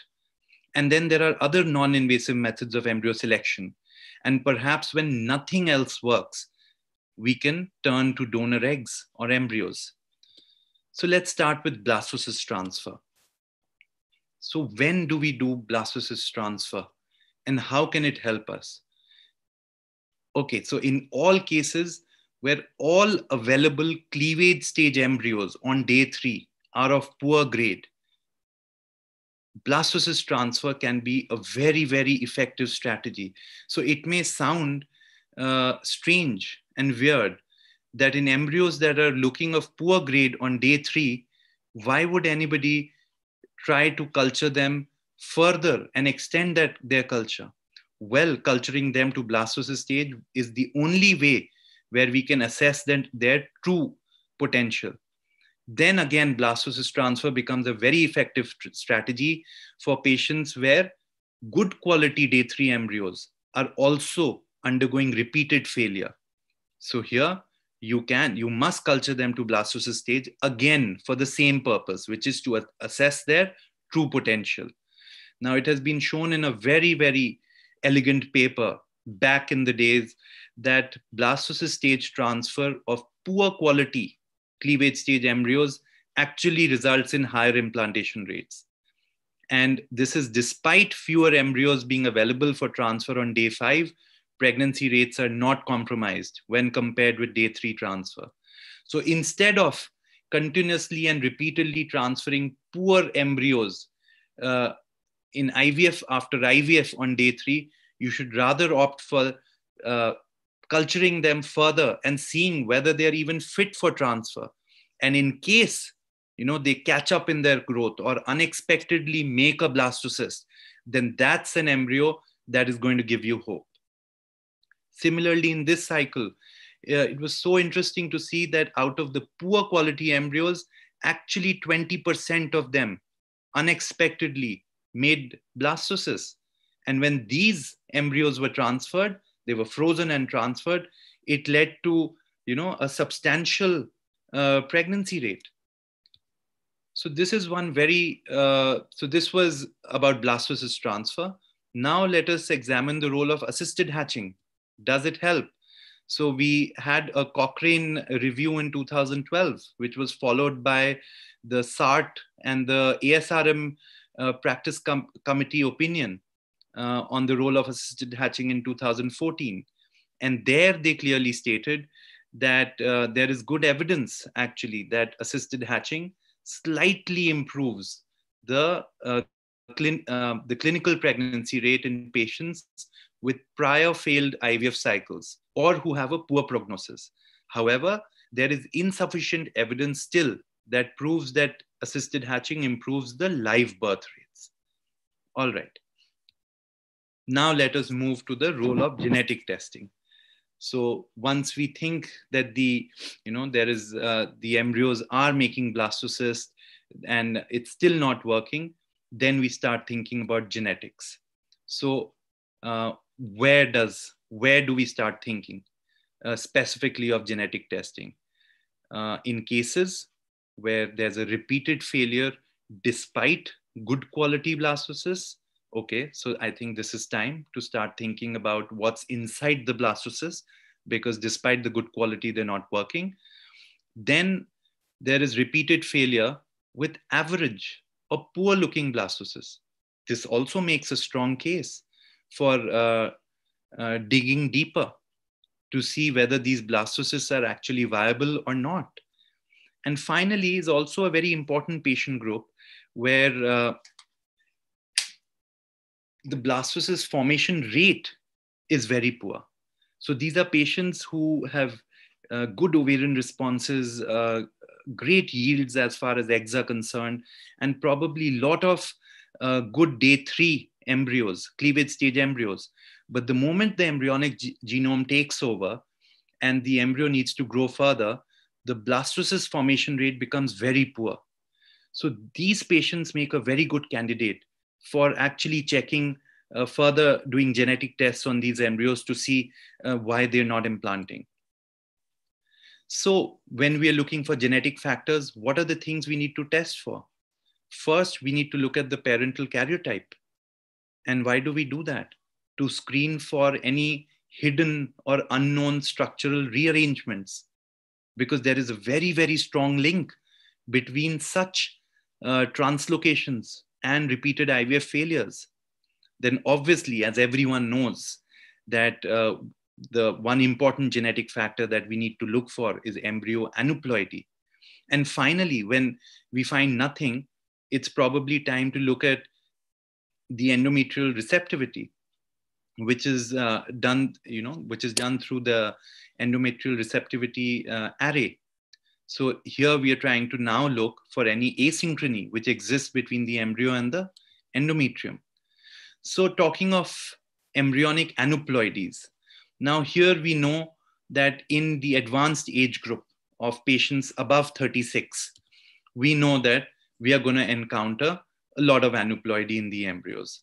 So this makes a strong case for all patients of advanced maternal age to perform PGTA. Probably in patients of recurrent miscarriage also makes a very strong case to do PGTA. But what if we are dealing with young patients who are unfortunately going through repeated IVF failures?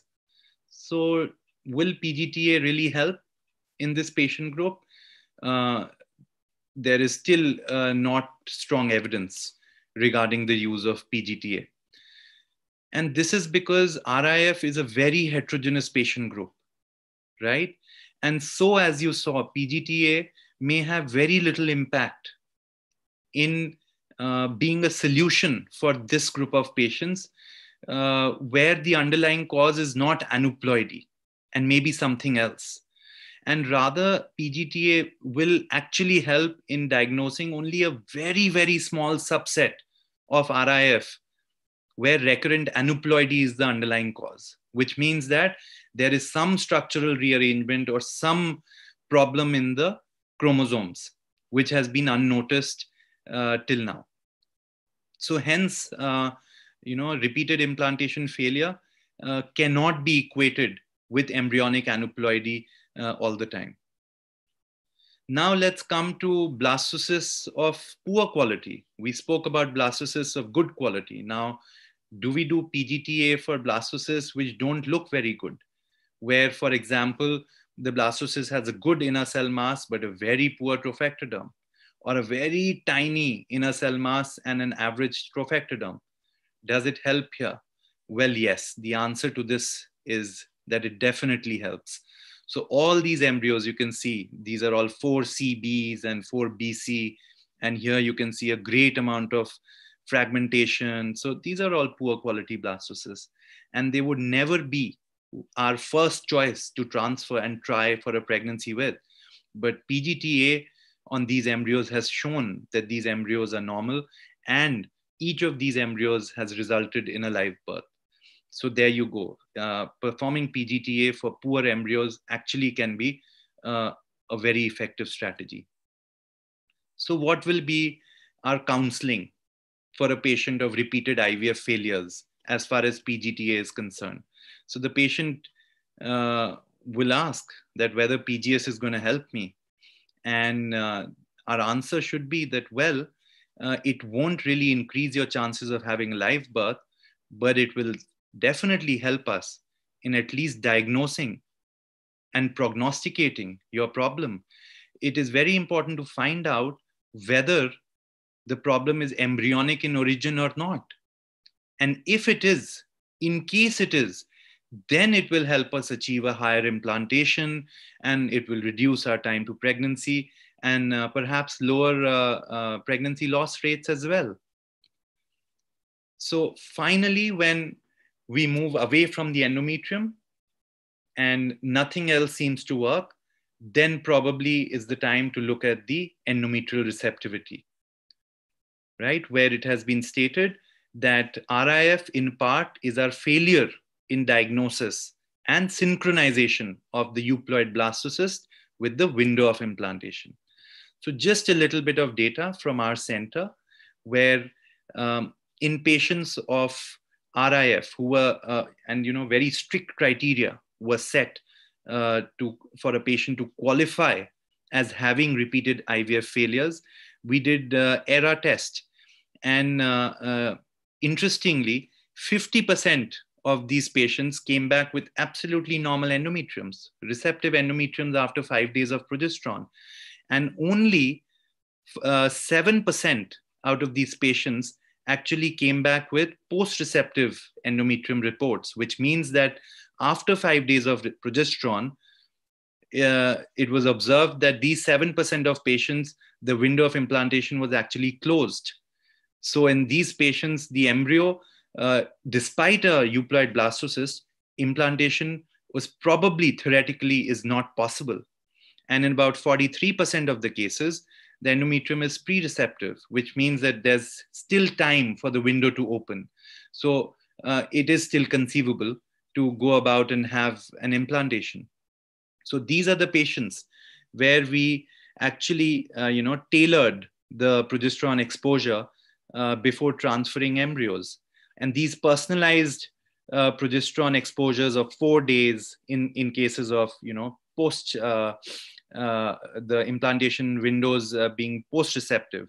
And then here where we had to give 6 days of progesterone or even 7 days of progesterone, they proved to be highly effective. where out of these 12 embryo transfers, we got 9 pregnancies. And these were all for patients who were struggling for cycle after cycle to get pregnant with IVF. So in summary, the ERA experience of ours says that despite ERA, in RIF patients, only 50% displayed a non-receptive endometrium, out of which only 6% diagnosed a post-receptive endometrium. So rather, we think that the personalized embryo transfer could probably be very efficacious for RIF patients who have a post-receptive endometrium. So again, we are looking at a very small subset of patients where performing ERA could be a game changer. Now, just one slide about freeze-all policy, since we do a lot of freeze-all nowadays. And this is something, this strategy can be very effective as far as managing RIF, as far as a laboratory perspective is concerned. Freeze-all, they have shown now very clearly, it's been demonstrated that freezing embryos in patients with RIF actually leads to a much higher clinical pregnancy rate and an ongoing pregnancy rate vis-a-vis transferring embryos fresh. So here I would now like to end and summarize the different modalities from the laboratory perspective, where for RIF, definitely we can look at the fragmentation sperm, fragmentation testing. Then blastocyst transfer is a highly effective strategy to help solve the riddle of RIF. Then assisted hatching to only some extent, aneuploidy screening, as you saw, to only some extent. Frozen embryo transfer is very effective. And again, determination of the window of implantation to some extent. Thank you very much for your patient listening.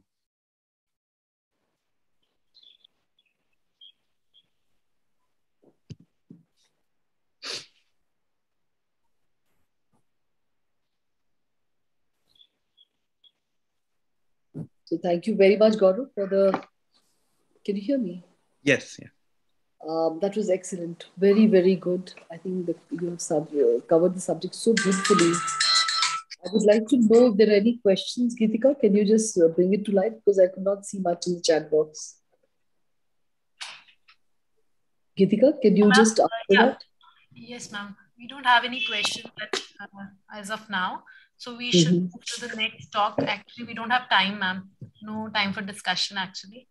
So can we move to the next So, Gaurav, talk? a big thank you to you from all of us. Yeah, I will actually hang around because when after Dr. Priya finishes, then if we have a couple of minutes for discussion, so we've been told just to hang around till this session. Absolutely, that will be very nice. That will be really very nice. Thank you. Because I'll need you. Yeah. Yeah. Can we proceed, Dr. Chanchal, please? Yeah. So after that excellent talk by Gaurav, let me invite the next speaker for the session, Dr. Priya Selvaraj. She is an Associate Director at GT Hospital in Chennai. So Dr. Priya, we are all ears to hear your talk on mosaic embryos. Please go ahead. Thank you so much. I'm just going to share my screen.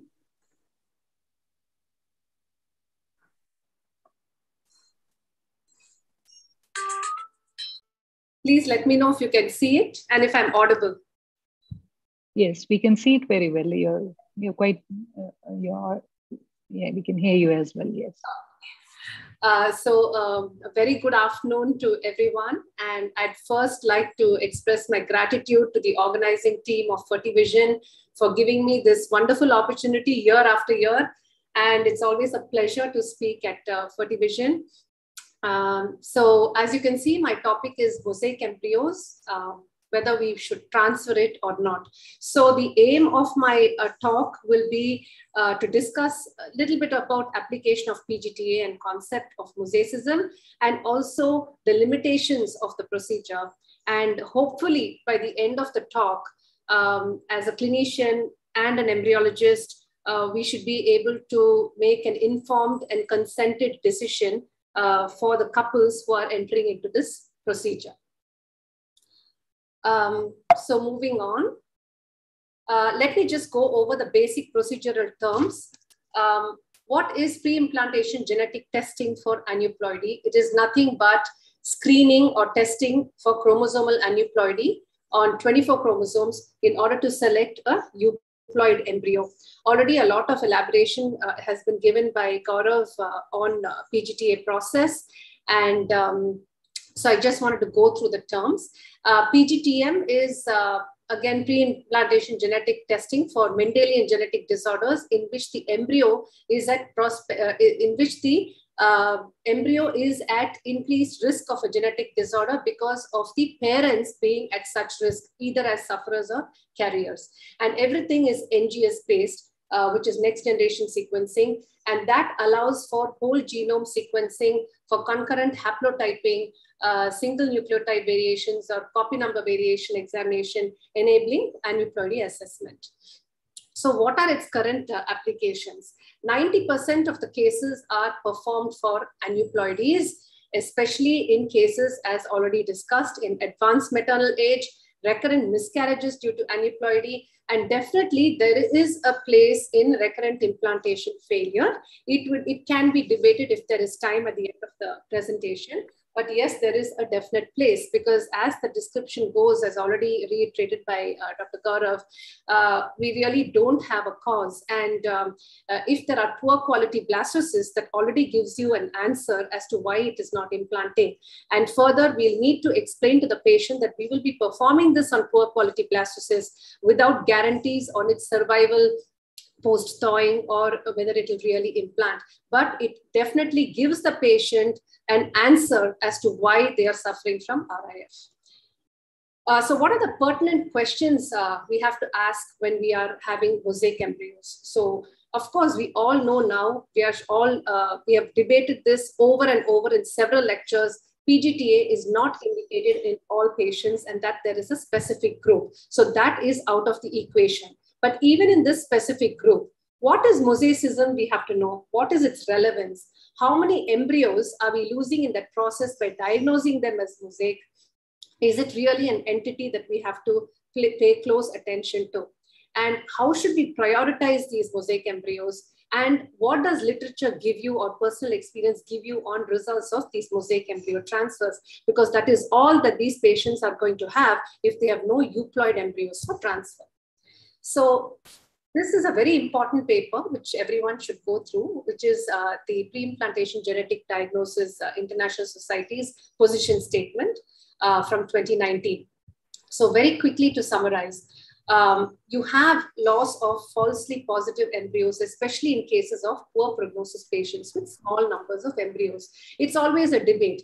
If you have smaller numbers of embryos to work with, it's always better to allow them for blastocyst culture and then decide what is the real reason behind the failure. Because if you subject them to PGTA, in the background of mosaicism, you may not even have any embryos for transfer, number one. Second, demonstration that abnormal embryos have the capacity to self-correct even after the blastocyst stage.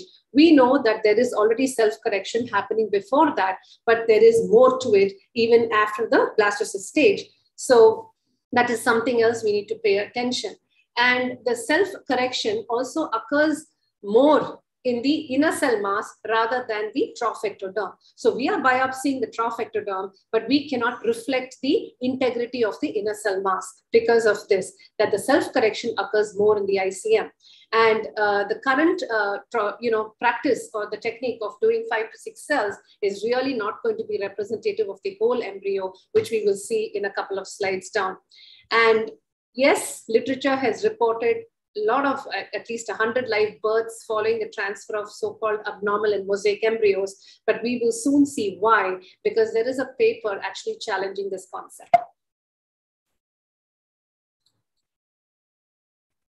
Okay, so definition of mosaicism. As you can see, what the position statement defines mosaicism as: presence in a single sample of 2 or more cell lines with different chromosome sets, which has been observed commonly in a minority of embryos at all stages of pre-implantation development.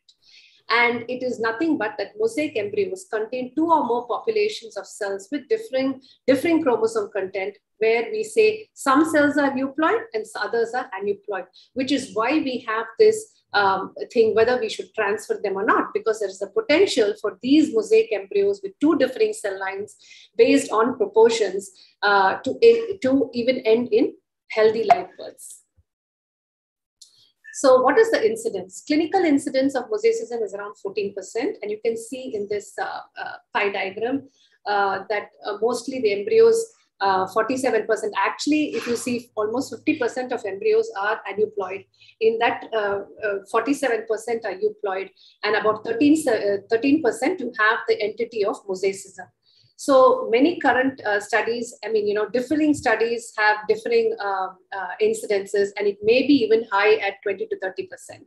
But by and large, we've been given this graph, we've been told repeatedly that euploid means less than 20% of abnormality, mosaic means 20 to 80% abnormality, and more than 80% is aneuploid. So we are looking at intermediate copy numbers of these abnormal numbers, which is how it is designated in percentage. So what are the types of mosaicism? First of all, what is the mechanism? Mechanism of mosaicism. If non-disjunction occurs during meiosis, then all the cells in the embryo are aneuploid. But if it occurs after fertilization during active cell division and mitosis, then two or more cell lines are generated, which may be a combination of euploid and aneuploid. So mostly the commonest is gender mosaicism, which is forming about 65 to 70% of the cases. As already elaborated by Dr. Gaurav, you have paternal contribution as well, where you have disruption of the sperm centrosome, you have delays in sperm aster formation or syngamy, which all induce a level of aneuploidy. And on the maternal side, you have meiotic non-disjunction in meiosis 1 or a premature separation of sister chromatids in 1 and 2. Then there is confined mosaicism, which should also be in the back of our minds, which forms a minor percentage, about 1 to 2%, but it gives rise to genetic disorders and repeated miscarriages, and also placental dysfunction, which results in intrauterine growth restriction or sometimes intrauterine death. This is a very oft repeated and very famous picture slide where you can see the differing combinations. You can see how many mistakes can occur when we perform a PGT, when we sample the trophectoderm alone. And you could have different combinations. You can have an aneuploid ICM, that is inner cell mass, and euploid and aneuploid trophectoderm cells.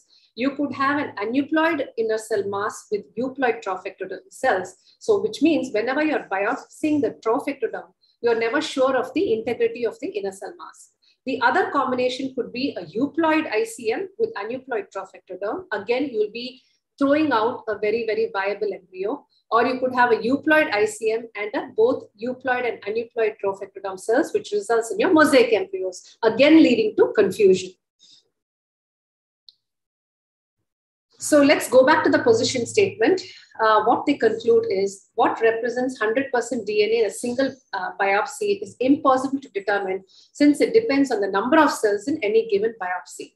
It's impossible to determine how many cells were damaged during biopsy, contributing to a fractional loss of DNA content and specimen contamination. Another paper, which I'm going to talk about later, will reiterate this statement. Accurate percentages of aneuploid DNA can therefore never be calculated. Hence, current definitions of what is normal, what is mosaic, and what is aneuploid, are they all insufficient?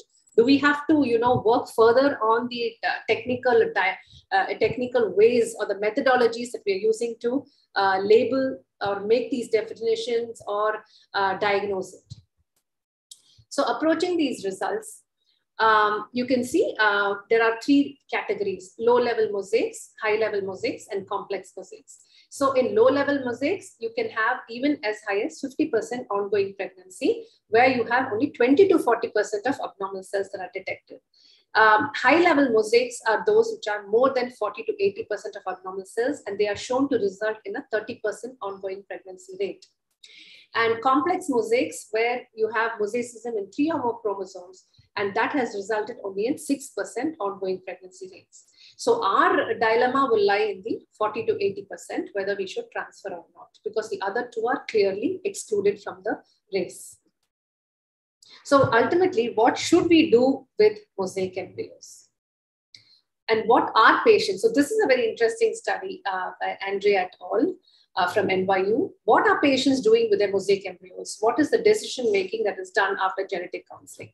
So they found that almost 29% of patients pursued a mosaic embryo transfer, while 41% attempted a new treatment cycle. So what is put forth for the patient is you can either have the choice of mosaic embryo transfer after counseling, or you opt for a fresh cycle, or you freeze your embryos and keep it for a decision making later when things are more clear on what to do with mosaic embryos, or you discard yours. So in this study, 6% offered to discard their mosaic embryos without further treatment. So mosaic embryo transfer is, if you can see the percentages, obviously a strong proportion of them actually will accept for it based on how, as a clinician or embryologist, you're going to take them through the whole process.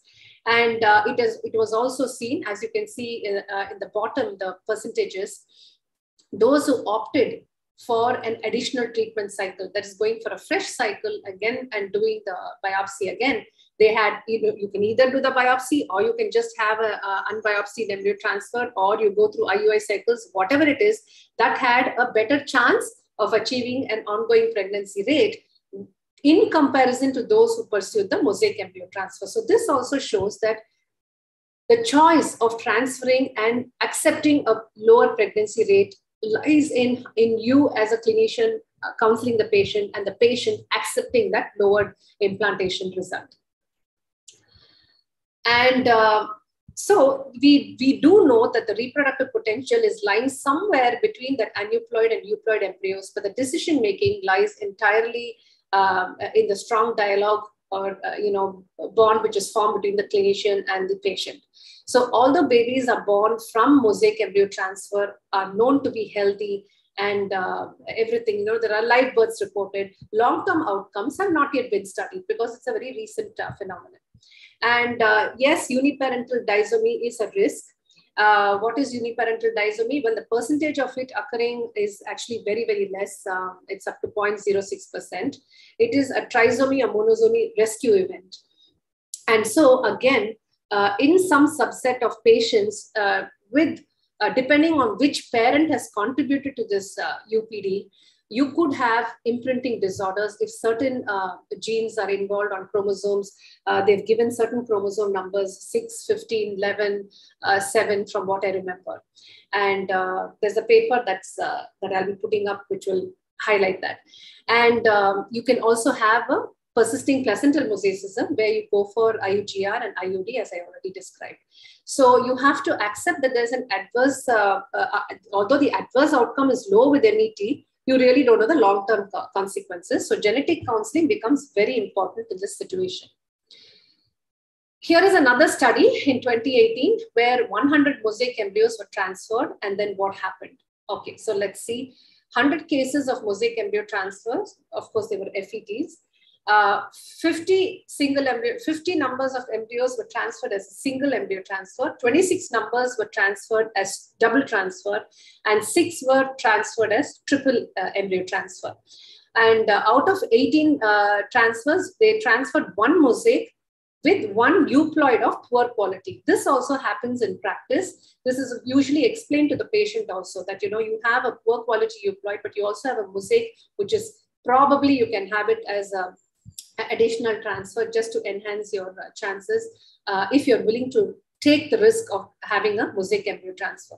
So they found that combined mosaic cohort had lower implantation rate and lower clinical pregnancy rate in comparison to plain euploid transfers. This is a given. This is no rocket science. Obviously, your first preference is euploid transfers, and anything you do after that is going to give you a lowered implantation rate. But yet, it still gives you a chance at pregnancy. And hence, mosaic embryo transfers can be considered for choice by the patient to get transferred. Single segmental mosaics are to be prioritized, as well as mosaic embryos that are created in patients who are less than 35 or at least less than 40, ideally less than 35 because they come under the younger age group patient. Also, intrablast karyotype discordance and differential cell proliferation and apoptosis could be reasons why mosaics can lead to healthy live births. This also we already spoke about. So this is two recent papers, one in 2020 and one in 2021 I'm putting now. So this paper challenges the basic concepts of diagnosing a mosaic. As you can see, the questions are already raised. Which population will you do PGTA? What is the true frequency of mosaicism? Whether they are capable of self-correction? How practitioners will manage these embryos and how will they convince the patients to get transferred? So predicting mosaicism usually involves the use of arbitrary chromosome copy number thresholds. That is, we have put a bracket on it, 20 to 80%, or like you saw on the previous slide, 40 to 80%. And these are all generated from your next generation sequencing data. So if a chromosome copy number falls outside of the threshold of a normal disomic copy, so the normal disomic copy lies between 1.8 and 2.2. And if it is outside the threshold of uniform monosomy or trisomy, that is anything less than 1.2 or above 2.8, then it is determined to fall in the mosaic range. So your mosaic range, so your normal range is 1.8 to 2.2. You're allowed that much of variation. Between 1.2 to 1.8 or 2.2 to 2.8 is your mosaic range. Anything which is less than 1.2 and more than 2.8 is considered as aneuploidy. So what they're trying to say is this type of analysis is an inadequate representation because there are so many technical things that can happen when you're performing the biopsy itself. So they say that differences in clinical outcomes can be simply, just for argument's sake, you can consider that many of the embryos which were deemed mosaic were probably never mosaic themselves, and that is probably that this kind of a diagnosis using this method of interpretation is leading to a high number of false positives. And thereby we are thinking that if you transfer the mosaics, there are good live births.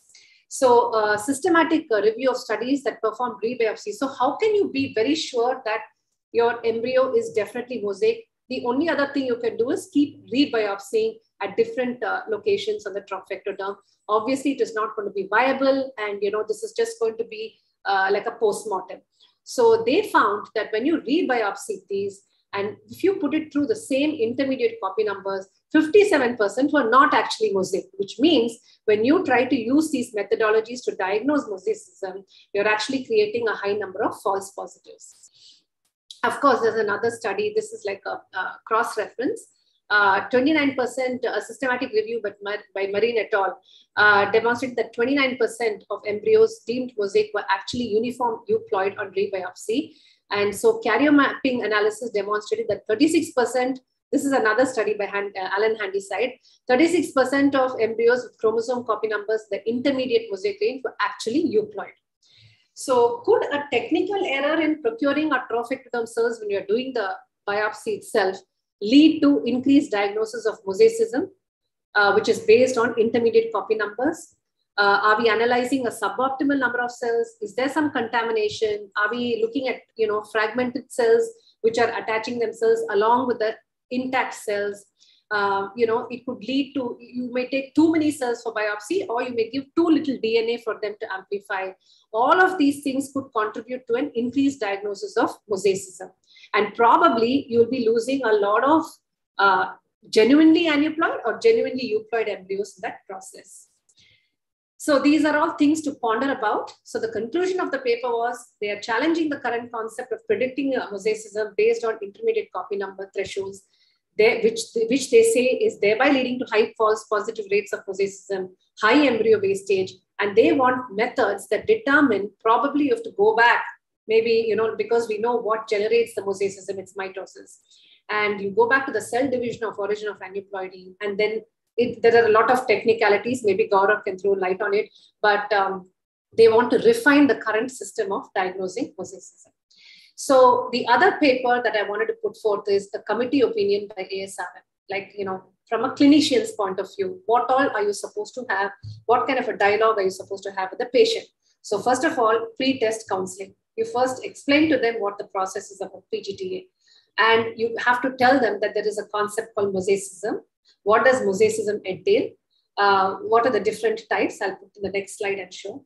The technical and clinical difficulties in interpreting these mosaic results, the limited data and outcome that we have, although there are live births, we do not know the long-term phenotype or genotype, things that could come up in that child later. We do not know.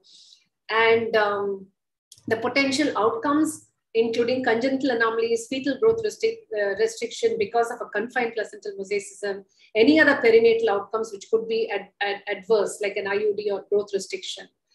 Maybe the children might even be born with a dysmorphism. We'll never know. And it should be noted that the lab-based genetic counselors often cannot comment on individual clinical protocols.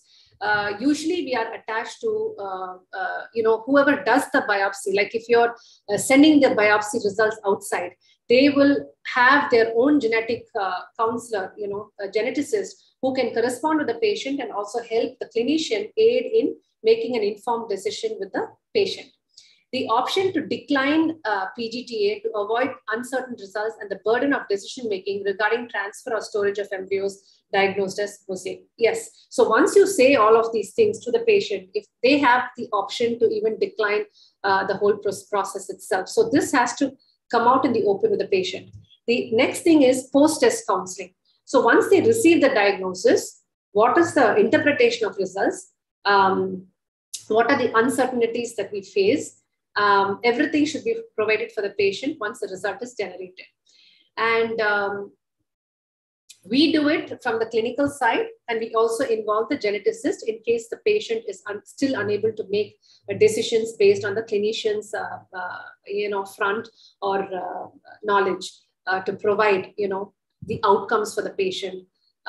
Counseling should also include discussion of available outcome studies of transfer of an embryo with mosaic results. Yes, so it's kind of repetitive, but it's very important. Pre-test counseling, post-test counseling have a lot of overlapping ideologies, but unfortunately it has to be done, and consent taking at every stage.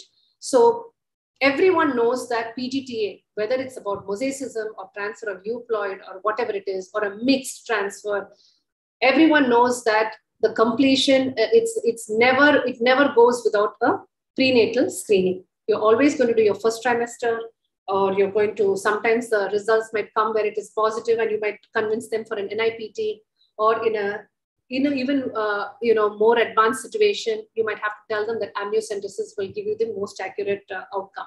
So yes, we have gone through that. So this is all very important in counseling the patient. So next, the question is to transfer or not. What do we do? So it depends on methodology used, degree of mosaicism, chromosomes that are affected, the cohort of sibling embryos that are still available for the patient, medical history, and expectation of the patient herself. I'm sorry to interrupt. We have only 5 minutes and then we need to conclude the session. Yeah, I'm going to finish it. Just 3 slides. Okay, ma'am. Okay. So this slide tells you about, this is a usual slide that we present where you have the range from complete aneuploidy where transfer is not recommended to transfer, of mosaic embryos where it is generally considered safe. It's the two extremes, as I'm showing the pointer. And then you have the middle one where you have to talk to them about fetal involvement, about possible dysmorphism at the time of birth, and imprinting disorders, things that we are not sure. Although in these two categories, the latter two categories, live births and healthy births have been reported. The last category could involve your miscarriages and uniparental disomy, which also has to be discussed with the patient. Yes, so we had one report. We used to do day 3. We started with day 3 and then we progressed on to day 5. We were trained for day 3. Then we progressed to day 5 as more and more data and technicalities improved in biopsies, and from array CGH, we moved to next generation sequencing. So at that point, we used to, the patients would only accept for transfer of either euploid, or if they were repeated implantation failures, they would want 2 embryos somehow transferred for them. So they would go for euploid with a non-biopsied embryo of a poor quality.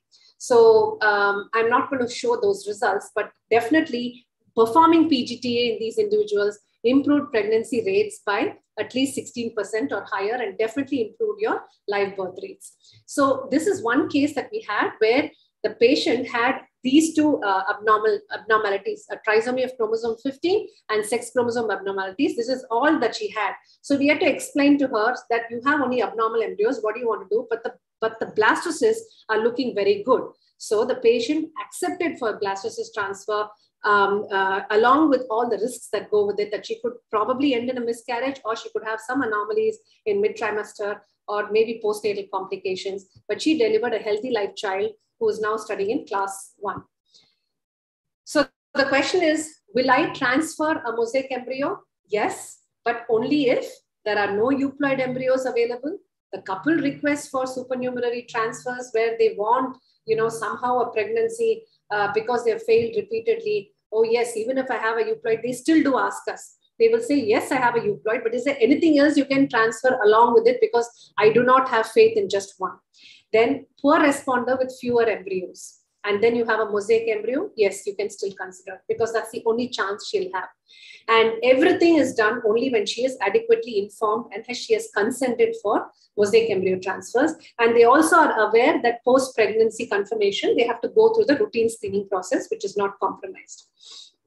So the other thing is, if you're going to have repeated poor quality or repeated mosaic,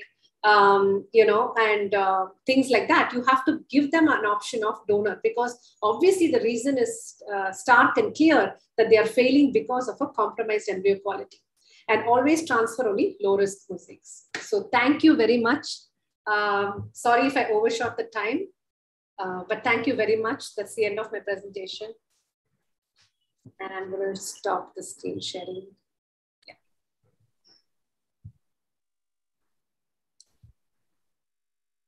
So is Dr. Chanchal, are you there? Dr. Chanchal? So, Dr. Priya, that was an excellent talk. Very, very nice. It was, it's something so important. And I'm so sorry we don't have much time as we could hear, but there would be a lot of questions. And I think we should continue on the same topics in many other forums, even if you have to come again to us. I will definitely, whenever you call, I will. Priya, yes, I'm already thinking on those lines, because Gaurav, you and Priya have done an excellent job. Thank you very, very much for this. Thank you. Thank you so much, ma'am. Thank you, team. Thank you, Gaurav, for staying back. Thank you. Yeah. Thank you. It was a very informative presentation of yours. Thank you. Actually, Priya, just one question, once I thought that you've already done all the testing in the, PGT testing and all that. So I never thought that we would be lining up doing the subsequent, once the lady is pregnant, to make her have an NIPT or an amniocentesis, etc. Ma'am, it's already told to us, even from the lab that is performing it, the results. There is always a 1% chance of, errors, both from our side and from the NGS side. So that is given. There's no 100% guarantee for any technique that is available in the market right now. So the screening goes as per your regular screening. The NIPT is offered only when they are first trimester screening, there is an abnormal result or an increased tendency. And only when there is an abnormal result, not otherwise. NIPT is not regular, amniocentesis is not regular. Only when an abnormality rises or a doubt rises, then we offer it to the patient. So otherwise, we'll just do the level 1. Ma'am, otherwise you don't need to prescribe NIPT. No, but you would recommend a dual marker test and a yes, of course. Yes. Dual marker has to be done. Has to be done. Yeah. Excellent. Very good. Very, very nice. Very lucid talks. Thank you very much. Thank you. Thank you. Thank you. See you. So we would conclude this session. I would like to thank the chairpersons and the speakers for such nice talks. And thank you so much. We will conclude this session now. Thank you so much, everyone.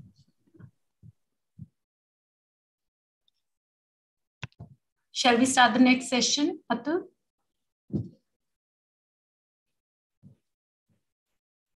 Is everyone here?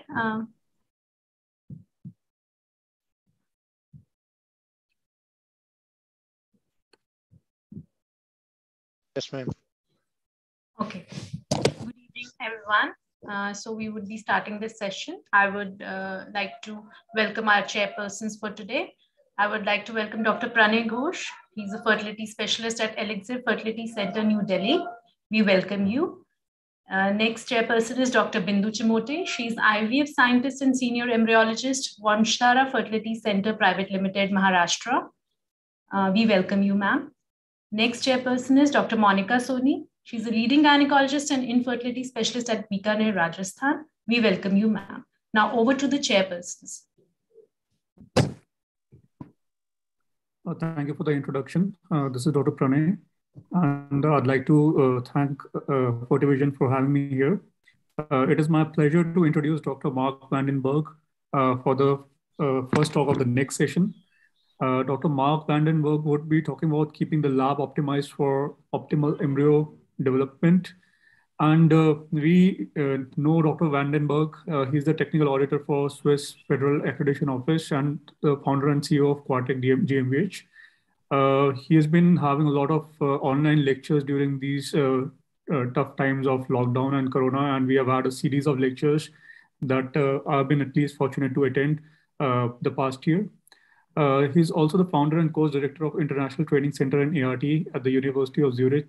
And without further ado, over to you, Dr. Vandenberg.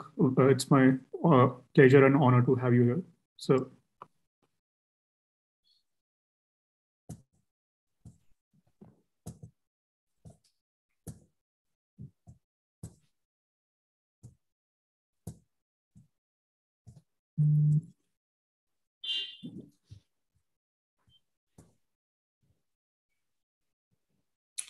First of all, I want to thank all the organizing people for this nice invitation. I had the pleasure to be in your country and working in your country when people started IVF. So I have now about 20 minutes to share with you a live experience. So that is quite challenging.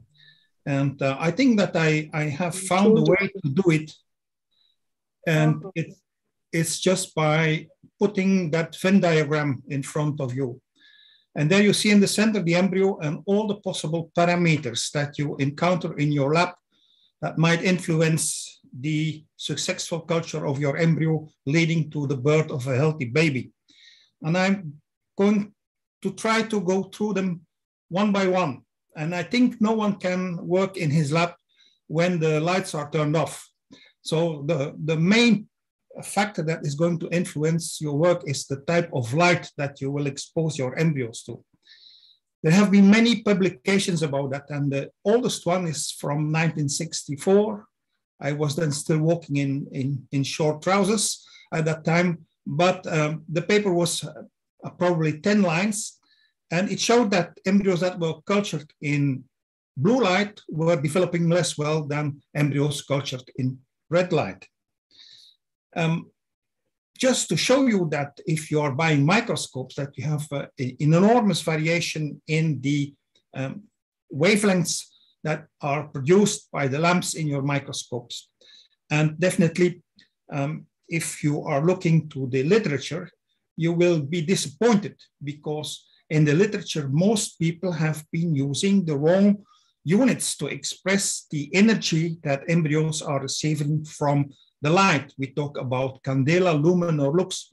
And to make all these units, which are complicated to understand, very simple to understand, just think that they just tell you how good a lamp is enlightening a surface from a certain distance. And there is no way to talk about energy.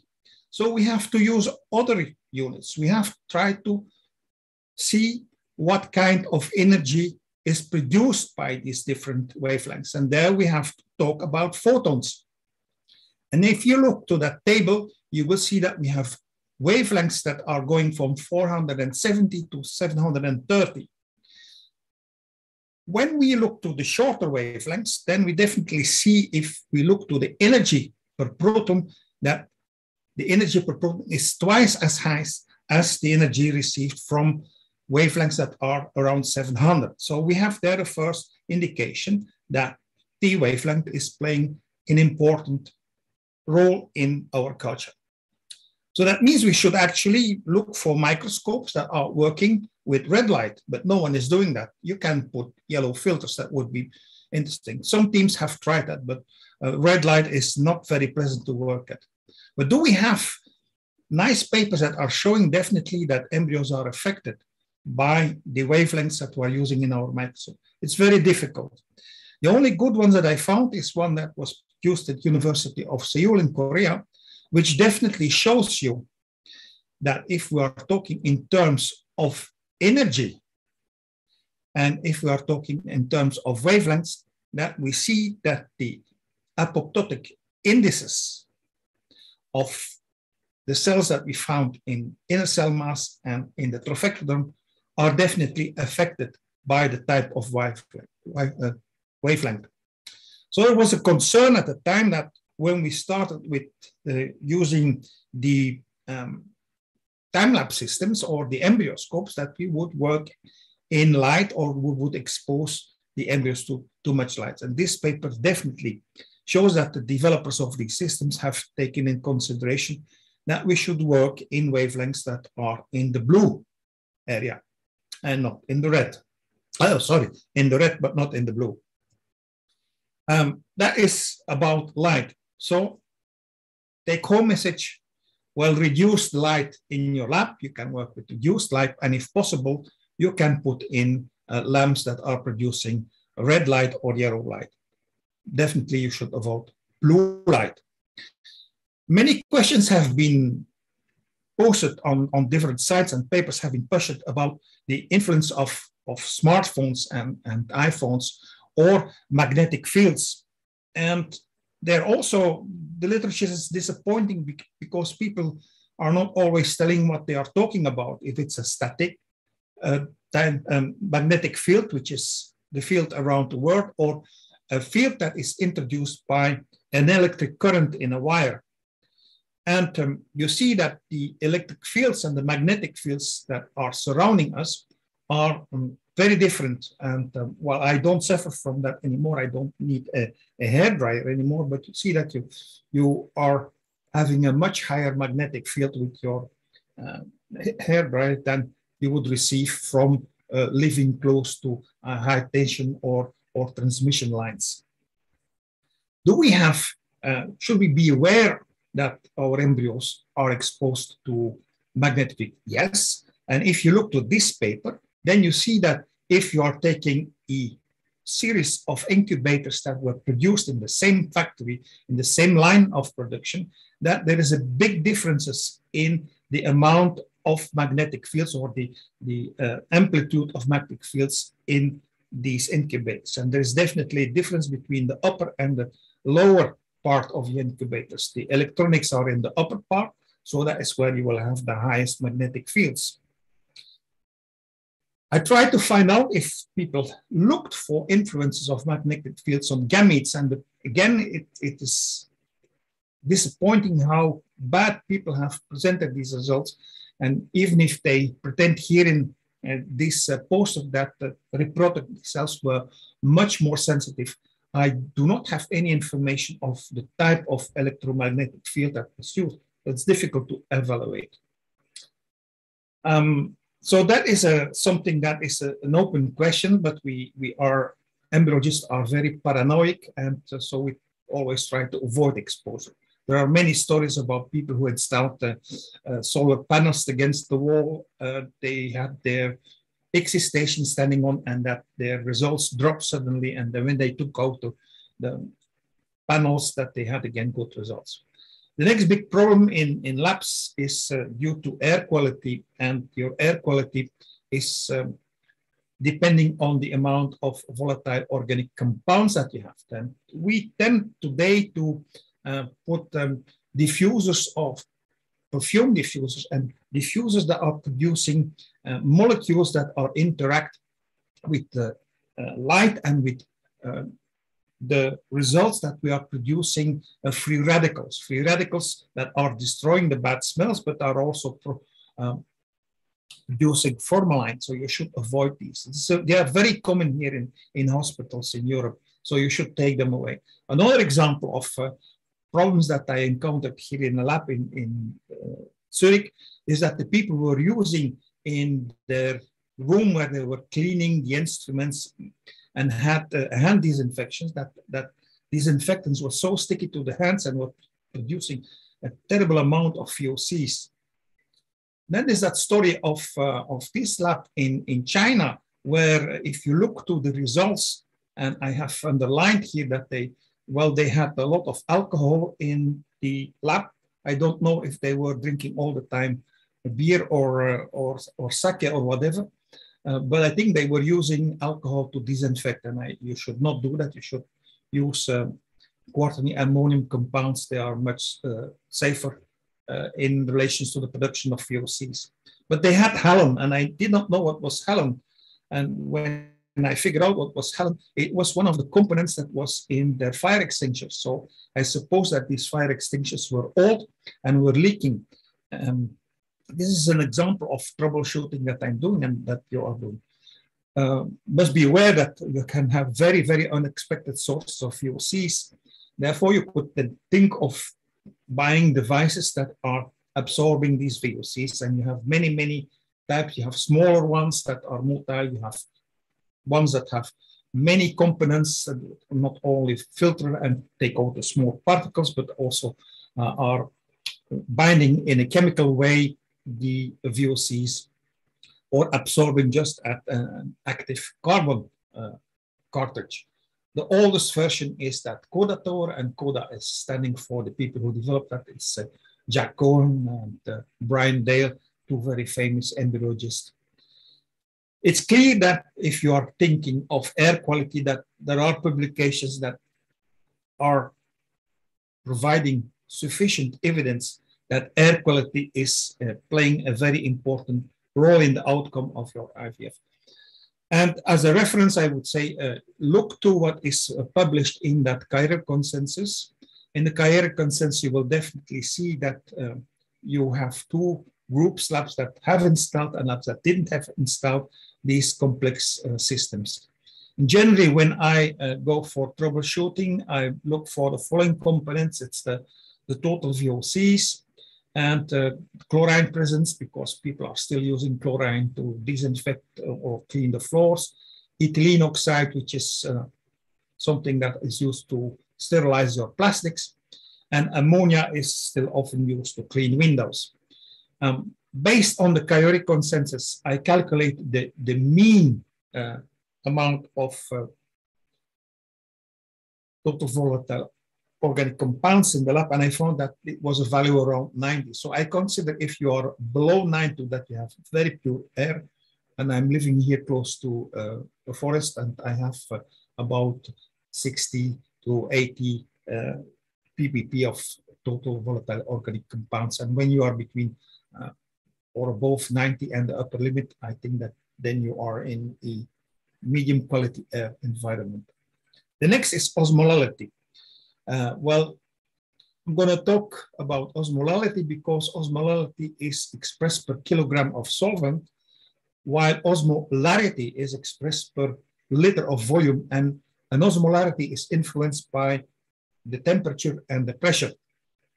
So, you know, keep that in mind, but in our situation, the value of the osmolality is so low that the values are not influenced by temperature and pressure. Definitely, you can see from the publication of Bals that there is an enormous range that you will find in commercial medium. Just keep in mind that mammalian embryos are able to grow in osmotic pressures between 255 and 290. This here, another part of all these medium, and there are differences. So again, I would say do not switch from one batch medium to another because you are going to have problems. Embryos have definitely mechanisms which are regulating the internal osmotic pressure, and definitely in the beginning, it's the glycine transport that is playing an role. Then there is switched onto the beta-in system, and further, then you have more conventional volume regulations, which are including also amino acids. A very interesting paper was published by Jason Swain, and he tried to figure out what was happening when he was preparing his microdrops. And he had different conditions, different volumes, and also different temperatures. What he saw is that the volume of the droplet is definitely playing an important role. So when you are making microdrops, I would say you should not make them smaller than 40 microliters. If you are going to work on a cold bench, that is much better than having the things at 37 degrees. So during preparations, work at room temperature and then place them at 37. When you will have your airflow on or off is not such a big topic. Oil can extract things from your media and can have an influence on your osmolality of the medium. So you should use also the same oil or the oil from the same company as the company who is providing you the medium. This is an interesting graph also from Jason Swain, which definitely shows you that if you're going to work in embryoscope or time-lapse system where you are going to keep for 5-6 days your embryos in an atmosphere that is not humidified, that definitely by 170 hours you will definitely go above the maximum limit of osmolality that human embryos can be cultured at. And that is something that a lot of people are ignoring. Temperature is definitely another very important factor, and many labs are totally ignoring that. So that is a picture that I took many years ago in a university hospital, and I definitely would not advise you to collect and transport your follicle fluids in that way. Even I would not keep my baby in that bath with such a thermometer, or I would just give it as a toy. Be aware that if you're taking a dish out of your incubator, that the temperature is dropping very fast. And when you are putting that dish on your bench, on your hand, or it goes fast. And you must be aware that it goes approximately with 1 degree every 30 seconds. So it is fast. It is taking a lot of time to go back to the appropriate temperature. And you see here that it's starting for 34 degrees Celsius and bring it back to 37 in an incubator, it's taking 1 hour. You can solve the problem if you are aware that between your plastic dish and your heating stage, there is a small layer of air, and that is good isolator. You can use these thermokines, or you can make you can ask a workshop to make them, and they will definitely fill up that cavity. The scale is seen here in that slide, where you definitely see that the benchtop is 37.5, but if you are looking inside the dish, you only have 35. So you must look for compensations there, and putting a coin between the benchtop and the Fertivision split. pH is a very important factor. I have transformed here the Henderson-Hasselbalch equation, and it allows you to calculate with the concentration of CO2 and the concentration of bicarbonate, which pH you will have. And most people will consider that all these curves are very close to each other. But do not forget that your pH scale is a logarithmic scale. And that means that if you are going to have a change of 0.2 units in your pH, that is corresponding to a change of 60% in your proteins.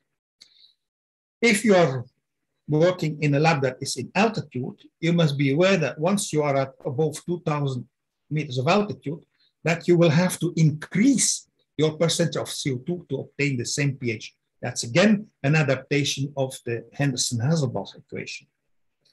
Now, I have said that small pH ranges, or what we consider small pH changes, are in fact big changes in protein concentrations.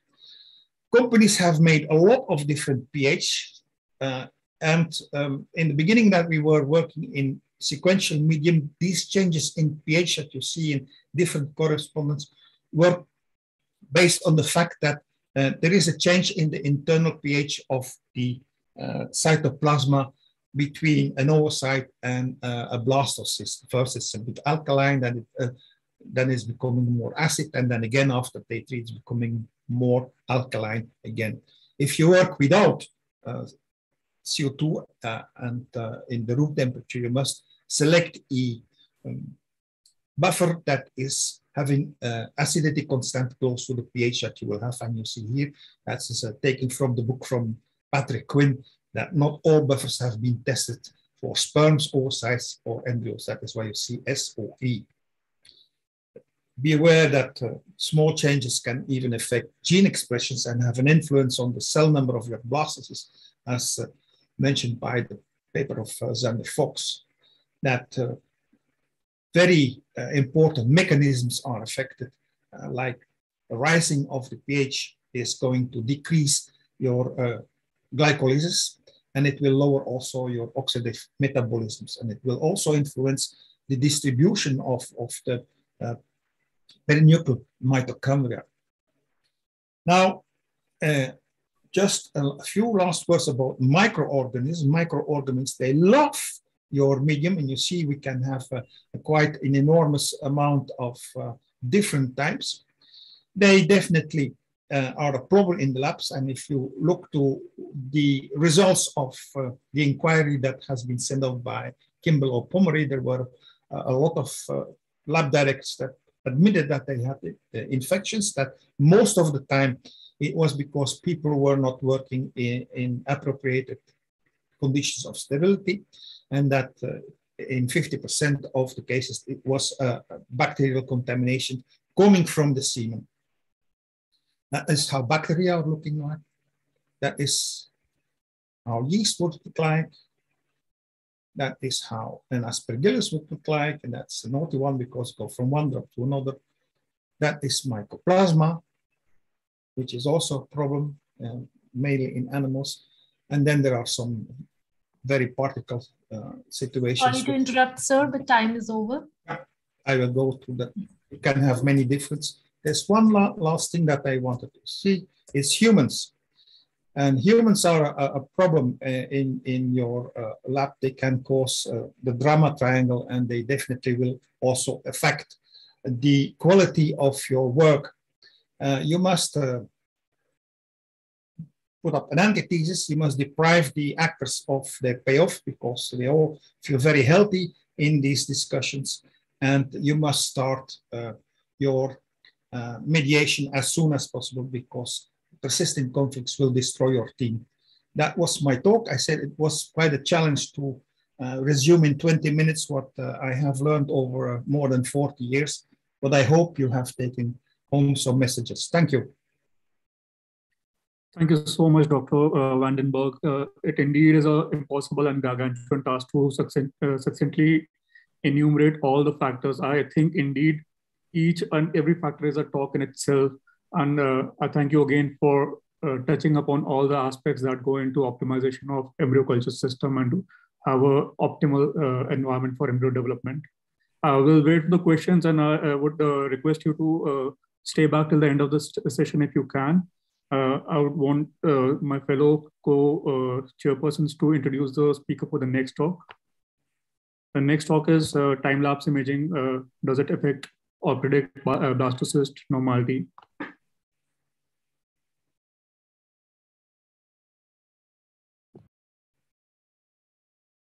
You're muted. I'm so sorry. Good evening, everyone. And it is really a pleasure to introduce Dr. Gaurav to all of you all.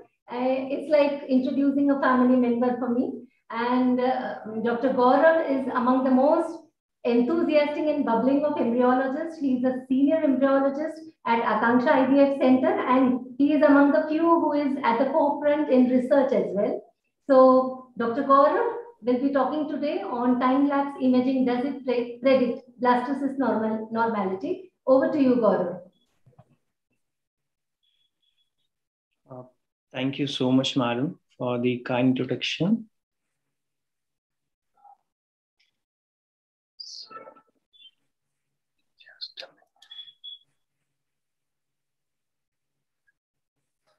Yes. First of all, I'm thankful to the IFS for giving me this opportunity to talk about such a relevant topic. And I'm grateful that my friends are sitting there and at the chairs. Dr. Pranay Ghosh, who's a very great dear friend of mine. and Dr. Bindu Chimote, and she's like a family to me. So coming to the topic is time-lapse imaging. Does it predict the blastocyst normality? So for me, if somebody asks what is a normality, then I would say something a blastocyst going to implant, deliver, and that baby is going to the school. That is a normality to me. So but unfortunately, looking at the morphology, the genetics, the proteomics, which is coming, and the metabolism, which we are looking towards, is not going to predict what is a normality for the blastocyst. So now I'm going to say what is a time-lapse imaging. Time-lapse imaging is like you click pictures at certain periods and you play them together like a movie. So if you see these blooming flowers, they take days to weeks to months to open. But here in just few seconds, you can see the beauty of them without missing the key events. So this is the beauty of time-lapse imaging. So the first event of time-lapse imaging was done by Edward Maybridge in 1872. He was a British cinematographer, and the task was given to him to see whether the 4 feet of the horse are touching the ground together while running or not. So you must have seen lots of time-lapse incubators nowadays, but it is not the reality. We started like this, and we should be thankful to these people. They are the pioneers who started the time-lapse. Dr. Peter Nagy, Dr. Diana Payne, Dr. Y. Mayo. They used the inverted microscopes coated with the plastic, used to supply the CO2 from outside and temperature from outside. And they used to click pictures by their own, by looking at the watch. And then they come out with the annotations, what we use nowadays as the parameters. So this is a recent video of an insight of a time-lapse imaging. You can see an objective, a circle. Just clicking the picture right now. Lots of wires, condensers, and this is the beauty of this technology. This is how it works from inside. This I have taken from the ASRM Denver 2017. So there are different type of time-lapse available. Some are like Primovisions and EVA, which you can keep inside the incubator, and others like Embryoscope and JD, which are incubator themselves. So coming back to my topic, whether a blastocyst can predict the normality by using time-lapse. So for me, the time-lapse imaging can only do 2 things. One is the deselection, and the second is the selection. So when I have time-lapse systems and I have to talk about deselection and selection, and I have to talk about the normality, then for me, normally these things: blastocyst formation, euploidy, clinical pregnancy, implantation, and live birth rate. So let's see how time-lapse can define these normal parameters when we are talking about blastocyst. So these are 2 important events which I'm going to talk here. First is the reverse cleavage. You can see one cell dividing into 3 and going back into 2, and then blah, blah, blah, blah. On the other hand, you can see a direct cleavage where a single oocyte or zygote is going to divide into 4. So what happens in a static observation? You go on day 1, you see the PN, and then you go after 24 hours to see the 4-cell embryos. But what happens in between, you don't know. So you go on a day 2 and you see 4-cell embryo, but that could be a reverse cleavage. You can say it's a very beautiful tetrahedral embryo looking at a very nice day 2 embryo having a 4-cell, but you don't know whether it is directly divided from 1 cell to 4-cell. And when this happens, you don't know what chromosome is going where, which centriole is going where, how much the mitochondria have been divided equally or not. So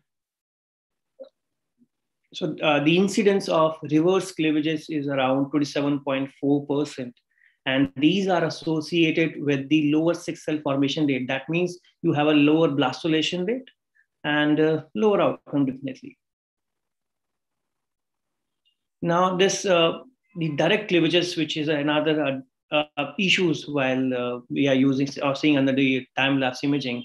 What happens is there is a tripolar spindles caused during direct cleavages.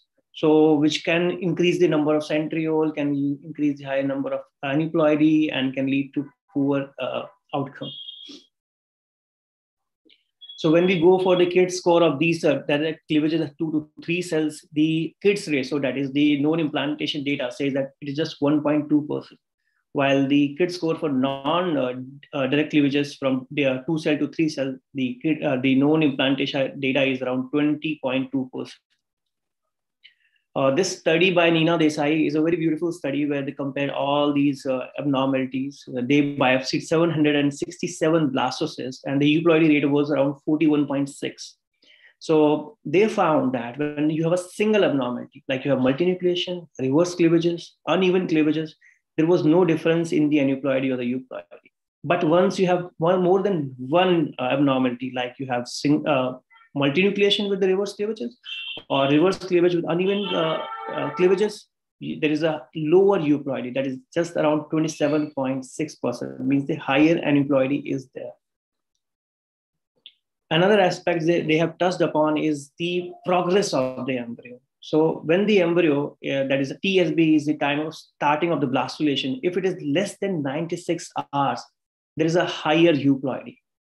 But when the time of early blastulation is more than 116 hours, when it is exceeding, there is a higher aneuploidy. So we can say that from here, if the embryo is growing with the pace what is designed for, they are probably going to be euploid. But those embryos which are slow, they are going to be aneuploid and can lead to poor outcomes. Even the ASHRAE data or the use of good practice recommendation for the use of time-lapse technology says that the time-lapse is the most stable embryo culture environment. It can detect the undetectable events like direct cleavages, which can improve your clinical outcome. This is a very beautiful paper by Khan, which talks about direct unequal cleavages. Okay. So they say that there are 3 types of unequal cleavages that happens at the first DUC1 first cytokinetic division. The incidence is around 9.8%, and second cytokinetic division, that is incidence is around 9.1%, and third cytokinetic division, that is the incidence is around 3.7%. And you can also have more than one unequal division in a single embryo, that we call it DUC plus, and the incidence is around 3.6%. The total incidence of direct unequal cleavage is around 26.1% in a cycle. Or the embryos which are multinucleated have higher chances of direct unequal cleavages. Means if the embryo has more than one nucleus in the cell, they may have a higher direct unequal cleavages with the odd ratio of 2.5 to 3. So what the data suggests to us, what is the conclusion to us from this data? If the embryo is having no direct unequal cleavages, the blastocyst rate is around 61%. But if the embryo has direct unequal cleavage at the first cytokinetic division or second cytokinetic division, the blastocyst formation rate is very poor. And if the embryo has more than one event of direct unequal cleavages, the blastulation rate is just 5.6%. So now we know the blastulation rate, and if we see the live birth and the fetal heart rate from this data, so there is no live birth reported from if we have the first direct unequal cleavage at the first cytokinesis, and the very poor live birth rate and the fetal heart rate from the second and the third unequal cleavages. But once they form the blastocyst, once the blastocyst you have from these kind of cleavages, uneven cleavages, the outcome, the live birth rate and the fetal heart rate is similar without any difference. So there the idea of chromosomal segregation and the chromosomal separation of the embryo jumps in. Now we know the reverse cleavages and the abnormal cleavage patterns are there. The incidence is around 26%. The multinucleation, it is there, and the incidence is around 70%, which can lead to lower blastulation rate and a lower outcome of healthy desired baby, which can go to school. So let's move to the next thing, which a time-lapse can do, that is selection. So in this selection, we start with the blastocyst formation rate. So you all always should remember this lady. This is Wong. She was the first person to predict the parameters to predict the blastocyst in 2010. She came out with certain parameters according to the first cytokinetic division, the difference between the first and the second division, and the second and third division. If the embryo is coming into these parameters, see assured that you will have 100% blastulation if the embryo is falling into that criteria, with a sensitivity and a specificity of 94% to 93%. There's another paper by Nina Desai that talks about the blastomeric cleavage plane orientation and the tetrahedral formation are associated with increased probability of a good quality blastocyst for cryopreservation and transfer. So sorry, I'm taking you back to the school where we talked about the animal pole and the varietal pole. So in an zygote on oocyte, where the polar body is actually the animal pole, and we have the meridional divisions which separate the animal and the vegetal pole, and the equatorial divisions. So what she says, if the embryo has a first division as meridional division, the blastocyst formation rate is nice, and the ability to form the tetrahedral 4-cell embryo is very nice. But once the embryo has the first division as the equatorial division, we may lose to have the tetrahedral embryo. We all know that when we go to the lab and see a 4-cell embryo, tetrahedral embryo, having at least 6 ICC touching points, we feel quite happy. So once the embryo has the meridional division as the first division, we're going to have a higher probability of these kind of embryos. So now we know about the time-lapse imaging, but we also know about the genetics. So till now we know that looking at the genetics or the euploidy is the best predictor of live birth rate when we talk about the embryo.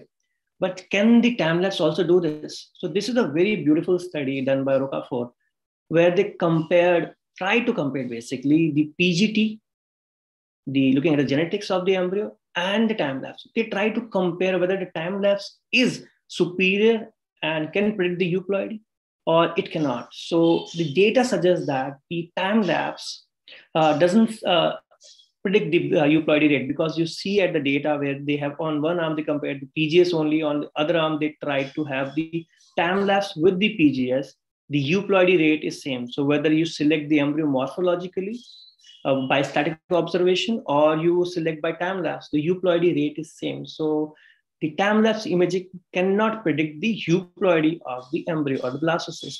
But when they try to transfer the embryos, those being selected by the time-lapse imaging, those being graded high by the time-lapse imaging, and those who are euploid have the higher implantation rate, very high clinical pregnancy rate and ongoing pregnancy rate when they're compared to the euploid-only blastocyst selected by the static observation. So if you combine the time-lapse imaging with the PGTA, you're going to have a superior and a better results than just looking at the euploid embryos. So with time-lapse imaging, we have lots of data. Lots of data means you can think about the future, that is the artificial intelligence and deep learning. So this man, Marcus Masuga, this is the one everyone should know about when they talk about time-lapse imaging. He designed the first algorithm to predict the implantation rate. Then the data comes, then they come out with the KIT score, and recently they're moving towards the EDA score. So the KIT score, which is out for the blastocyst, also support the same hypothesis that if you have the PGTA plus time-lapse, there is a higher chances of to implant, the higher implantation rate than just going with the time-lapse alone or euploidy, genetics or PGT alone.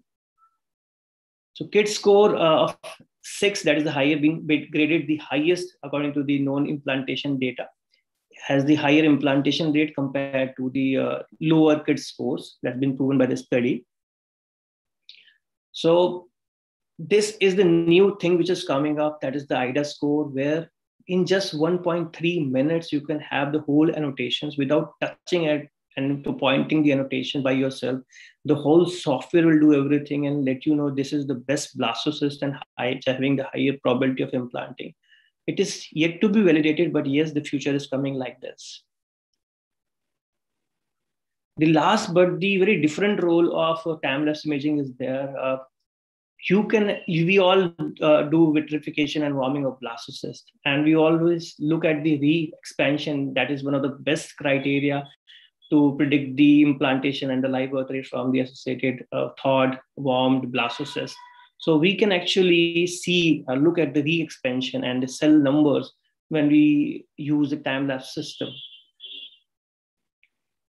So for me, time-lapse imaging is a very beautiful, a very potential technique which can detect the undetected events like reverse cleavages, direct cleavages, multinucleations.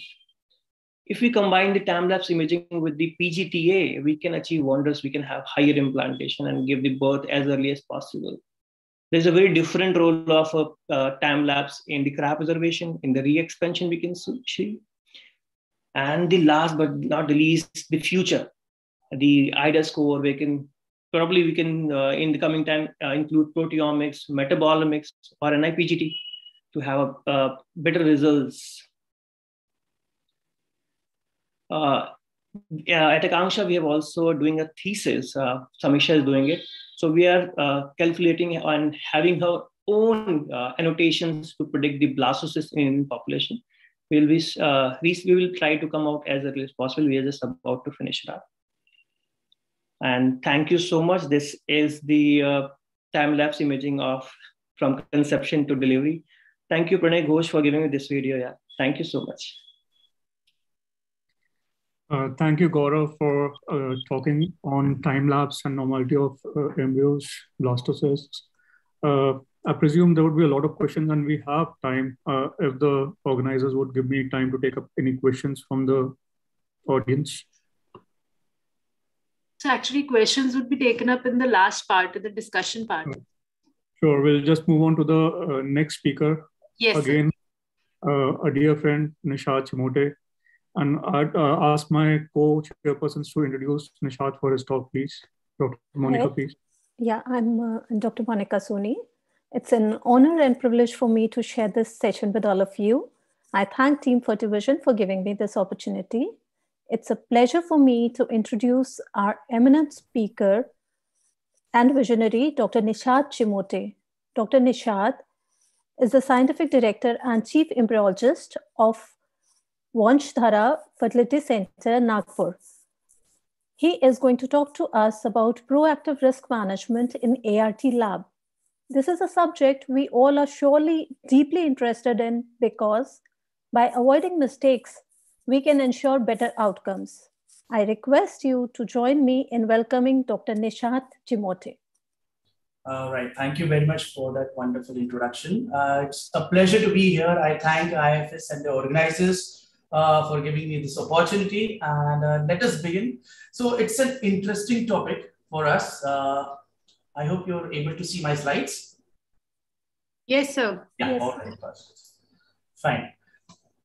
All right, so troubleshooting in IVF. The topic was given to me that what is proactive managing, like how do you manage risk proactively? Well, troubleshooting is all about being proactive, or else we call it jugaad. So jugaad does not have space in IVF in today's times. So let us be very preemptively proactive about what we need to do. So troubleshooting, what is risk management here? Sorry, sir, slide is not moving, and please do it slide slow. Slide is not moving, just a moment. And do slide show. It is, okay, is it in the slideshow now? No, not slideshow. It's moving, but not slideshow. Okay, Full what screen. slide can you see? First slide. This is risk management, troubleshooting. Yeah, that is the slide, yeah. But not in PowerPoint mode, full screen mode. Is it moving now? Moving, but not in full screen mode, sir. Oh, just a moment. Yes.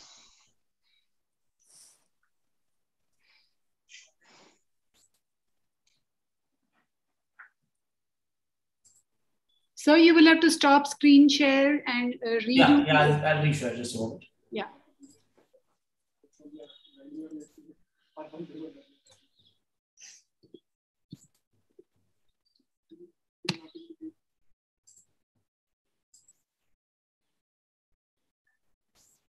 Yeah, so is it in proper mode now? No, sir. This is a presenter view only. Atul, can you do it for him? No, sir. He can only. Just a moment. Just a moment. Or we can continue like this as well because the slides are moving. There's no problem. Yes, you can, sir. Fine.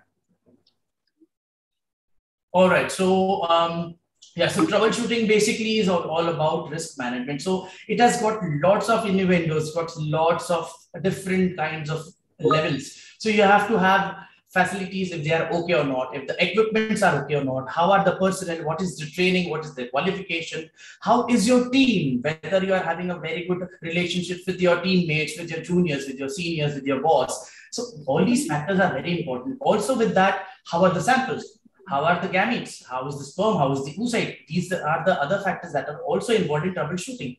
In the same way, we also talk about the cryopreservation, that is the banking part, sperm freezing, oocyte freezing, embryo freezing, so on and so forth. So these are the basic parameters where we have to take care, and we have to create a management diagram.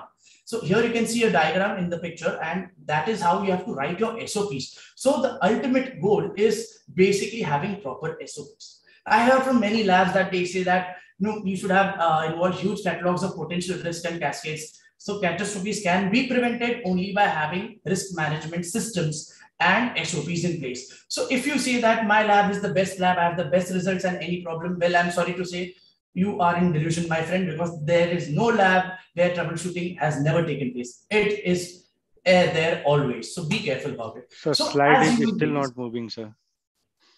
The slide is not moving. No, sir. No, sir. It's only what do you mean by troubleshooting? Just a moment. This slide is showing. Yeah, what do you mean by troubleshooting? Now is it moving? Yes, sir. Yes, sir. Okay. Now is it a full screen? No, sir. I am getting full screen here. I don't know what. No, sir. Please don't do on your side full screen. So okay. Then it can move. All right. Okay, fine. So this is fine. Now you're able to see. Yes, sir. Yes, sir. Yeah. All right. Yeah. Sorry for that inconvenience. So to err as human, we all as human beings, as embryologists, we are having a lot of stuff on our mind. We have to think 10 steps ahead of what has to be done in that process. So you have to be very careful, and that is why someone will do some mistake in the lab. We are not AIs, we still will commit some mistakes. So we have to be very careful, and that can only be taken care where you are having proper SOPs and troubleshooting ideas and systems in place. So what are these? Well, if I tell you that what risk management involves, so the maximum risk management or the risks that happen or troubleshooting happens is in the embryology lab. Around 11% happens during the PGD process. 1% is transportation. Obviously, if the cold chain is not maintained or if there are other issues, delay in transportation, yes. Embryology, maybe mixing of a sample if you're having too many samples, for example, that will be where you have to be very careful. And obviously cryostorage, if you don't have a proper library maintained, not proper systems maintained, where in which cryo cane we have put how many straws. If you're putting too many straws in only one goblet, that is not the case. So these are the small things you have to be very careful about. These are the practical things. So be careful while putting your systems and don't clutter too many things. Have a minimalistic approach towards your lab and be very organized about it. So the risk varieties in ART setups, they happen at the clinical level, the laboratory level, absolutely at administrative level, they do happen. Legal, regulatory, I don't think we need to go into details of that, and moral, ethical, as well as act of God. That is something, it is not in our control. So other crucial variables are definitely lack of knowledge, training, and supervisions. You've got people who have done their trainings, but they have not updated themselves. They are not attending CAVs or not reading enough material that is available to us nowadays. So this is very important that you are updated. You keep on training, you keep on working. Just because you are a lab director or at a higher post in the embryology lab, you stop doing that process. Please do not do that. Continuously keep on working on it. Only then you'll keep on having good results. Same way, physical inaptitude is, again, if you're tired, if you're having too much of work, that is another factor. Stress definitely makes a lot of difference. You might even confuse things. That is why you have double witness systems, or you can use the automated witnessing system that is available in today's time. Obviously, inadequate and inappropriate equipments. This is very important. That is why QC is very important. Do not compromise on your equipments. Don't just go, if you're starting a new lab, buy second-hand equipments. Buy fresh equipments. Make sure you buy it from the right vendor. You buy it and you check it and get the QC done, as well as third-party checks every 6 months from other people, so that your equipments are in fit and fine shape. So building and managing our effective laboratory team is crucial and minimizing risk in the laboratory. So you have to be very careful with that. So what are the errors? Obviously, I mentioned that human errors are there. So that is something that you have to document. Document each and every step. Like you can even document smallest thing, right? The semen sample. You can take videos of that that is a basic semen sample after liquefaction. You can also do post-wash sample. So you can compare later on. Retrospective study can be done, just for example. Same way, patient problems with specific patient can happen. That is on a managerial level, at the clinical level. So you have to be very careful. What are the problems there?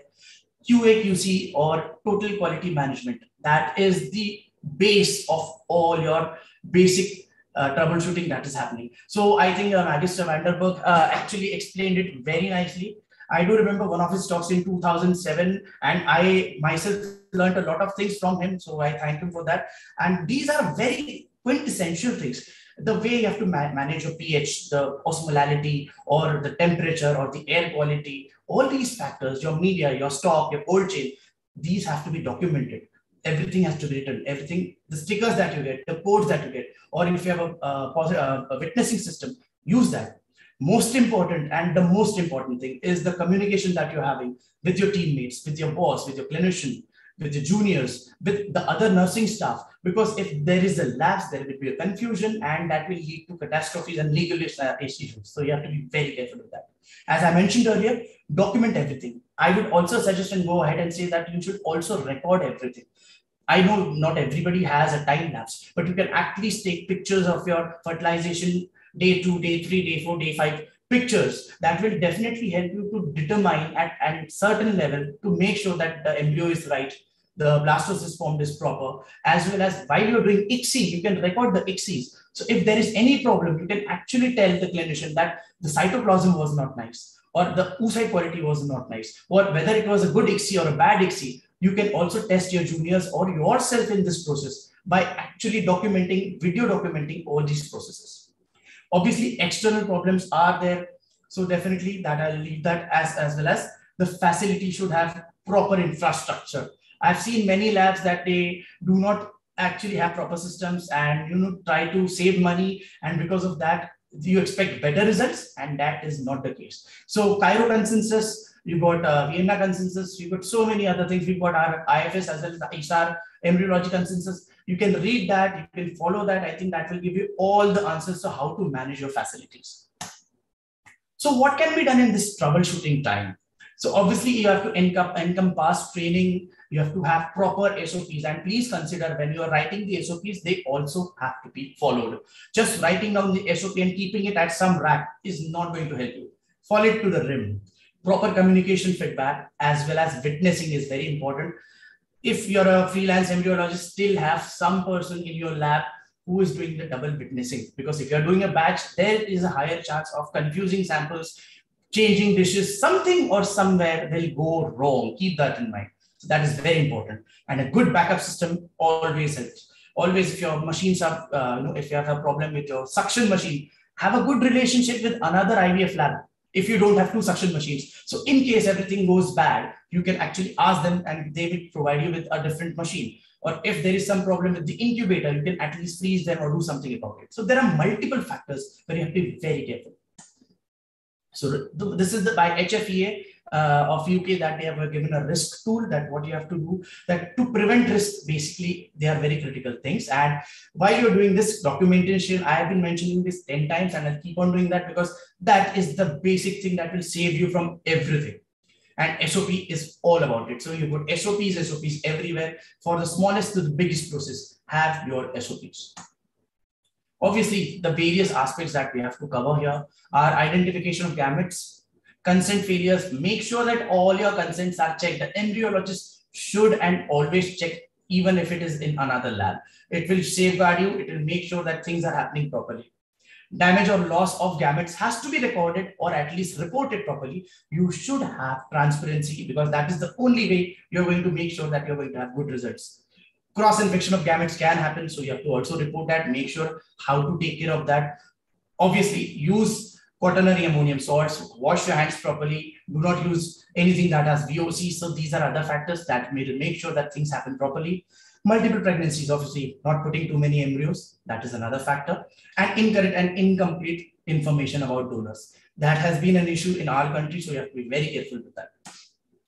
So managing an IVF team, I think this is a very Herculean task for any IVF center. You've got your nurses, you've got your boys, you've got your juniors, embryology juniors, you've got your seniors, you've got lab managers, you've got clinicians, you've got so many people. And you have to make sure that everything falls into place. Have a very cordial relationship. Have very happy atmosphere in your lab. Just shouting around is not going to give you any solution, because it only increases the stress and the interest of your team decreases. So these are the very small things which are more of a practical experience than you'll not find in books, because these are through your personal experience when you work with others, with your teammates. But this is one of the most essential things that you have to take care. Manage your team, respect them, treat them nicely, and be happy and have a wonderful working experience. So teamwork is all about, you have to make sure that somebody is working. Might be the nurse is not doing good. Maybe a junior embryologist is not doing good. Sometimes the senior embryologist himself herself is not good enough. So that person becomes the weakest link. So you have to make sure through documentations, through KPIs, through other factors, that how you are actually controlling these factors, how you can actually come to a consensus that these are the things wrong and who's responsible for that. So for that, what we do is we actually make a sheet and write the process and write the name of the person who's done the process. So we can correct or check whether there is anything wrong with that process. So this is something which will help you in the future. So safe workload. Yeah, how many cases should an embryologist do? That is another case. Because most of the centers work in batches, make sure your batch size is not big enough. A level of experience of your staff has to be very good, because that will help you in increasing the number of cases or actually working in a fluidic manner and an efficient manner.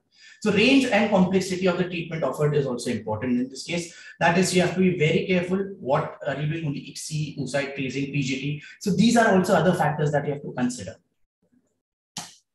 So batch IVF, this is, a problem somewhere where people go in for 10 cases, 12 cases, 15 cases a day. So this affects and jeopardizes your result. People are in a hurry. They want to do the ICSIs, and because of that, most of the cases are happening. You got one laminar hood and you have got two embryologists screening and shifting. So that is very difficult. So equipment, you have to have enough in that case. Your 40 hours period for ICSI should suffice, or else it will defer your result on the day of fertilization, as well as the blastocyst formation rates and the quality of blastocyst will also be not good. So media, setting of dishes, there are so many factors that are involved. Data locking doesn't happen because there is only one or two people. So this is why you have to be careful. If you are planning a batch, plan a small batch, wait for 2-3 days extra.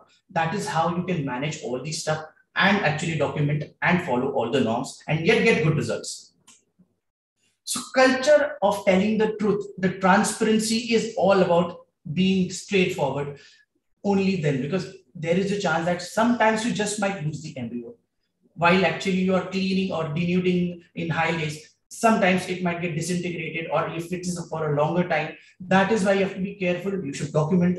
You should have one more person who's actually timing you. What is the time that you're putting in high days in the media? How much is the exposure time outside the your incubators? So these are the small things that have to be documented regularly, and that will actually help you to improve your results.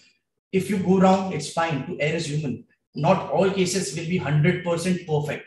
If you correct this, you will at least reach that 90-95% mark. So how many cases per year? HFE has already given that it's 100 to 150 cases per year per embryologist. And the scenario is pretty different in India. I believe most of us know how we do the cases here. So this is something which we have to stop doing. We have to improve our quality and decrease the quantity. Only then we are going to achieve such wonderful results that we actually get. And these are actually authentic results which are not fudged. So micromanagement, we do a lot of micromanagement, and it is about time that we should stop doing it, because micromanagement will only lead to a series of unfortunate events and mishaps. So you have to delegate your work. Have 2-3 people are working under you. Maybe have one junior embryologist, one more lab manager, or one just person who can take care of the lab. One does the stock control. Somebody's doing the dish preparation. So this way you can manage. Andrology work is done by another person. I'm not saying have 5-6 people if you're doing 10 cases a month or 15-20 cases a month, but at least delegate your job so it becomes easier. Obviously, weekend issues. As embryologists, 365 days, whether it's holiday, whether it's any festival, we are always there. So that mentality you have to develop. And I believe most of us, 99% of us, are into that zone that this is very important. We make sure that the processes like ICSIs and EPs do not pile up on the same day. Try to figure out your days for various kinds of processes, especially PGTs or embryo biopsies. Try to keep it on those days where you don't have enough work, because it takes a lot of time and it requires at least 2 embryologists. One is freezing, one is doing sample, one is doing the biopsy. So the time is very important. What is your exposure time? So keep that in mind. Staff competency, definitely a very major issue.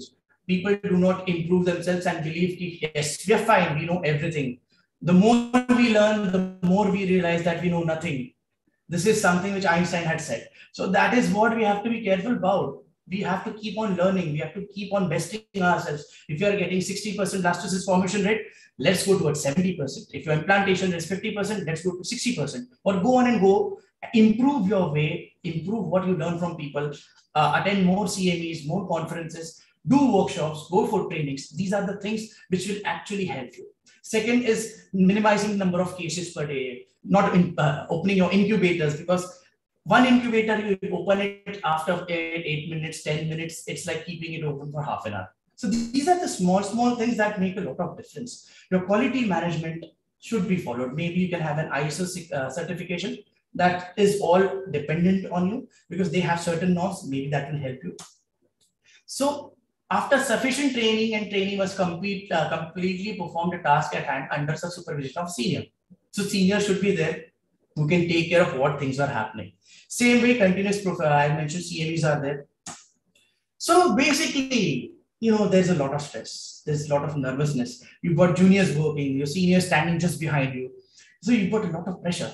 Like if I do the IVF properly, if I'm able to do the ICSI properly, or a basic thing like, am I able to make the sample properly without having any impurities inside? So these are the small things. But please, when you're working, live in that moment. Take a deep breath, relax. It is your responsibility. Nobody's running anywhere. Take less number of cases and you all will be fine. In case embryo is misplaced, keep it for some time. Keep it back in the incubator. Take it out. You will definitely find it. So don't panic. Nothing is lost. Either it will be in the pipette or in some corner of a dish. So these are the small examples that you have to consider. Just relax, do your work, everything will be fine. Staff training assessment is very important. So these are the procedures, as I mentioned, that you have to verify all these processes. And same way, seniors, lab directors, especially, or the senior embryologist. Most of the time, if you're running a lab, you sit in the lab, say in front of your PC or a computer, you just do the basic statistical analysis. You're managing 4 or 5 labs. So it becomes difficult for you to go to the lab, actually work. So here is where the seniors have to understand that you have to be continuously in work. Although you have reached a managerial level, please have your hand that is still having that skill, because it is a gift and takes a lot of training. That is why you have to be very careful, because you'll be demonstrating your juniors, new people, trainings, everything, and they learn from you. So keep on working in the lab, or else the results are going to fall.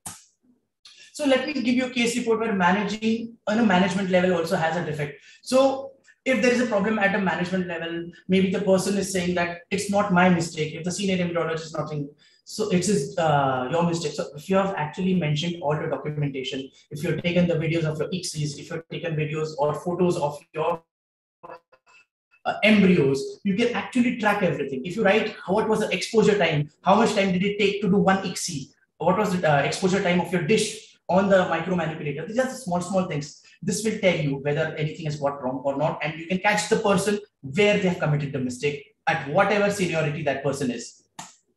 So there is one more case I would like to discuss, a very small case where a senior embryologist was teaching their junior embryologists for screening of oocytes. So almost the junior embryologists were able to catch screen 19 oocytes. Unfortunately, when the supervisor came and saw that that person had missed one single oocyte, the supervisor asked the junior to do and repeat another 20 collections and that actually help the person to become a better embryologist while screening. So do not hesitate. Don't be careless. If you are missing it, keep on working. Just keep on. It's like a Karate Kid. Just wax on, wax off. Keep on moving. Keep on doing, and that is how. I'm really sorry to interrupt, sir, but time is up. So. Right. I'm just on my last slide.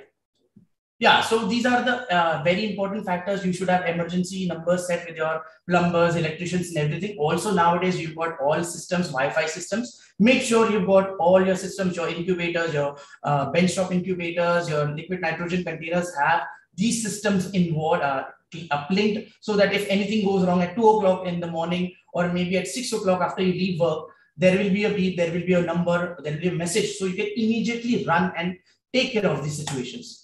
So these are how you take care. So otherwise, power backup is very important. Always have a very good power backup, a generator, but exclusive UPS systems for your lab are very important. And that is how you take care of the lab.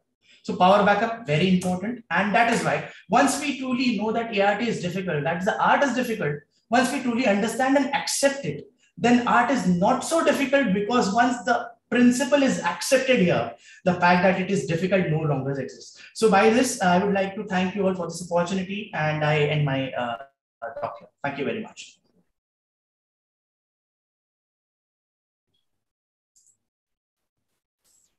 Thank you, Nishad. Indeed, an excellent talk. And I think I should not be biased, you being my friend, but this is one of the most important talks that we embryologists need to be paying a lot of attention to, because a lot of automaticity tends to creep in with experience and years of work behind you. And as you ascend the ranks in terms of the embryology proficiency training, you tend to take the things a lot more granted than you would during initial years of your training.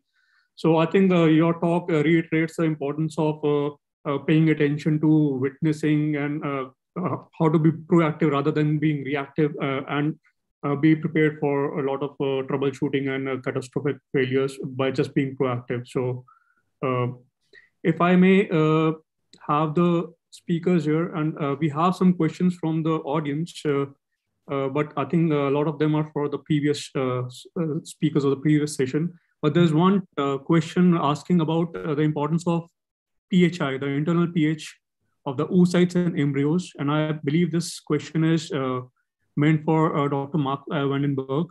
I believe the delegate is wanting to ask what is the importance of internal pH, what is the difference between internal and external pH of oocytes and embryos, and how do you go about paying attention to maintaining the internal pH of oocytes and embryos, especially when you're working outside of the incubator settings and during your denudation and ICSIs and all. Dr. Vandenberg, please.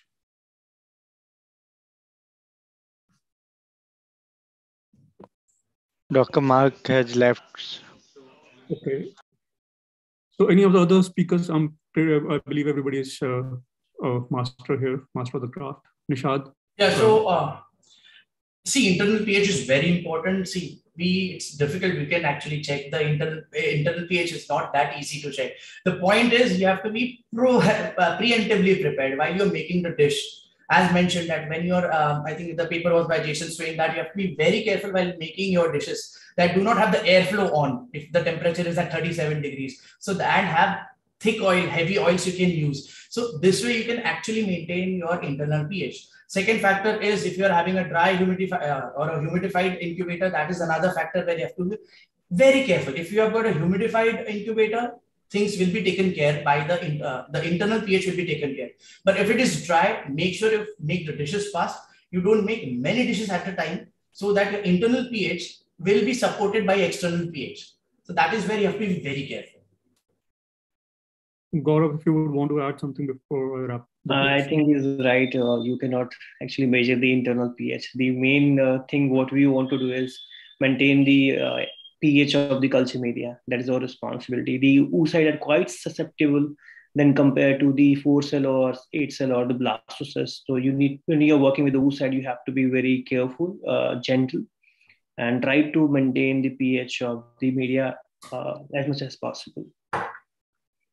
I believe that opposed to the oocyte cumulus complexes, the OCC is the oocyte with the granulosa cell, which is somewhat capable of maintaining the internal pH even while you're handling. Once you have denuded the oocytes, they lose their capability of regulating their pH. So previously there was a lot of debate whether our modern medias are good enough to be maintaining the internal pH.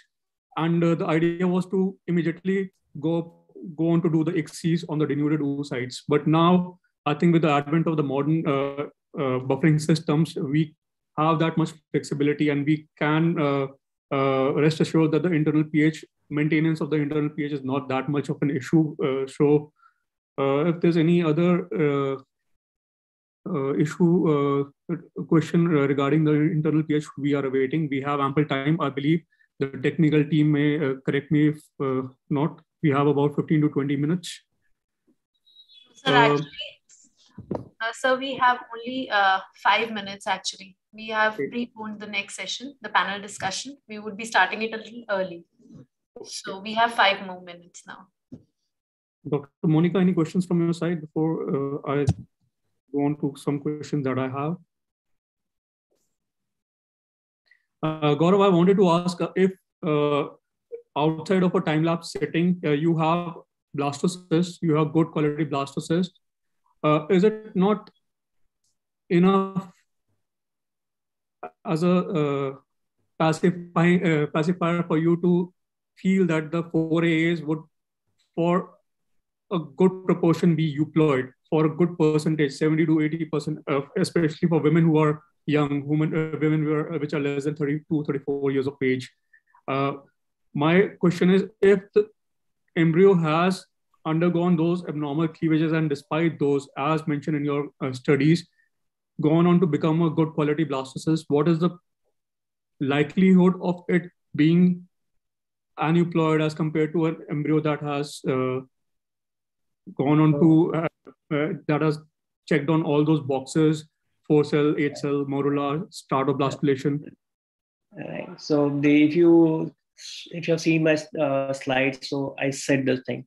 These unequal cleavages, the reverse cleavages, they arrest too early at the day 3 or maximum to day 3 or day 4. So once you're forming the blastocyst, the euploidy rate in these kind of embryo is almost same. So the issue comes when you are eager to transfer on day 3 or day 2 of the embryos. But once you have the blastocyst, there is hardly any difference in the euploidy when you have these kind of events. But then, Dr. Gaurav, as you said, till the clinical benefit of time-lapse imaging is established, what is your opinion about using it as a deselection tool? Like you said, you've noticed atypical cleavages which have a negative impact on implantation. So what do you think if we add it as a deselection tool with traditional culture for your selection criteria? Okay, I'm telling you. So once you have the 2 blastocysts with you, one coming out of the multinucleation and one coming out normal, put your hand on your heart and tell me which blastocyst you want to transfer. Definitely, which is without the multinucleation, right?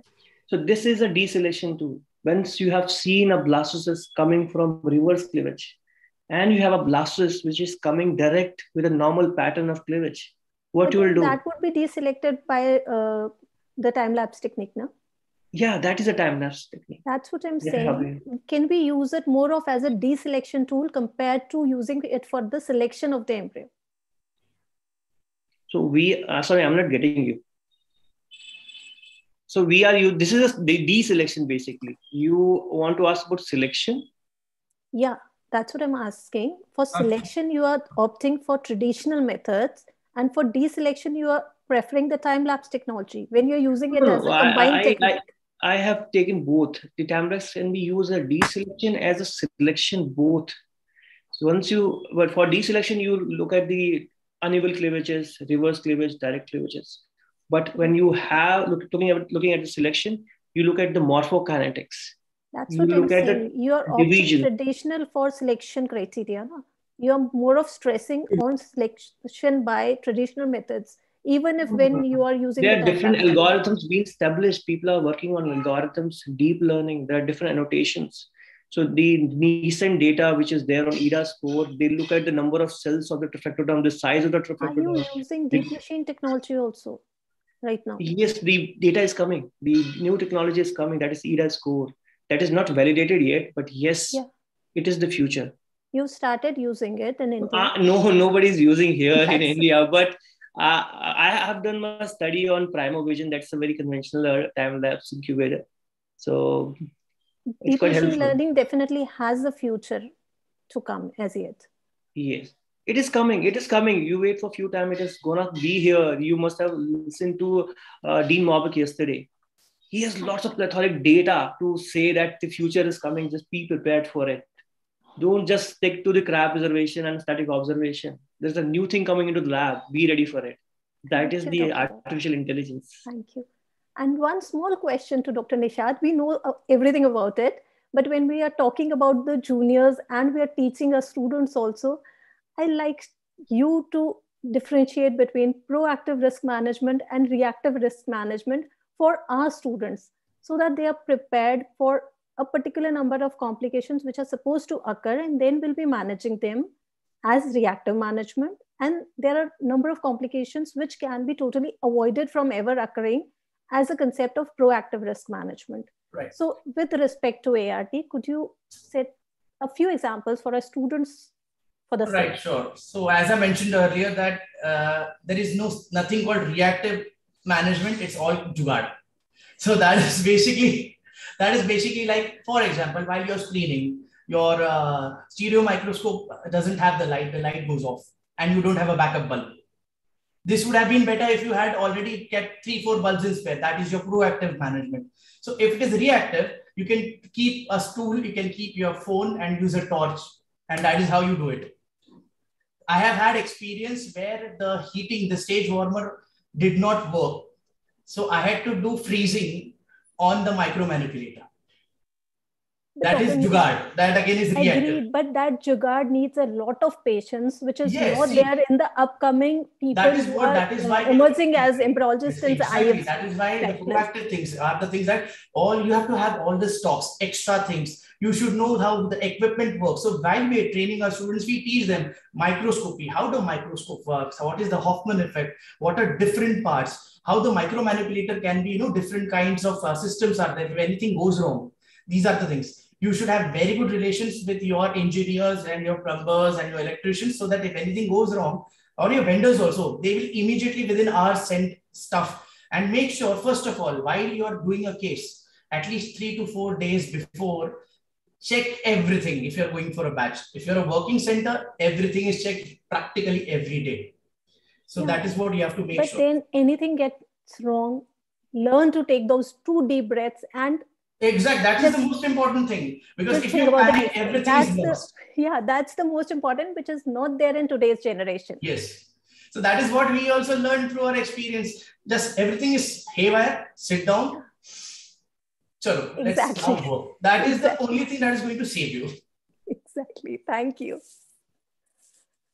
So with that, we'd like to end this session, and I'd like to thank the speakers, Dr. Mark Vanderberg, who's had to leave.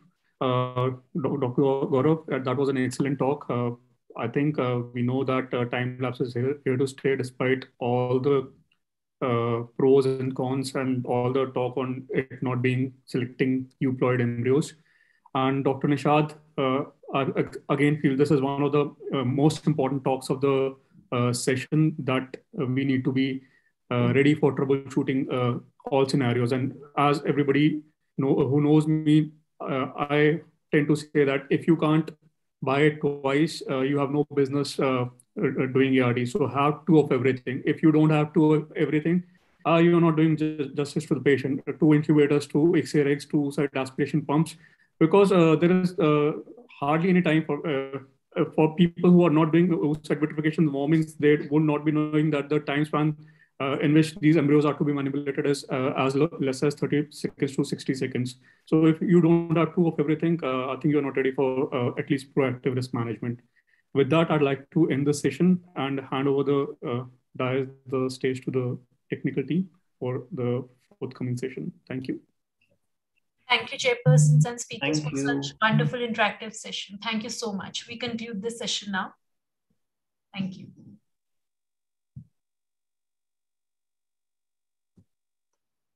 Atul, can we have the next slide, please? Yes, ma'am. I request Dr. Ankita. Hello. Yeah. Yeah. Are you there, Dr. Ankita? Yes, yes, I'm there. Okay.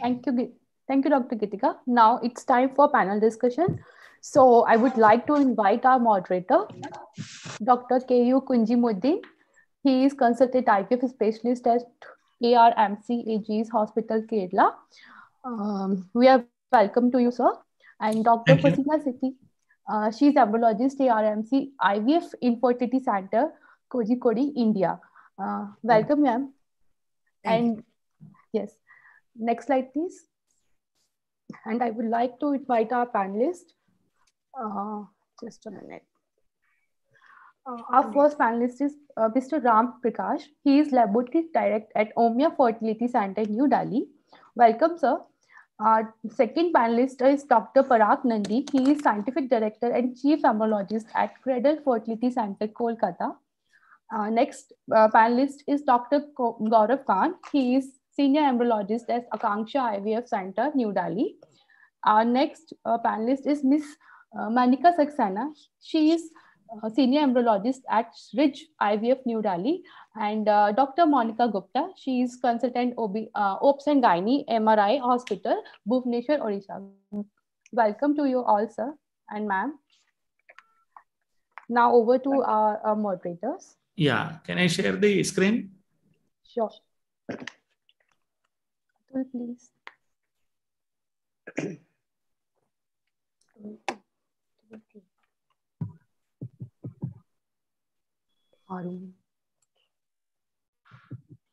Respected seniors and colleagues, at the outset, I thank the organizers for giving us this opportunity. The President, Dr. Sudha Prasad, Secretary, Dr. Nina Malhotra, and the Scientific Committee Chairman, Dr. K.D. Nair.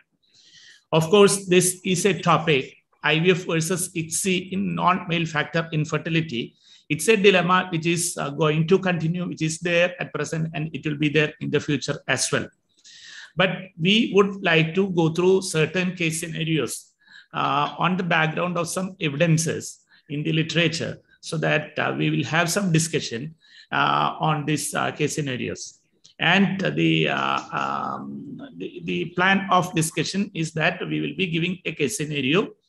All the panelists, one by one, can contribute their experiences. Basically, we need experiences, and we need what you all do in your labs, so that the people who are listening, specifically the embryology team, embryology people who are listening to this panel, will be benefited to implement in their practice.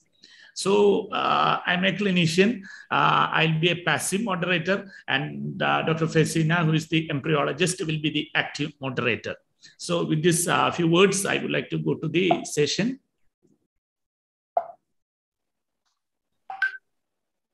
So ICSI was introduced in 1992 to bypass the barriers in male infertility and thus improving the fertilization in couples with male factor. So initially, we all know that conventional insemination was the sole technique of fertilization. And once ICSI got introduced, several barriers in male infertility was, the problem was solved in many ways. And but later what happened was that ICSI was overused, even in non-indicated cases like non-male fertility cases. And when we look into the figures about use of ICSI in non-male factor cases, it was about 36.4% in 1995. And ASRM committee opinion that it comes to about somewhere between 68 and 72% in 2020. From these figures itself, we can see that how much ICSI has always come into play in, and even in our scenario, almost all of us have a trend to go into always ICSI. 100% ICSI cases, with the fearing total fertilization failure in several cases. And this panel is actually intended to look into how much we are justified in that, or what are the insights. We have got an eminent panelist here who can discuss about what they think about and what we can do regarding, or what are the suggestions we can give regarding the use more of you're doing ICSI in only indicated cases and doing more of, or what can we do regarding this? And this is a question to all the panelists. I don't know how many panelists are there.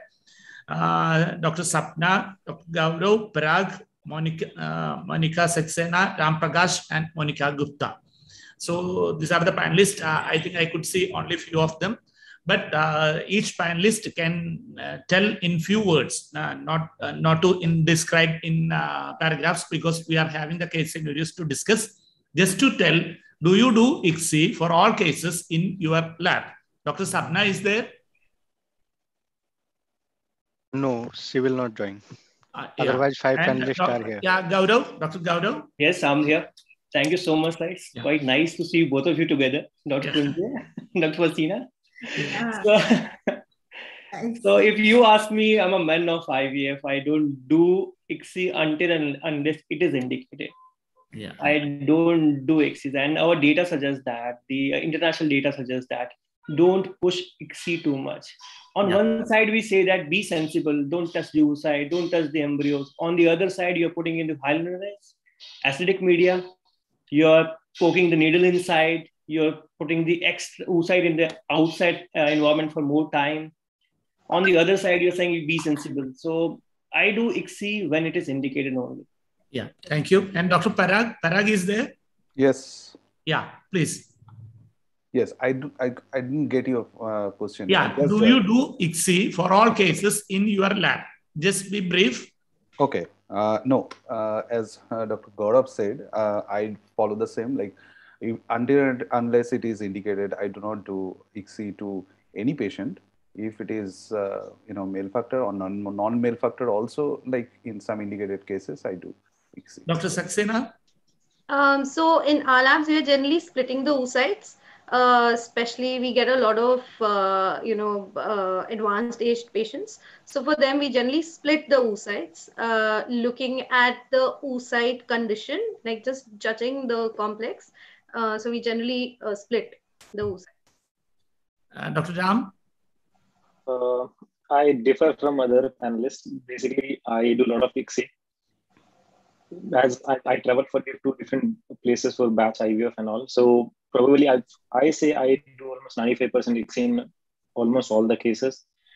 Because when we do in batch, so there is always risk of contamination and all that, to avoid everything and to answer the patient for why your embryos, why your oocyte didn't get fertilized. So I'm the person who do a lot of ICSI rather than I do very less IVF. I would say less than 10% cases I do IVF. That's only at the place where I have junior embryologist who takes care of everything. That's only the place where I do IVF. Rest of the cases I do a lot of ICSI. Yeah, Dr. Gupta? So we also don't do ICSI in all cases, only in indicated male factor patients, some unexplained infertility, and if there is a history of previous fertilization failure. So around 50 to 60%, 50% ICSI cases are there, but these are the indications in which we generally do ICSI. Yeah, except Dr. Ram, everybody else was thinking about IVF only, ICSI only in selected cases.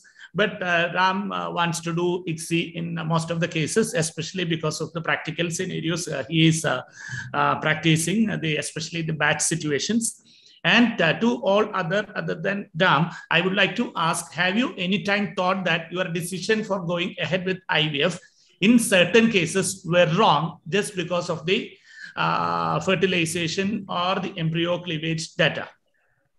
So I have a huge experience of doing any bad experience. Bad experience. The incidence is always there. I can't say it doesn't happen. So the incidence is around 1% once you do the IVF. So my bad experience, I want to say, so my criteria of selecting a patient for IVF is 3 things. First, I ask the semen culture. If the semen culture is sterile, I proceed towards the IVF. It is infective, I go towards the ICSI. Second parameter is I ask about the indication. What is the indication? If it is tubal factor, I move towards the IVF. And when it is unexplained or the male side, I move towards the ICSI. And the third parameter, I ask the previous history of the patient, whether the patient has a previous fertilization failure or any IVF cycles. So I did an IVF in a patient with a secondary infertility. The patient has a spontaneous conception. I did IVF. The semen sample was sterile. But the next day, I saw a complete fertilization failure. So that happened with me once. And for the next case, we did the ICSI and we came out and the patient was pregnant. Yeah, like in any other medical situation, our decisions cannot be 100% correct or prompt. So we'll move on to the case discussion. So here is a male, 40 years. Of course, in this panel discussion, all the males are going to be normal, okay, because no other way out. And female, 34 years, semen parameters normal, female, severe endometriosis. It's a case of severe endometriosis. Operated in 2018 with bilateral ovarian endometrioma. AMH is 4.2. You can see it's normal. AFC is normal and not conceiving after 3 IUIs, recruited for ART. Antagonist protocol, 9 oocytes retrieved, morphologically normal oocytes. And now I hand over the mic to Fesina to take up the questions.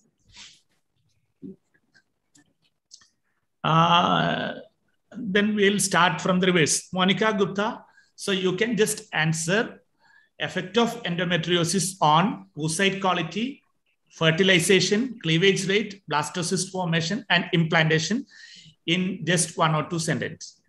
So initial studies were there which said that endometriosis does have an effect on oocyte quality. It decreases the fertilization rate and implantation rate. But recent studies have shown that although endometriosis, the number of oocytes retrieved is reduced in view of endometriosis, the number is less.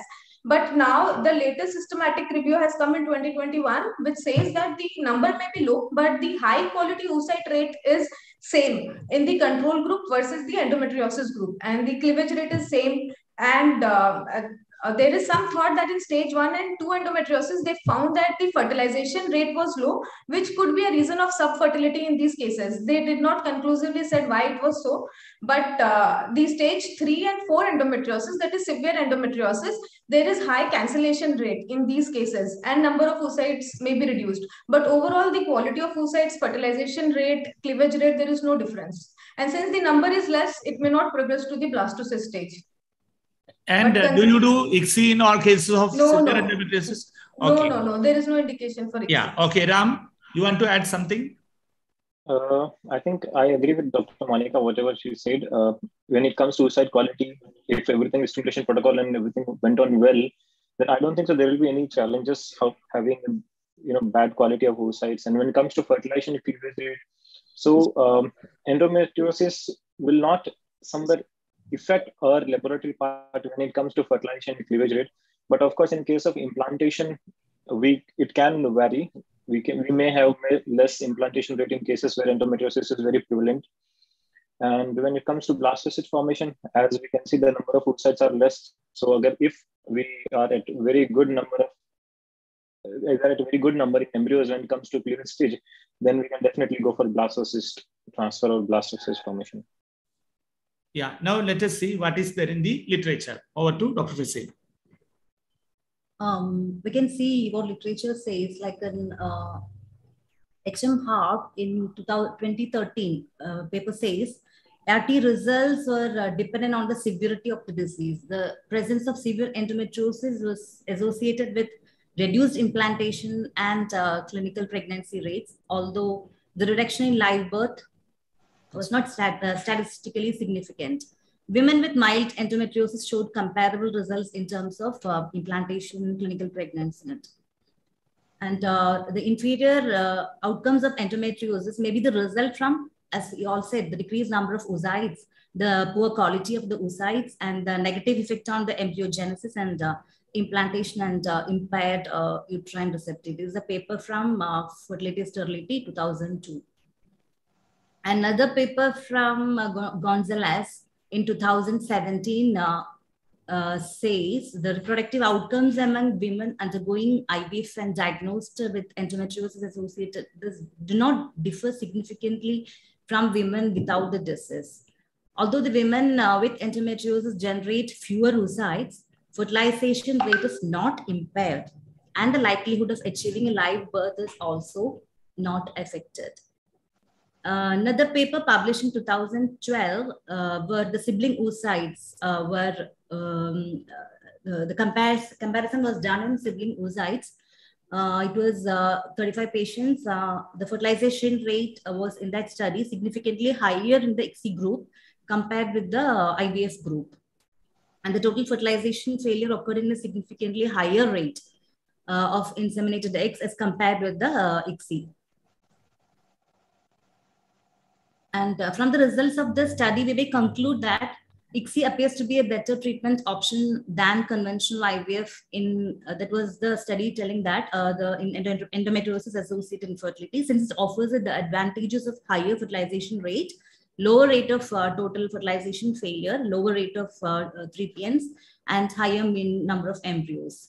Whether ICSI has really an impact on pregnancy rate should be examined. And this is a paper on whether the oocyte quality is affected by endometriosis in 2017, a paper by Anna Maria. Endometriosis seems to negatively affect the oocyte quality in terms of relevant clinical and biological outcomes. There is reduction in the number of mature oocytes retrieved, and thus the oocytes retrieved from women affected by this are more likely to fail in IVM, altered morphology, and lower cytoplasmic mitochondrial content compared to women with other causes of infertility. To conclude, this study states this was the first study to review the results of both clinical and biological studies. And they found that a detrimental effect of endometriosis on the oocyte quality seems to be present, and ICSI was likely to be preferred over conventional IVF. That was the conclusion of the study. So in this context, see, now the dilemma still continues. So in this context, I would like to ask Dr. Parag. So if you get some follicular fluid containing eggs that is mixed with endometrioma fluid, that is chocolate cyst material, will you put that eggs for IVF or you take it for ICSI? Just an interesting thing which we come across very often. Parag, please. In my case, what I would do if the cumulus, the color of the cumulus, I would also see if sometimes what we see in endometriosis is that the darkish cumulus we see, okay, and the follicular fluid, the color is changed. So in those cases, if the semen parameters were normal and 3 IUI failures were there, so I would really, it is a real dilemma. I would go for ICSI in this case, but I'm not sure about that in that particular case, whether it was for only, oocyte quality or the endometrium receptivity or something like that, because the, the situation of endometrioma is not well, the pathogenesis is there. So in those cases, I will go for ICSI only. Yeah. Okay. Do anyone have a similar experience, that is follicular fluid containing oocytes, which is being contaminated by the endometrioma fluid, that is chocolate cyst material? Will you go for IVF or ICSI? Can I add something? Yeah, please. So I remember my clinician coming out into the lab and saying, "This is the endometrial fluid. Do it, separate it, do ICSI." But I never do that. Whenever I have the endometrial tissue collections, one thing I prefer doing is washing the cumulus complex many a times. That helps a lot. So endometriosis per se as a reason of ICSI, I don't do it. But in this particular case, where you have 3 failed IUIs, is leading me towards the unexplained infertility. Yes. So I prefer doing ICSI because of that, not because of the endometriosis. Because ultimately, but we cannot say unexplained infertility just because of IUI failure, because there is a definite cause of severe endometriosis in this case. That could be one, but it contributes, but not all the due to only the endometriosis it is happening, you cannot be sure, but the sperm quality is also good. So unexplained, yes, I would rather say it is unexplained.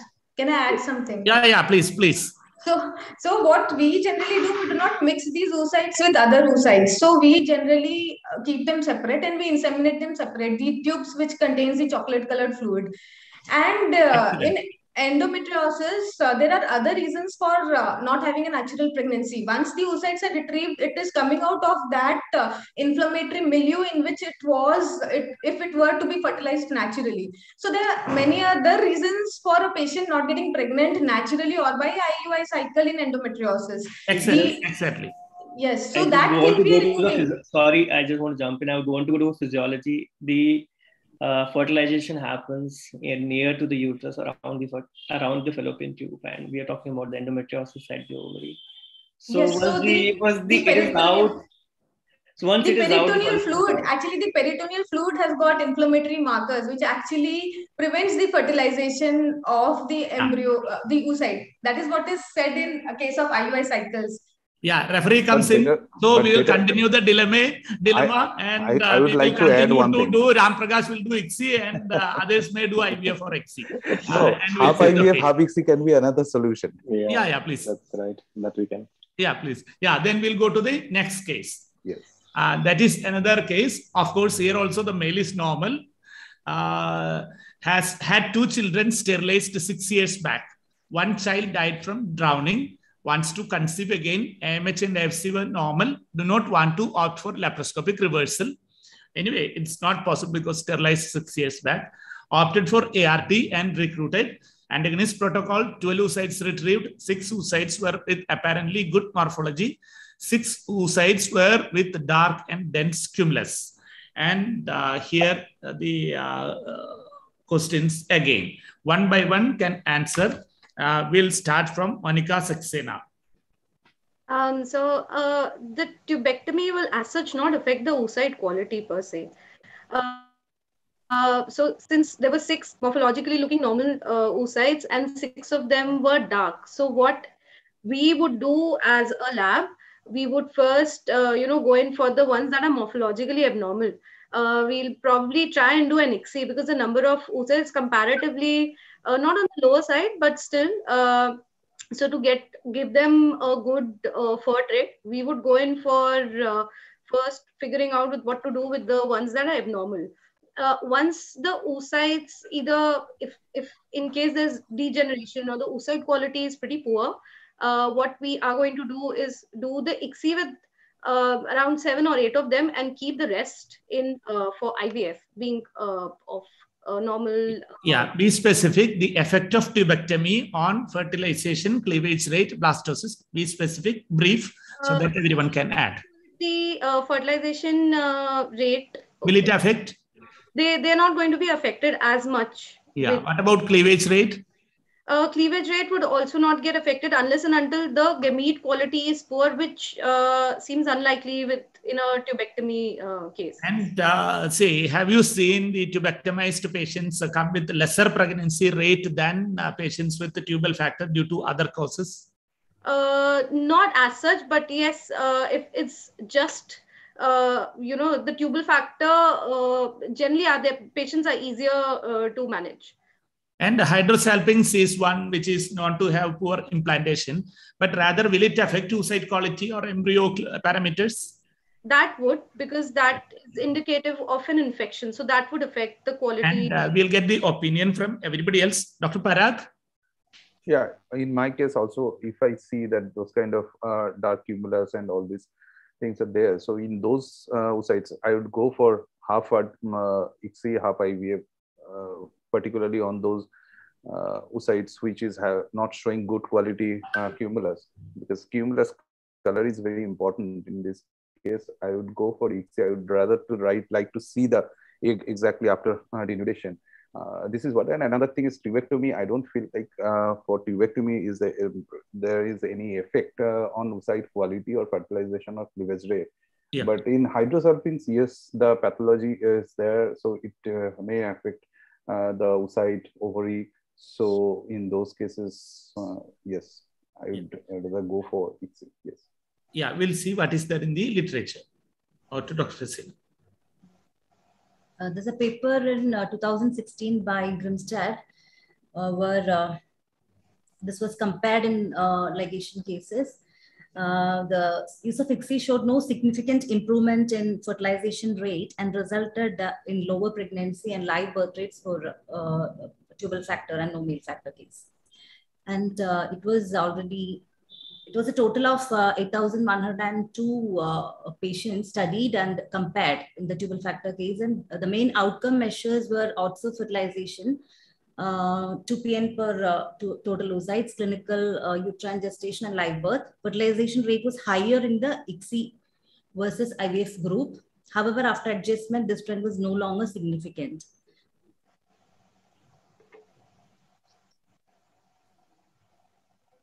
This is another paper in Fertility and Sterility in 2000, which by Orhan Bukulmez, which says it was a 76 consecutively seen patients with tubal factor were analyzed, and it concluded that when a decision is made to proceed with an ART in patients with a tubal factor as a sole cause of infertility, IVF should be the initial treatment of choice.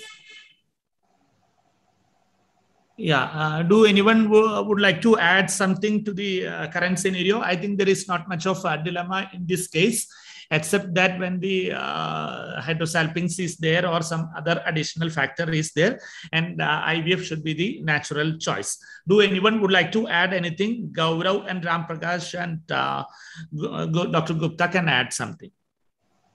Do anyone have anything to add? Yeah. So once they are right, then when you have the hydrosalpinx, you move towards the ICSI. Yeah. So my question is towards the 6 oocytes, those who look dark. Dark means what? Are they compacted? If they are compacted, means there are higher chances they're going to be GVs or immature. No. Yes. Right. Yes. So if you see the compacted and a tight cumulus and then they look dark, then you move towards the IVF of those particular 6 oocytes, and rest G6 you can think towards ICSI. Maybe in this case we can go for a split insemination, half. So 6 mature ones ICSI definitely, and the 6 those who are compacted and they're looking like a GV or immature, you proceed towards the IVF. Yeah, thank you. And we'll quickly move on to the next case. That is female partner, of course, 40 years, married for 2 years, and male factor normal. AMH is 0.4. It's already depleted reserve. Androfollicular follicular count is only 2 in each ovaries, and recruited for IVF antagonist cycle, 6 eggs retrieved. And again, all your opinion, please, regarding the quality of oocytes, fertilization, cleavage rate, and blastocyst formation and implantation. We'll start with Monica Gupta. Doctor, please. So, advanced stage definitely has some effect on oocyte quality, but once the oocytes have fertilized, then there will be no problem with fertilization. And in fact, there are retrospective study, since no randomized control trial can be done on advanced age females. So there have been retrospective studies in which they have seen that ICSI versus IVF, and they have found that the fertilization rate is same in both. And fertilization failure is also same whether IVF was done or ICSI was done, but it was seen that ICSI was done more commonly in poor prognosis patients, in patients who had previous IVF failures. So this data becomes somewhat biased because we don't know actually whether ICSI might help in these advanced age group patients. What will you prefer to do in yeah, this patient, if she comes to you, will you do ICSI or IVF? So in advanced age patients, if the oocyte quality is looking normal and she's got 6 oocytes, which is a good number oocyte, then I would like to go for IVF. Yeah, she may not come for IVF again, ART again. But the fertilization failure rate with IVF and ICSI is same. There is no difference. If fertilization will fail, it will fail with ICSI also. So you will dare to go ahead with IVF, right? Yes. So we will just take everybody's opinion that will you do IVF or ICSI in this particular case. Next is Ram Prakash. Anyway, ICSI always, isn't it? Ram, but at least you can mention something. So basically, yes, as the patient, you can see it's advanced maternal age. So of course, it's very painful for a patient to go in another subsequent cycle. We should offer the best treatment which is available to us as of now. I mean, in these cases, even if the male partner is at advanced age, we can also have for the sperm DNA, and we can even go for the ICSI, which is at least we can have better fertilization rate than the normal ICSI or normal IVF. So in this case, my choice will be to go for ICSI and to give them the best try.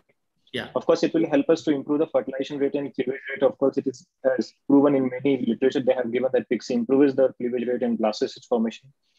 So if we have 6, and if we have done ICSI or PICSI in this case, at least if we have 4 to 5 embryos, at least we can give them a fair chance of 2 cycles with the same ovum pickup. So the patient doesn't have to go for another round of ovum pickup. Yeah. So I would go for ICSI, and if PICSI is available, then of course for PICSI. Yeah, Parag, what will you do if she comes to Kolkata for this treatment? This is very important in India. If you look at the age 40 and AMH, look at AMH 0.4. So ovarian reserve is diminished already, and advanced maternal age, as Dr. Ram rightly said, the advanced age patient may not come again for another chance. So definitely I would go for ICSI if the ICSI is available with that center. And this is it. I mean, I won't prefer to go for IVF in this particular scenario. Yeah, Dr. Saxena, will you dare to do IVF in this patient, or you go ahead with ICSI? Yeah, we would go ahead with the ICSI, since it is also said that with advanced age there is a chance for zona thickening and hardening. So we would go in for ICSI and not IVF.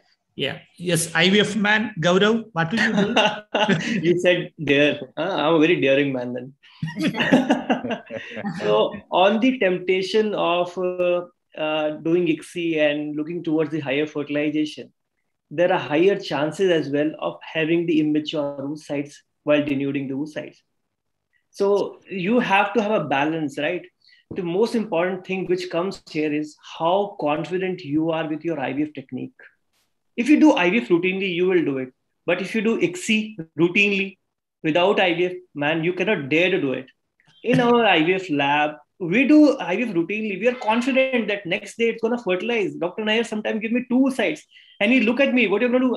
I'm going to do IVF. I know it's going to fertilize tomorrow and I'm giving you good embryos. Don't worry. So the most important thing here is how confident you are with your technique, what you are achieving. If you're good with ICSI, go ahead. If you know your IVF, go ahead. So technique is yours. You have to tell me one thing. If you see after denudation, if you see their GVs are there, so what you will do? I mean, in ICSI, after denudation, you are sure that these are not going to. What you are saying, like if it is GV and you are or M1 and you are doing IVF, if you are giving sperm for for 17, 18 hours.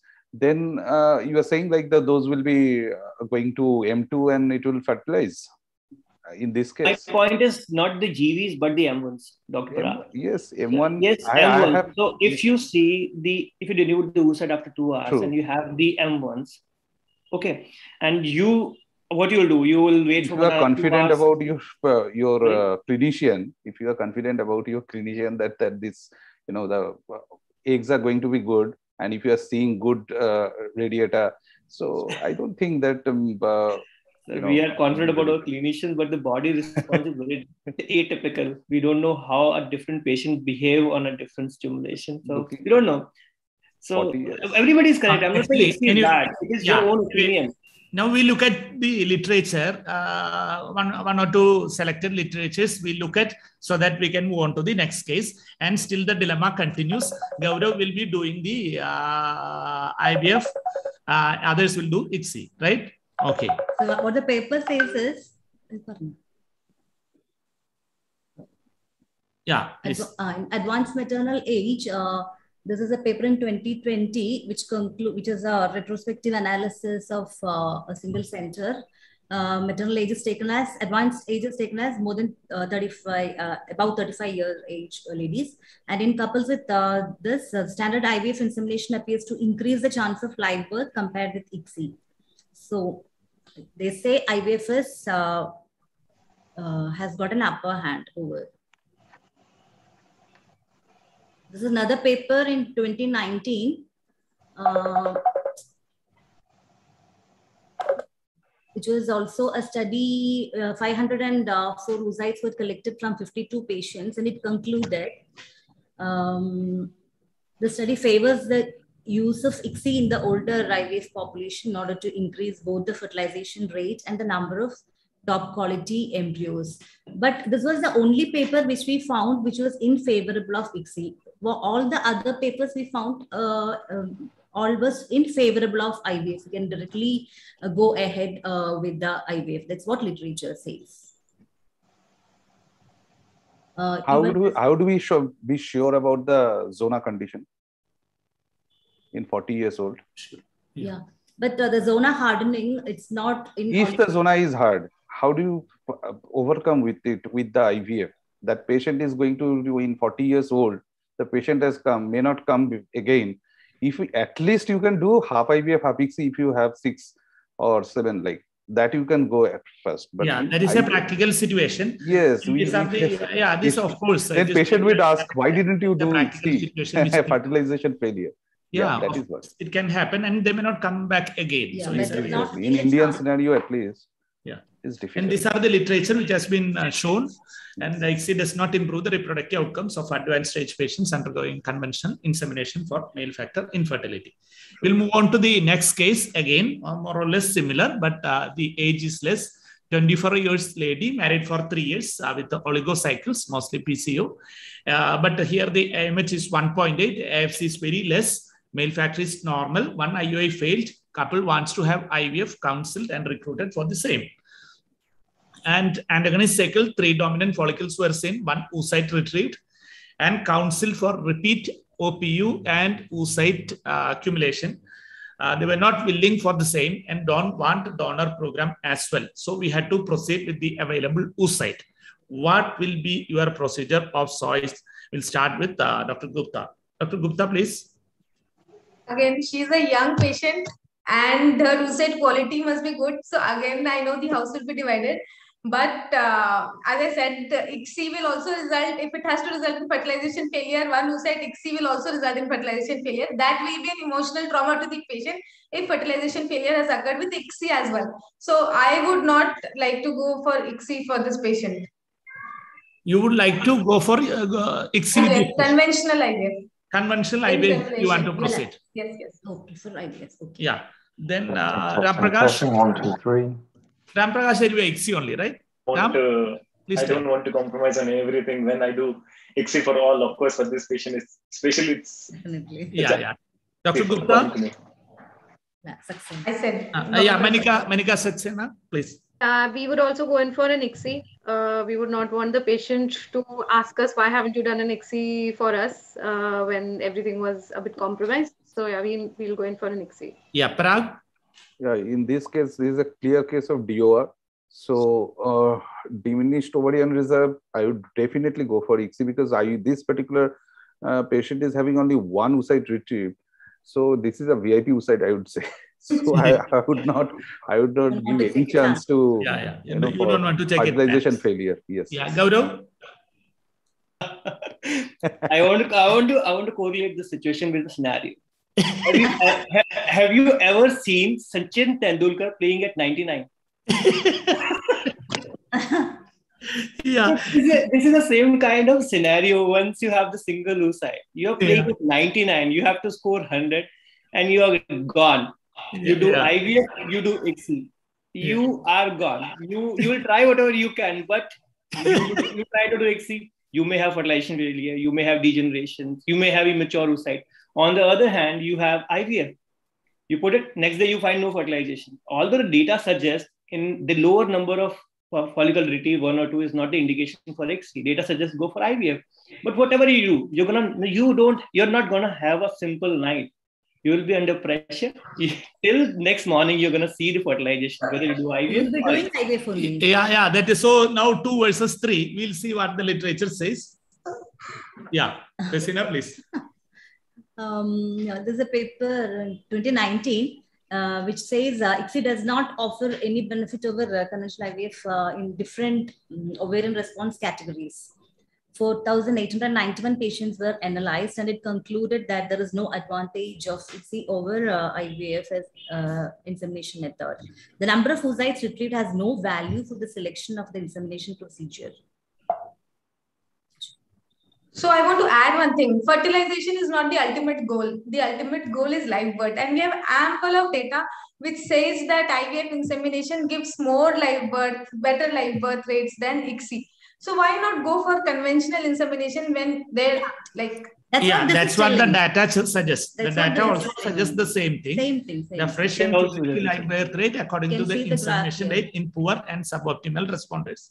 And the blue is for IVF, and it remains almost the same or better with the IVF. That is, ICSI has no upper hand over IVF in this case. And even this thing, 2018 study, which shows the implantation rates, clinical pregnancy rate, live birth rate, everything were comparable to those in ICSI group when 1, 2, 3, or 4 oocytes were retrieved. So ICSI doesn't have any advantage over IVF in low oocyte yield cycles, even when only 1 oocyte was retrieved. So this is favorable for IVF only. So now quickly we move on to the 5th case, as we have only 12 minutes left. And 36-year-old female, male factor normal, history of previous 3 abortions, 1st degree consanguinity, brother has a child affected with Down syndrome. You know where it is going to. Recruited for ART and counsel for PGT, AMH is 4.1, AFC is 6/4, antagonist cycle, retrieve 14 oocytes. Your procedure of choice. In short, the question is, will you do IVF if the patient is for PGT? Is it ICSI in all cases planned for PGT? Is IVF case selection? If you are going for IVF, how should we select the case? Is it applicable to all types of PGT, A, M, SR, and any special precautions to be taken in lab techniques? It's question open to all. We'll start from Gaurav. Be short and precise. Although the data suggests that IVF is not an indication for PGT-A, MSR, so you can go for IVF when you're going for PGT, A, M, or SR. But for my cases, here I'm slightly different. When I have to go for PGT, I do ICSI. I don't do IVF. Yeah. Because I avoid contamination. They can come from anywhere. You're putting sperm inside. Although data suggested, but anywhere while putting the NGS, anywhere anything can come. I don't want mosaic embryos because of the sperm being there. So I prefer doing ICSI when I have to go for PGT. Yeah, Parag?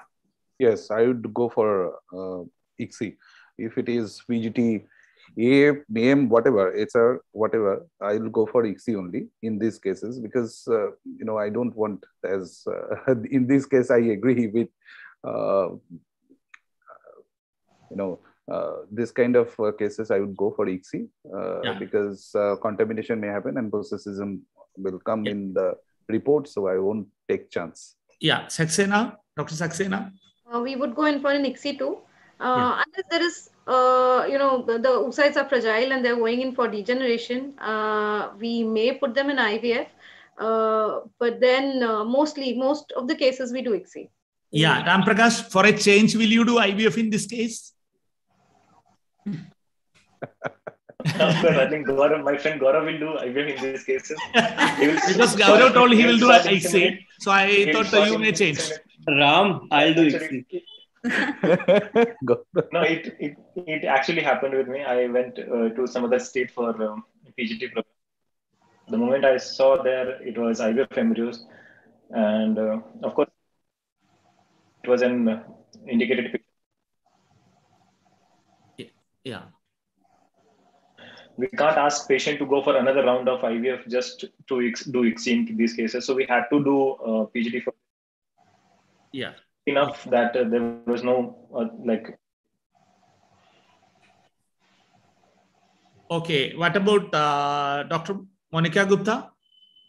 Clear-cut indication for ICSI because PGTA there is risk of contamination from cumulus cells if they are inseminated, maternal contamination and paternal contamination if insemination is done from the extra embryos, the extra sperms that get attached to the oocyte. So this is actually a clear-cut indication for ICSI and it is for all PGTA. But now data is suggesting that if we have newer testing platforms like NGS is one which is it is very sensitive and generally there are less chances of detection of contamination and all. So if you have an NGS platform, then maybe you can go for IVF. But in other cases, if you have chromosomal microarray and other techniques of PGT, then ICSI is the rule.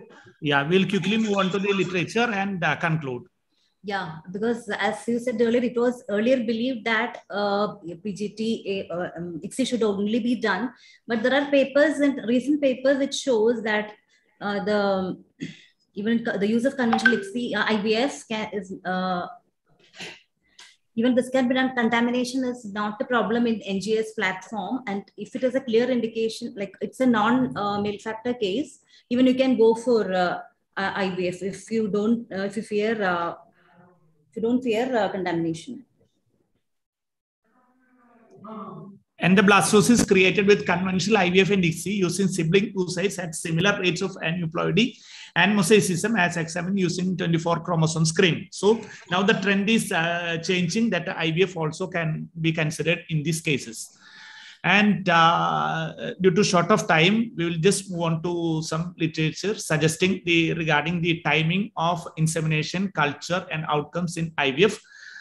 It's a systematic review and meta-analysis. Fesina, please, you can tell something about this. For this, I think, can you please... Time is limited. You can just read the conclusions.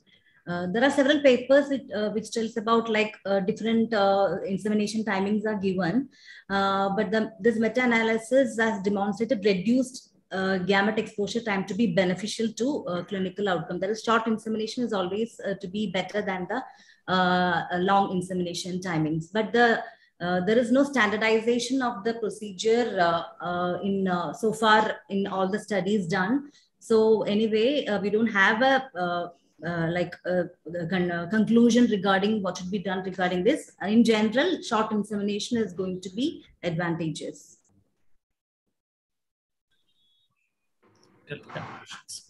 So to conclude this panel discussion, we'll move on to the quick conclusion points. You can just read on. Yeah, so as far as ICSI as being a trend for all, now we have come to, like, it was a good this thing that several people, majority of you are like going into favorable for IVF for some of the cases. ICSI for unexplained infertility without this has been associated with increased fertilization rate in some studies. However, it has not been shown to improve the live birth outcomes. There are no studies addressing whether ICSI of poor quality oocytes improve live birth. ICSI for low oocyte yield does not improve live birth outcomes. For advanced maternal age, ICSI does not improve live births. So these are the things like you cannot straight away go for ICSI in several cases. Only for clearly indicated case like the male factor case only you need to go. ICSI can increase fertilization rates and lower than expected or failed fertilization as previously occurred. Even PGT we have discussed, even there is no clear indication that ICSI is the only method of choice for PGT case. ICSI appears to improve fertilization rate in IVM oocytes, although implantation and clinical pregnancy rates appear higher in IVM oocytes inseminated conventionally. Also on cryopreserved oocytes, ICSI is going to be the preferred method, although limited data currently exist. So in cases without male factor infertility or a history of prior fertilization failure, the routine use of ICSI is not supported by the available evidence. And ICSI requires additional lab experience, resources, effort, and time. Thus, expanded use of ICSI increases the complexity and cost of IVF. So only whenever it is required, only you go for ICSI. And the major advantage of ICSI is that, as we all know, the TFF can be, total fertilization failure can be eliminated. However, reproductive outcomes are similar or even worse to those obtained by IVF. These observations have to be taken with caution, as most studies comparing IVF and ICSI have low quality and varied methodology, outcome measures, and conclusions. And ICSI has disadvantages as well, like more technical difficulties are there, cost is higher, and performing an unnecessary invasive technique in some cases is also there. So questions regarding safety issues cannot be ruled out in ICSI. So it may be concluded that ICSI is not justified in all couples requiring in vitro conception. Additional large and well-designed RCT are needed to clarify definitive indications for ICSI in non-male factor infertility. And there is a beautiful paper where the positives always ICSI, whether ICSI is indicated in all cases or not. Strength, weakness, opportunity, and threat analysis.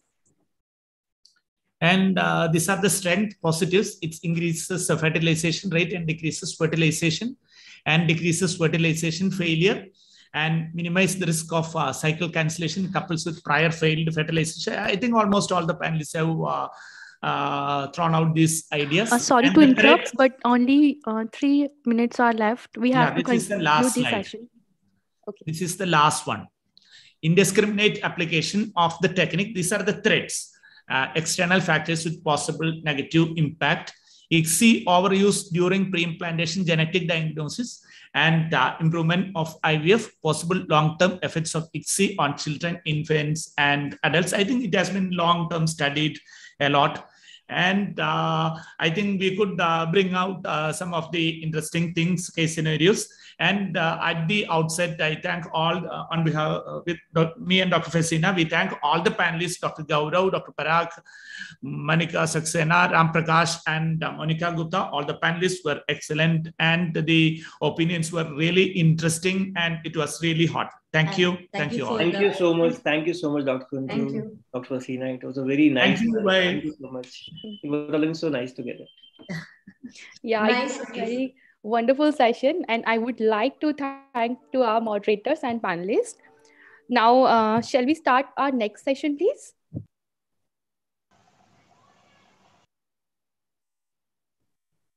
Atul, please. Next slides. Yes, ma'am.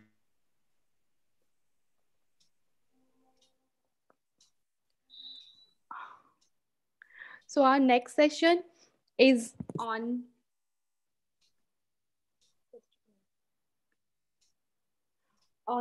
global challenges and innovations in ART, and we have very renowned chairpersons, Dr. Sudha Prasad ma'am. Ma'am is a past president of Indian Fertility Society, and she is director at Matitwa Advanced IVF and Training Center, Vasant Bihar, New Delhi.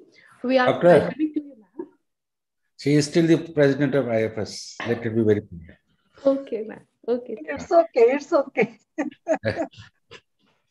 She is still president of IFS. Okay, okay. And KD, we are welcoming to you, ma'am. Dr. KD Nair, sir. He is president of Indian Fertility and Society, and he is chief consultant and HOD at Akanksha IVF Center, Mata Chanan Devi Hospital, New Delhi. And Dr. Neena Manotra, ma'am.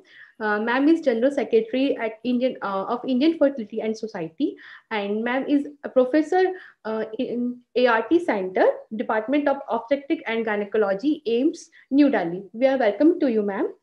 And now, over to our chairpersons. Sudha ma'am, please invite our first speaker, Dr. Richard Kennedy. Thank you, Ankita, and good evening to all. It's my proud privilege to welcome Dr. Richard Kennedy in this IFFS session. He is a medical director of Birmingham Maternity System, UK, and associate medical director at NHS England, member of first NICE Infertility Clinical Guideline Committee, past president of British Fertility Society, past president of IFFS, IFS Associated Direct Education, co-chair of WHO Guideline Development Group. And it's a very, very important topic. He's going to speak on intrauterine insemination. Is this still a useful treatment? So we have learning from this whole academia. We were learning the IVF and ICSI on, but still we have some place of IUI or not. Let's hear from Richard Kennedy. Floor is yours, Dr. Richard. Welcome.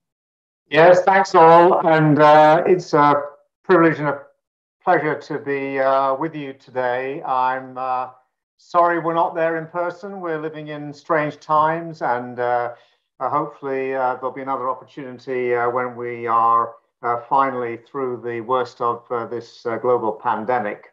So my talk today is on intrauterine insemination.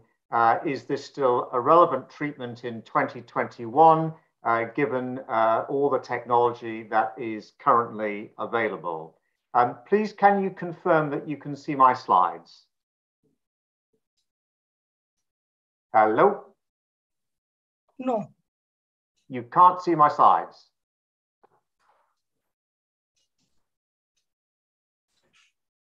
No, sir. Please stop share and share again. Okay, bear with me a second. And okay, I got it. Yeah, there we go. That's it. That's it. Fine. Now we're in business. Now we're in business.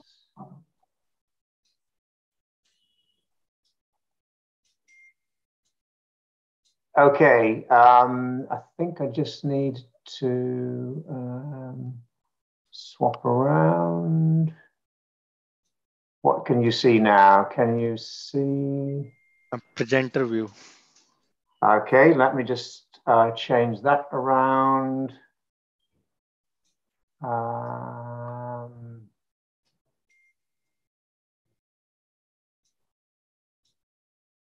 Struggling just to do that.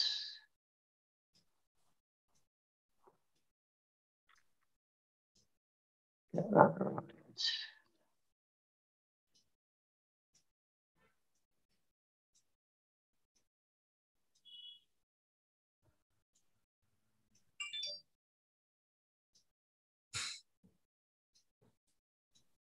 Just trying to, sorry about this. Technical team, please help. So please hide note slide. That Here is we a go. note There slide. we go. Please There hide we that. go. Okay. How's that? Yes, sir. Perfect. Thank you. Okay, so my talk today is about intrauterine insemination, and we've just had a panel discussion on the place of ICSI, and so in the world of high tech, is IUI still a relevant treatment in 2021? I have no declarations to make, no conflicts of interest, and the learning objectives of this talk are, first of all, to discuss the indications of intrauterine insemination, to set IUI in the context of unexplained infertility, which is its main indication, and the possibility of treatment-free conception, to compare the effectiveness of IUI compared with other options, consider its cost effectiveness, and to review briefly the process of IUI. So this is one of the oldest treatments that has been available, as we will know. First described artificial insemination as a clinical procedure by John Hunter in 1790, and then a case series reported by Sims in 1850. Today, how common is IUI as a treatment? Well, it really we don't know globally. The data that we do have is from 2013, published last year by ICMAR, the International Collaboration of Monitoring of ART, and they had reported over 200,000 cycles from 48 countries that had reported. In the last HFEA report, that's the UK national database, then there were well over 30,000 cycles of IUI. So it is a relatively common treatment, and it is its actual prevalence is not known. So how does IUI work? Well, the most common rationale presented is the increasing gamete density at the site of fertilization. But there is probably no question that there are other mechanisms at play. Clearly, often IUI is undertaken alongside ovulation induction, ovarian stimulation. So does it actually overcome an ovulation defect? Is it a question of timing of fertility? Is it bypassing some unreported sexual dysfunction? Is there a mild semen abnormality which it's overcoming? or is there a problem at the cervix, which again is bypassing through the process of intrauterine insemination. Unexplained infertility is the most common indication for IUI, but there are other indications, and to manage a couple who have sexual difficulties, clearly it's not a treatment for sexual dysfunction per se, but the offer of artificial insemination or intrauterine insemination can take the pressure off the couple so that they can hopefully achieve a pregnancy without the pressure of completing sexual intercourse satisfactorily.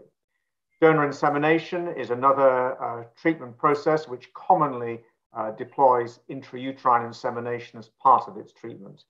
The contentious areas, I think, are male factors. So is IUI an option for couples who have mild male factor? I think it's quite clear severe male factor is dealt with by ICSI coupled with IVF or donor insemination. And the other contentious area is cases of endometriosis. I don't think there's any doubt that in cases of severe endometriosis, IUI would not be a clinical option, but for mild endometriosis, it is certainly, IUI is certainly used, or at least mild endometriosis is not an exclusion. But let's just focus a little bit on unexplained infertility, because this is its most common indication. And first of all, just to remind ourselves of the diagnosis, of the definition rather, of unexplained infertility. And this was revisited by the International Glossary on Infertility and Fertility Care, which was signed up to by a number of international organizations and led by Fernanda Zegas Hochschild from Chile. And this is a diagnosis which is familiar to many of you, infertility in couples who have apparently normal ovarian function, fallopian tubes, uterine anatomy, with regular sexual intercourse and normal semen analysis as per the international definitions. So this is a diagnosis of exclusion after careful investigation of the couple. And just a word on epidemiology. The epidemiology of unexplained infertility is variable globally. So those states in which tubal dysfunction is highly prevalent, for example, some African states, then the diagnosis of unexplained infertility is less prevalent because they're dominated by tubal factor. But in other states, then unexplained infertility may account for, in some circumstances, up to a third of cases. I suspect that's probably rather high, and 20 to 25% would not be untypical for most clinics to report diagnosis of unexplained infertility. So it's a fair chunk of the cases that we see. And the conundrum that is faced by both clinicians and patients is that the diagnosis of unexplained infertility is a somewhat frustrating diagnosis, but more importantly, these couples still have a significant chance of a spontaneous pregnancy. And we all know we're faced with a couple who's been trying to achieve a pregnancy, and then to suggest to them that they might go away and try a bit longer to try to achieve a pregnancy naturally is always a very difficult conversation. But we owe it to our patients to give them that explanation, to present them that data. And this graph that you can see is one of a number of studies which have looked at the chance of spontaneous pregnancy in treatment-free operation. So this is a Dutch randomized controlled trial which compared the cumulative pregnancy rate in women who went on to have treatment compared to women who did not receive any treatment. And as we can see, the cumulative pregnancy rates in treatment-free pregnancy is some 50% over a number, 2 or 3 years following the onset of their visit to the clinic. And what's more important is that we can begin to drill down into these couples and find out those who are more likely to struggle to get pregnant. And that's to say those who have long duration of infertility, those who have never conceived before, those women who are older and so on, and those will more likely struggle. And so the younger women, those that have short duration of infertility and those who have conceived before are certainly open to the process of treatment-free approach. So the clinical management options for couples with unexplained expectant treatment, as I've mentioned, or expectant management, ovarian stimulation on its own, which is generally not recommended, and I'm not really going to cover that. I'm going to focus on IUI plus or minus ovarian stimulation, and then IVF would be the final stage in that process to offer them a treatment approach. So let's have a look in a bit more detail. And it's fair to say that intrauterine insemination has had a somewhat controversial record, particularly in the UK, where the NICE guidelines from 2013 stated in recommendation 119 that for people with unexplained infertility who are having regular unprotected sexual intercourse, do not routinely offer IUI either with or without ovarian stimulation, and then advise them to try to conceive for a total of 2 years before IVF will be considered. I think it's fair to say that there's been quite a lot of pushback to that approach in the sense that intrauterine insemination, probably with ovarian stimulation, as I'll come on to, offers an opportunity for that couple to achieve a pregnancy without going to the cost of IVF.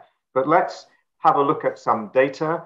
There have been a number of studies over time comparing various options for unexplained, but this is one study which was a randomized controlled trial from the Aberdeen group comparing clomiphene citrate versus expectant management, that's no treatment, versus unstimulated IUI. And as you can see from the three lines, intrauterine insemination is the green line, and there was little really to compare between each of the three approaches. But this is intrauterine insemination without ovarian stimulation. Going on to another study, this is a Dutch multi-center study which looked at intrauterine insemination with ovarian stimulation, and they compared that to IVF, modified natural cycle, compared to IVF with elective single embryo transfer, randomized controlled trial. And again, there was little to choose and no significant differences between each of the three groups. So again, the green line represents IUI with controlled ovarian hyperstimulation, and quite comparable in its success to the other two modalities. This was a pretty seminal study from Auckland in New Zealand, Cindy Farker, a two-center randomized control trial, which was comparing 3 cycles of IUI coupled with ovarian stimulation with clomiphene citrate or letrozole compared to expectant management. And they found a significant benefit, 31% live births in the IUI ovarian stimulation group versus 9% in the expectant group. So a highly significant group in a study which was powered to produce a significant result with live births. And inevitably, there's been a number of meta-analysis. This is a more recent one, which was in fact a network meta-analysis, which enables comparison of multiple pairs. And what this showed was that in couples who had more than 2 years duration of infertility, unexplained infertility, there was a significant benefit with ovarian stimulation and IUI compared to doing nothing. That's to say, compared to expectant management. And that difference was compared, and that modality was compared also with IVF ICSI, and there was no increased benefit gained with IVF ICSI. So we have the data now to show that in those couples who have a particular characteristic, long duration infertility, then they are more likely to do better with IUI controlled ovarian stimulation and no benefit over IVF. And this was an extension of their analysis looking at live birth according to poor prognosis. And when this subgroup analysis was undertaken, it further confirmed that in those couples with a poor prognosis, so long duration of infertility, no prior pregnancy, then we saw an even greater benefit to ovarian stimulation and IUI compared to doing nothing.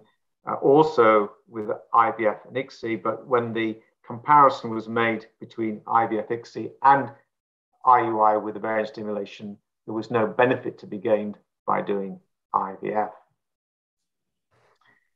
Turning now to two other groups, so male factor, there is in fact limited data for us to be able to determine a recommendation on the use of IUI in male factor. So I don't think we can conclude anything. There are two studies in this Cochrane review published in 2016, small numbers, so insufficient evidence to make a conclusion. And just a word on semen analysis parameters in IUI and whether or not we can conclude any particular semen analysis parameters are suitable for IUI. Unfortunately, there is no international consensus on this, unlimited and limited data. What we can say is that pre-prep semen analysis, total motile counts, shows a poor correlation with live birth rate, but below 2 million pre-preparation total motile count, unlikely to achieve a pregnancy in certainly one study that was undertaken. That was the Manka study. And then post-preparation total motile count, again, a variety, a range of total motile count, which is used post-preparation, that's to say, in IUI, 1 million to 5 million, and no clear consensus as to where the threshold should be. Certainly, typically, I think more than 2 million post-preparation motile count would be required to proceed with any degree of confidence with IUI, although I'd be interested to understand the others' views on that. Endometriosis, I've mentioned already that major degrees of endometriosis would not be candidates for IUI and controlled ovarian stimulation. ASRM Practice Committee in 2006 decreed as much. The case for mild and minimal endometriosis, undoubtedly this will have some influence on fertility, but it is clear that a number of the studies in which IUI has been investigated in cases of unexplained infertility have included mild and minimal endometriosis in their analysis. The cost effectiveness of IUI versus IVF, and this again is from the UK national database, so the Human Fertilization and Embryology database. And what they found was that as the success rates of IUI increased from 10% upwards to 18%, then the cost benefit of IUI over the more high-tech treatments, IVF and so on, became really quite significant. I'm sorry. Just to go back to that last one, became quite significant. So as we increase the success rates and work towards improving, and I guess anything 12, 13% and more, we would see some significant benefits in cost reduction in offering IUI as an initial approach before moving on to IVF. So just a few words on IUI procedures before I just draw to a conclusion. And there's been much read and written about this, and you just have to go onto Google to get your information, and YouTube, and there are all sorts of nice videos produced which demonstrate the techniques and the procedures.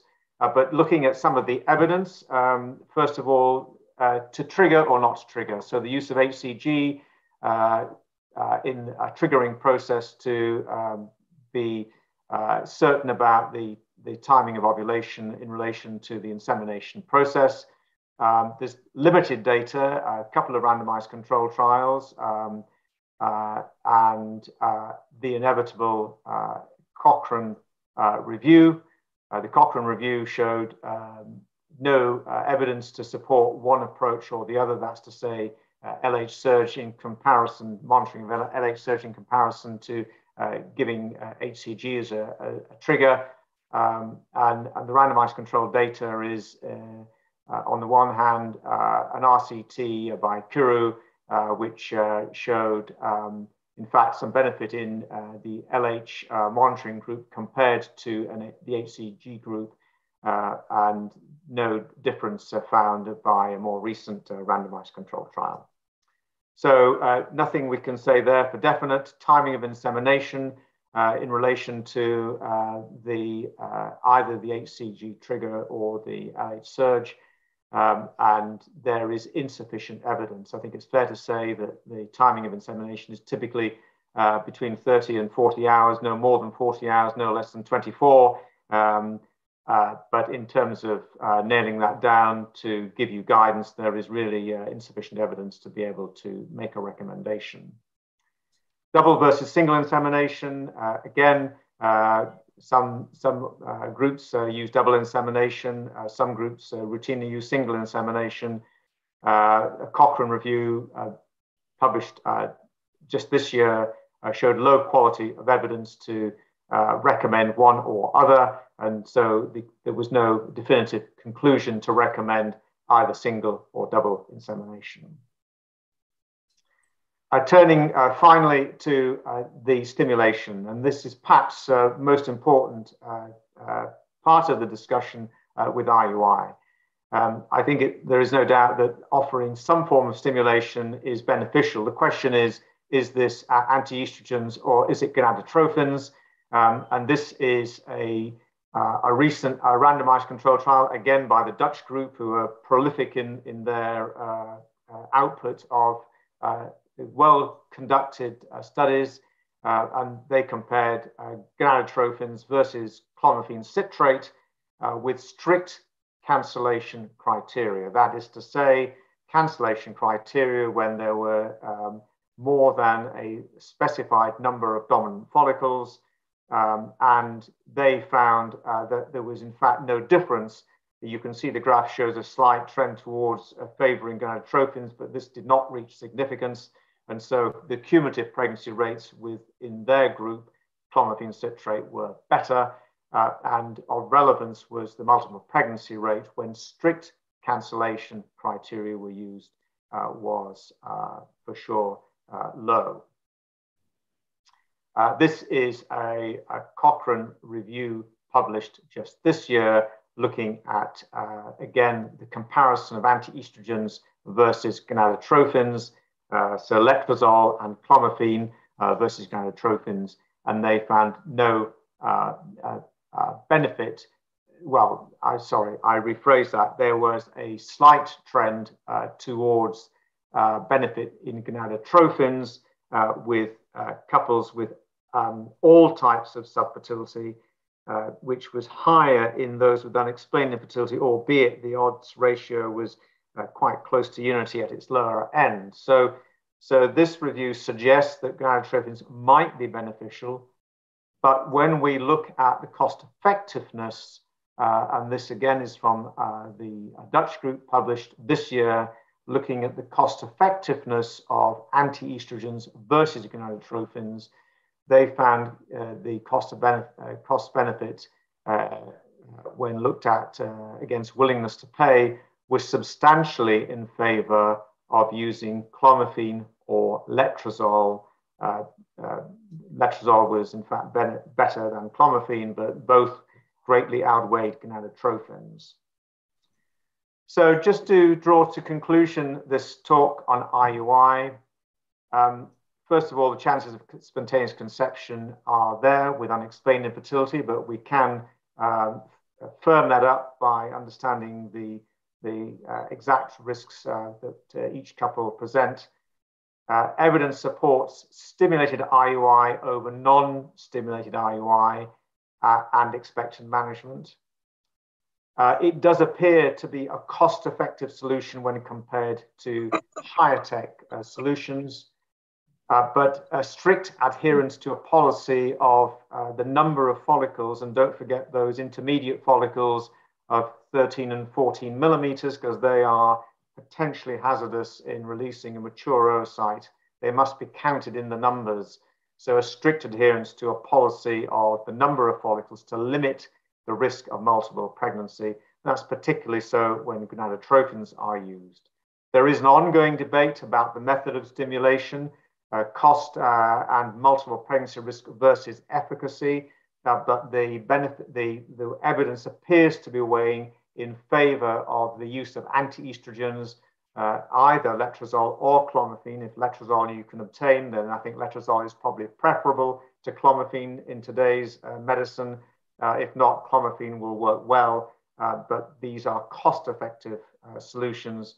And in terms of the procedural detail, there is no consensus. So the bottom line, IUI carefully conducted, combined with clomiphene citrate or letrozole ovarian stimulation, offers an easily deliverable, low risk, low cost solution for those couples who have unexplained infertility before moving on to higher tech treatments. So thank you, Chairman, ladies and gentlemen, for this opportunity. I'm happy to take questions.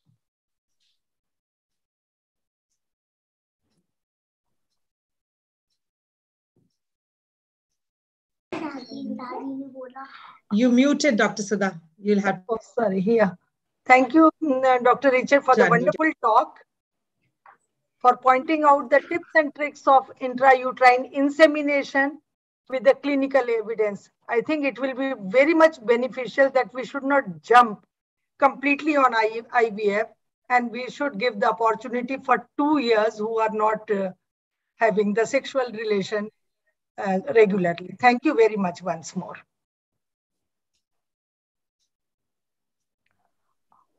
Thank you for wonderful session. Excellent talk, sir. Now, I requested to KD, sir,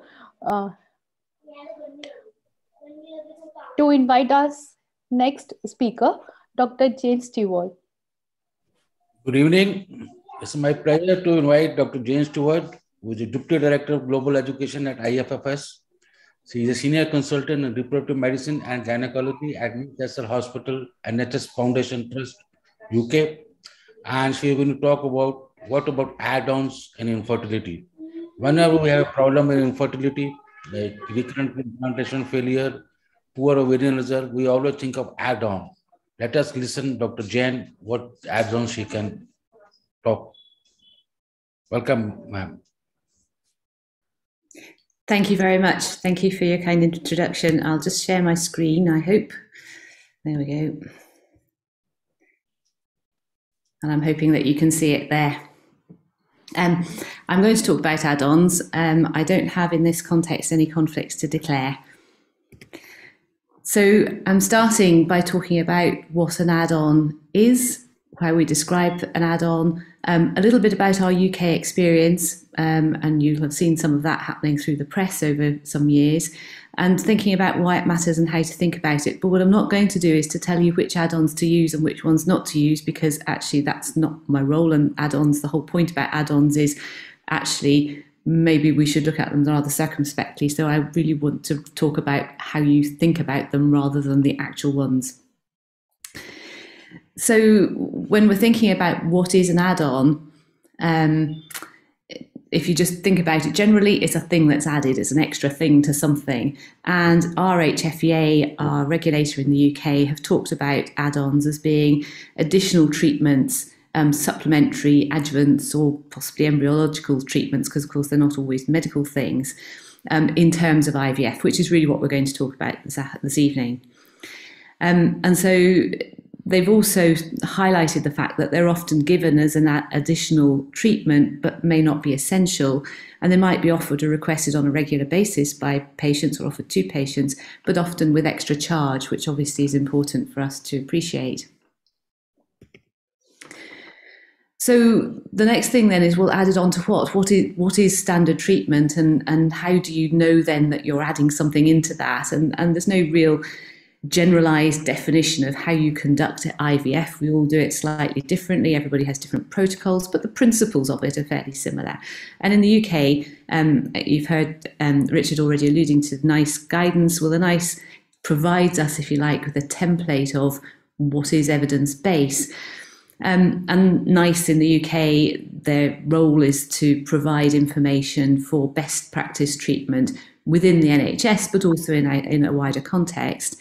But our fertility problems guidance was last updated in 2017, so it's not necessarily the most up-to-date in such a fast-moving specialty.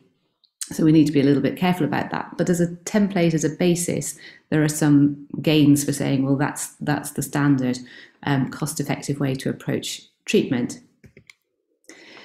But in 2016, so somewhere around the last review, in fact, in the UK certainly, IVF add-ons hit the headlines, and there was a big Panorama programme. Panorama was a big investigative journalist programme on the BBC who go looking for difficult places and difficult things. And they went inside Britain's fertility business, and they did some secret filming, and they did a variety of things, and they discovered that there were a lot of treatments being sold on request or promoted to patients that didn't have good evidence and were not really being thought of in a very appropriate way.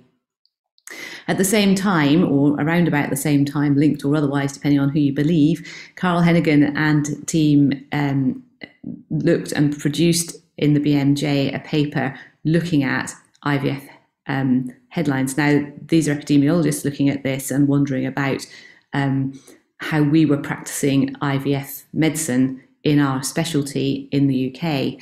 And they went and looked at all of the IVF centres' websites to look to see what treatments were being offered, and related anything that was not straightforward IVF linked, related that then to an add-on, if you like. Now, it was flawed because they added all kinds of things in, and of course most people will include ICSI as part of their treatment portfolio. And although I know you've just been talking about the use of ICSI as an add-on and came to the conclusion, hopefully, that wasn't actually an appropriate thing to do across the board for everybody, ICSI is a bona fide treatment in some settings. And so it wasn't an absolutely flawless paper. However, they approached their looking at it by thinking about whether the treatment's recommended by NICE, had it been the subject to randomised controlled trials, and in particular, was there a Cochrane review available as being the gold standard for reviews? And indeed, were there any adverse effects or risks of the treatment? So it was a very pertinent paper, although it had its critics, and the professional bodies actually wrote a letter back saying that they'd been a little bit not very astute about how they approached it. But it did focus the mind in the UK about what was happening. And as a result of that, there was a kind of a call for change, if you like. And what they had seen was that on those websites, there were listed 38 interventions that people could consider to be add-ons, albeit not always quite that well defined. There were 13 that had NICE recommendations attached to them, but including 2 which suggested that they needn't be used. And that was, for instance, routine hysteroscopy for fertility assessment. And another one was looking at thyroid antibodies, for instance, as part of fertility assessments, some of which would have been charged as extras to people in some clinics. Of the 38, 27 had some systematic review evidence, but only 18 were subject to Cochrane reviews. And of course, that evidence wasn't always positive, but those were the 38 that were there. And what they concluded also was that however you looked at it, whatever evidence you looked at, adverse outcomes were poorly addressed. And of course, we talk always about outcomes in terms of live birth rate and complications, multiple pregnancy rate, and these things were not well addressed for some of those things where it was pertinent. So they highlighted a problem. So in response to that, our regulators, the HFEA, felt that they needed to say something. In fact, they were called to in the conclusions of the paper. The HFEA and NICE should be addressing this, and I think that's not an inappropriate call. So the HFEA looked at a number of things, and their approach was to say, well, can safety be demonstrated? What's the likelihood of benefit of any add-on in terms of standard treatment? And is it a standardized procedure that could be implemented elsewhere? In other words, is it something specific, or is it something that can be spread out over a number of areas? And they've produced a traffic light system, and some of you may be familiar with this. It's openly available in the public part of the HFEA website. And they tried with their scientific advisory committee to look at a key number of add-ons, critical bunch of add-ons, which I'll show you just now, and look at the evidence there. But they very much focused on randomized controlled trials. So something with a green label would have at least one high-quality randomized controlled trial to support it. In fact, they don't report the green light ones because they would feel there was no need to do that. This is information that is being put out primarily for patient consumption, but they have amber and red conflicting evidence from RCTs. In other words, it's still in equipoise perhaps, or no evidence at all from RCTs doesn't necessarily mean it isn't helpful, but there's no evidence to confirm that or indeed refute it. So what's listed, these are them all here. You'll be familiar with many of them, and they've gone up and down in people's favours at various times. But I think what's really important about a lot of this is these are things that often have been introduced into the commercial sector before anything in the way of studies and things have taken place. And an absolute key one is the immunological testing, for instance, and treatment, where that was introduced into the commercial sector very, very quickly when research was still ongoing about what's going on, and is indeed still ongoing about what's going on in endometrium, for instance, and we don't have the knowledge and the understanding of it even now. So there are many things here that have already been put into the commercial sector without the good background scientific evidence or indeed the trials to support them, which is why they're being highlighted in this list. So this is the HFEA list of amber and red as a caution to patients about things that they might be offered, and which appeared certainly on the list of the 38 interventions that Carl Hennigan's group found, and that were being offered at a cost to people on websites.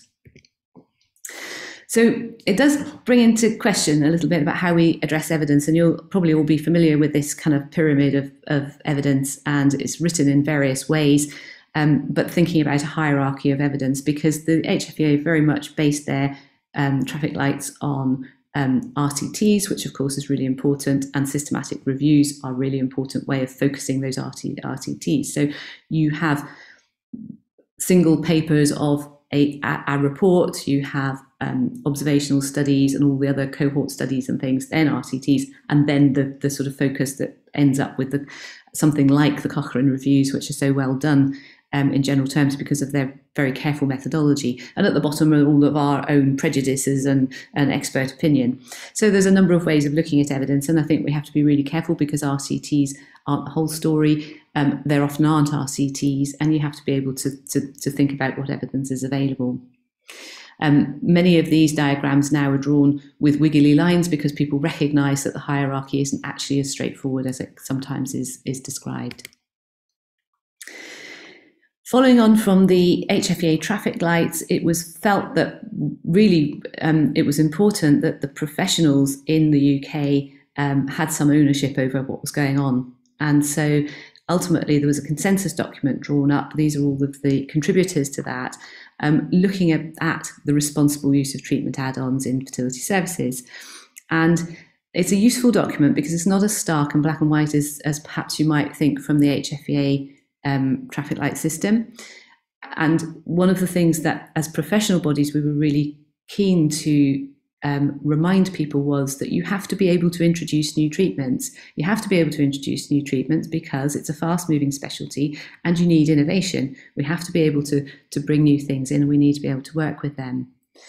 And also that this isn't all to do about commerce, but actually there is an absolute desire by practitioners and professionals across the board, and we're not just talking about doctors here, but embryologists and everybody else, to improve the outcomes of treatment for people, either globally or as individuals.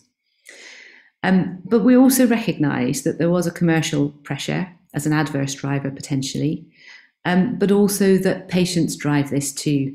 And there are many times when people will come along and say, yes, but I've read this and I would like to do this. And if I'm paying for my treatment, I want to pay for this, and please will you do it for me?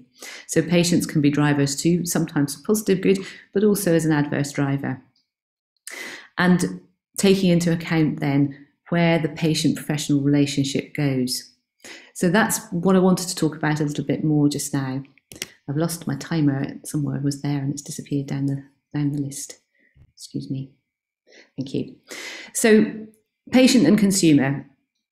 We questioned whether or not we've redefined the doctor-patient relationship in reproductive medicine. In other words, if people come along and say, this is what we'd like, do we give that to them, or actually do we think about it with them and go around this? And the other development that's happened in the UK very recently, which you may or may not be aware of, but the consumer services, governmental services have taken a look at this and have provided a very clear guidance now for fertility clinics about consumer law, about how they advertise, what they're doing, and how that then translates into treatment. Because what they could see was that there was a big commercial driver for some things in some settings, and that wasn't probably the right way of setting about it. So we have also now got commercial law, or consumer law, beg your pardon, having an impact on that doctor-patient relationship in potentially. Oops. So how do we do this then? How do we sort this issue out about evidence and good evidence and not so good evidence, and then all those pressures? And I was trying to think about, how do you do that? Well, you could be very blinkered and say, well, okay, there is no evidence, there's nothing really to tell us what to do here, so we just won't offer that. And that's a line that some people would take on that basis. You've got to have the evidence base, and therefore, but we have this grey area around some of the evidence base, which makes it hard. You could go down the other line and say, well, you just treat everybody with anything they want because, you get some revenue from that. It's a really good commercial thing to do. If they want it and they pay for it, well, then take the money, that's fine. But also, of course, where hopefully most of us are, is this idea that you see your patients as an individual, you'll think about those add-ons, those treatments, those whatever you're talking about, think about it and see how it fits in the context of their history, of what they're doing, of what they're looking for. So I wanted to talk a little bit about the doctor-patient relationship because I think it's really important. And although I talk about doctor-patient relationship, there are, of course, similar things in terms of embryologist-patient relationships. If they're patient-facing and have those discussions, then it's those relationships too. Nursing-patient relationships also. But there's a very clear definition of it provided by our General Medical Council, which is, of course, well revered worldwide. But it is a knowing request of a physician by a patient, and the physician knowingly accepting that person as their patient. That's where it comes from.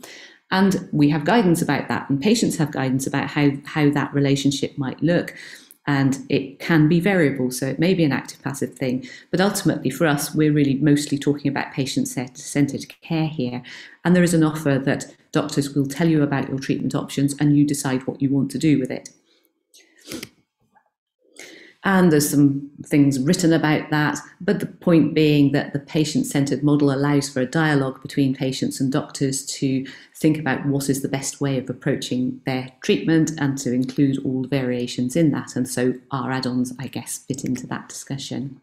However, we are, and I expect it's very similar in India as well and across the world, doctors sit very high, just behind nurses on this table, in the veracity index, in the trustworthy index of being trusted people. So if we say something, people believe us, and we need to be careful to maintain that integrity. And we have to therefore be open and honest with our patients in order to maintain that. Because what's the harm here?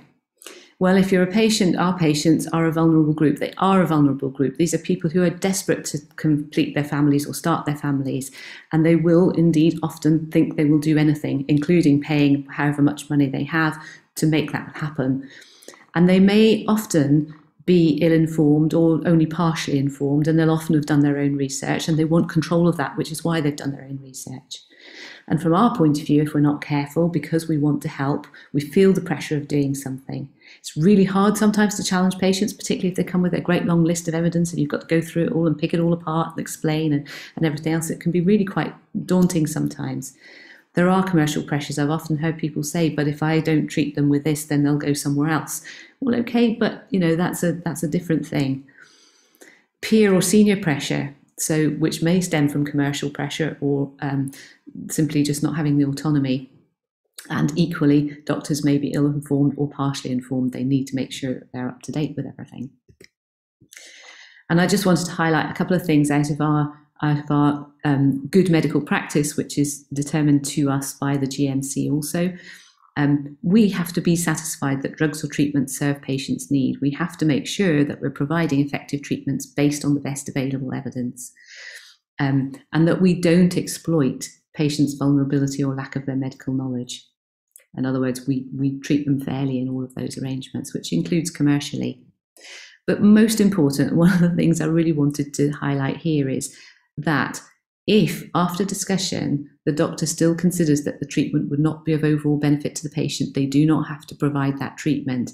Now, I'm sometimes challenged by patients who say, but you're just an NHS doctor. I think that's a good thing to be, but nevertheless, if I went privately, they would provide me with this. And I want to be able to say to them, yes, actually, but and I don't have to do it if I don't think it's the appropriate thing to do. And I think it's really important to remember that we don't always have to treat people with what they want. And it's important. So what does it all mean for us? And I hope it hasn't seemed like a whole lot of gobbledygook thinking around those things. But I think what I wanted to say was that whilst we might have these amber and red labels on some treatments, if we're careful, those are not a bar to treating people empirically. It's not that we can't use our medical astuteness to treat people appropriately.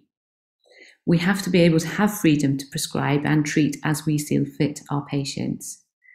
And that might incur extra costs to a patient, but that each time we do that, it has to be a considered decision. So there is not a shopping list of things that a clinic will offer where a patient can come along and say, well, okay, I've got this much money, I'll have that, that, and that, thank you very much, and add it on to what I'm doing, and hopefully that'll do the thing that's making the difference that will give me a better chance, when the evidence is not there for most people. So there is no shopping list for patients, and it's okay to say no, and indeed it's really important at sometimes to say no. Why does it matter? Because we have to treat our patients with integrity, because we should be proud to provide expert medical care in partnership with our patients, because, as I've said already, and a frustrating thing that seems to be an issue is that we are not shops putting out and selling our wares. So our websites may say things, those are not there for people to pick and choose. Those are there to allow them to understand what those might cost if they were done, but they need to be done in the right setting. And ultimately, a thing that frustrates me very greatly, and you may have a similar thing here, we're often described as an industry, the fertility industry, the fertility sector. I believe we're doctors undertaking medicine for people who need medical help, and we are not an industry, and that's how we should be acting. So I'm going to end there. I'm happy to answer any questions. I'll just pop that up for the IFFS in the meantime. But thank you very much for your attention. Thank you, ma'am, for giving a wide perspective of ads-on in infertility and about dwelling on the doctor-patient relationship. I think that was something new we have to think in future, that it is not a commercial activity. It's a more of a doctor and patient relationship. Thank you, ma'am. The question will follow later on. Thank you so much, ma'am, for this knowledgeable talk. And now I requested to Dr. Neena, ma'am, please introduce our next speaker, Dr. Alan Ticherney. Good evening, everybody. It's indeed an honor and a pleasure to introduce none other than Dr. Alan Ticherney, who is currently the Deputy Clinical Director for Academic Affairs, Director Reproductive Endocrinology and Infertility Fellowship Program and head of the Reproductive Endocrinology and Gynecology of the Eunice Kennedy Shiver National Institute of Child and Health and Human Development, which is NICHD of the National Institute of Health. He deliberates today on global health, reproductive health, the future of medical communication. Welcome, Dr. Tichani. The floor is yours. Okay, good evening. Do you have my slides or do I have to load them? Okay, good. Okay, for the next few minutes, we'll talk about the future of medical communication. And medical communication essentially is journals. People are not reading textbooks anymore. People read journals. So I'd like to provide some insight into journals and how they will change over the next decade. I have nothing to disclose. Oh, my slides are not, there we go, great. Okay. So what we're going to talk about is global reproductive health as far as communication is concerned, since this is a global meeting. And although some of the things that I say will seem dark, the truth is that this is a bright future as far as medical education. And even this meeting today, the fact that I could be here in the United States speaking to a group in India shows how far we've come. Okay, these are advancing automatically, but that's, I can live with that. We must have measures. Unfortunately, we have to have measures as far as the how good the journals are and integrity, as our last speaker talked about. The impact factor is something that we measure. It's easy to understand. It's the last 2 years of publication, how many times your articles in your journal are cited, and it's based on a number of pages, of course, in the journal. So although people complain that we run everything by numbers, the truth is we have to run things. We have to have some method of evaluating things. Now my slides are not progressing, so can I just say next slide and somebody can do it? Perfect. Okay. So why do people publish? Well, faculty advancement, of course, is important, and there has to be some measure for that. Recognition by peers is important. That's another reason to publish. Some people actually have the need to publish and enjoy it and feel driven to do it. It's the only way to get research funding is to document your work. And of course, there is the overall goal to improve patient care. Okay. So what makes a good reviewer? The peer review process is extremely important. Time spent on the review is important. The longer you spend on the review, the better the review. Should it be blinded or not? This is a controversy that goes on. My own feeling is it's not good to expose who the reviewers are because you don't get as good a review.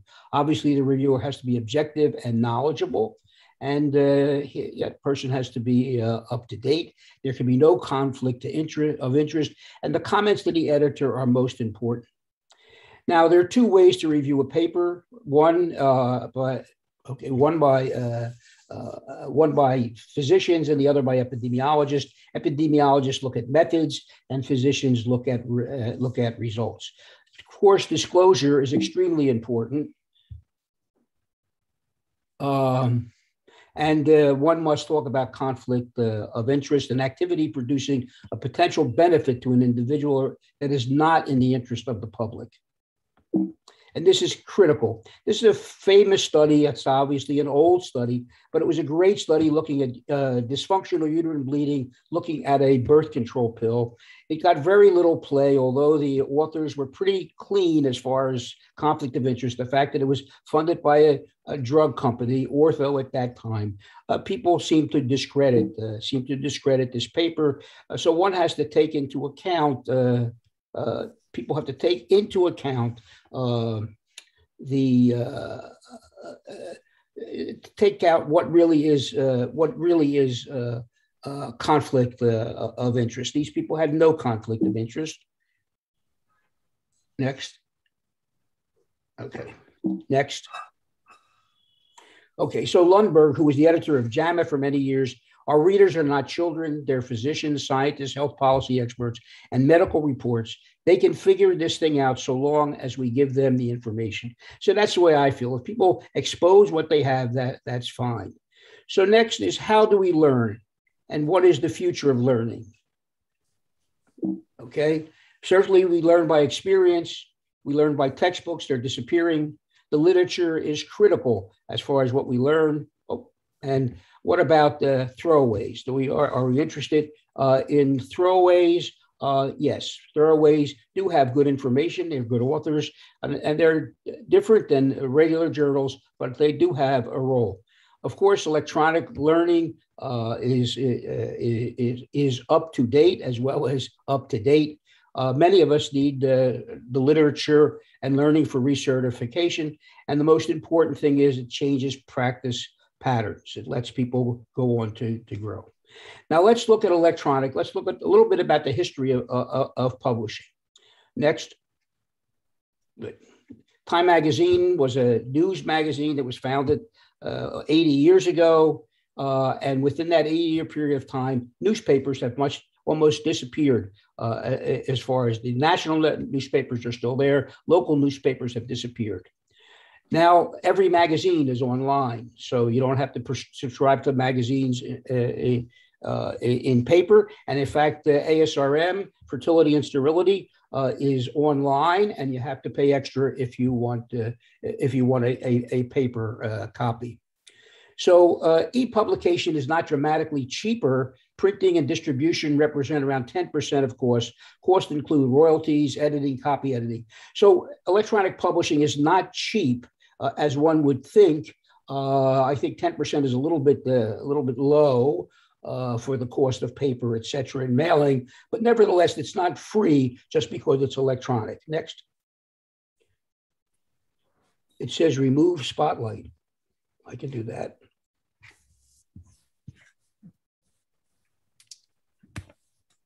Okay, good. Now, the electronic publishing industry is very tied to the entertainment industry. This is MTV. Do you watch MTV? Next slide. Most people do not watch MTV, yet there is a whole generation of people that learn from MTV. Do you read from the computer screen? I don't read from the computer screen. I have to print things out. There is a whole generation of people that only read from the computer screen. And in our fellows' office, the journals are piled up in paper journals because they don't read it. They go right to the screen. Next. Good. Oh, okay.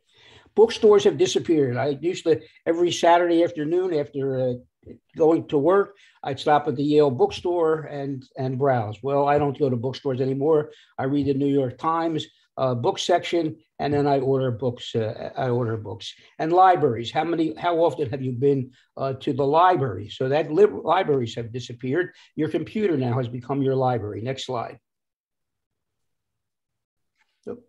Okay. E-books have replaced, to many of us, written books. I like to have a written book and put it aside. But the truth is, I have a library of many books, and I can't.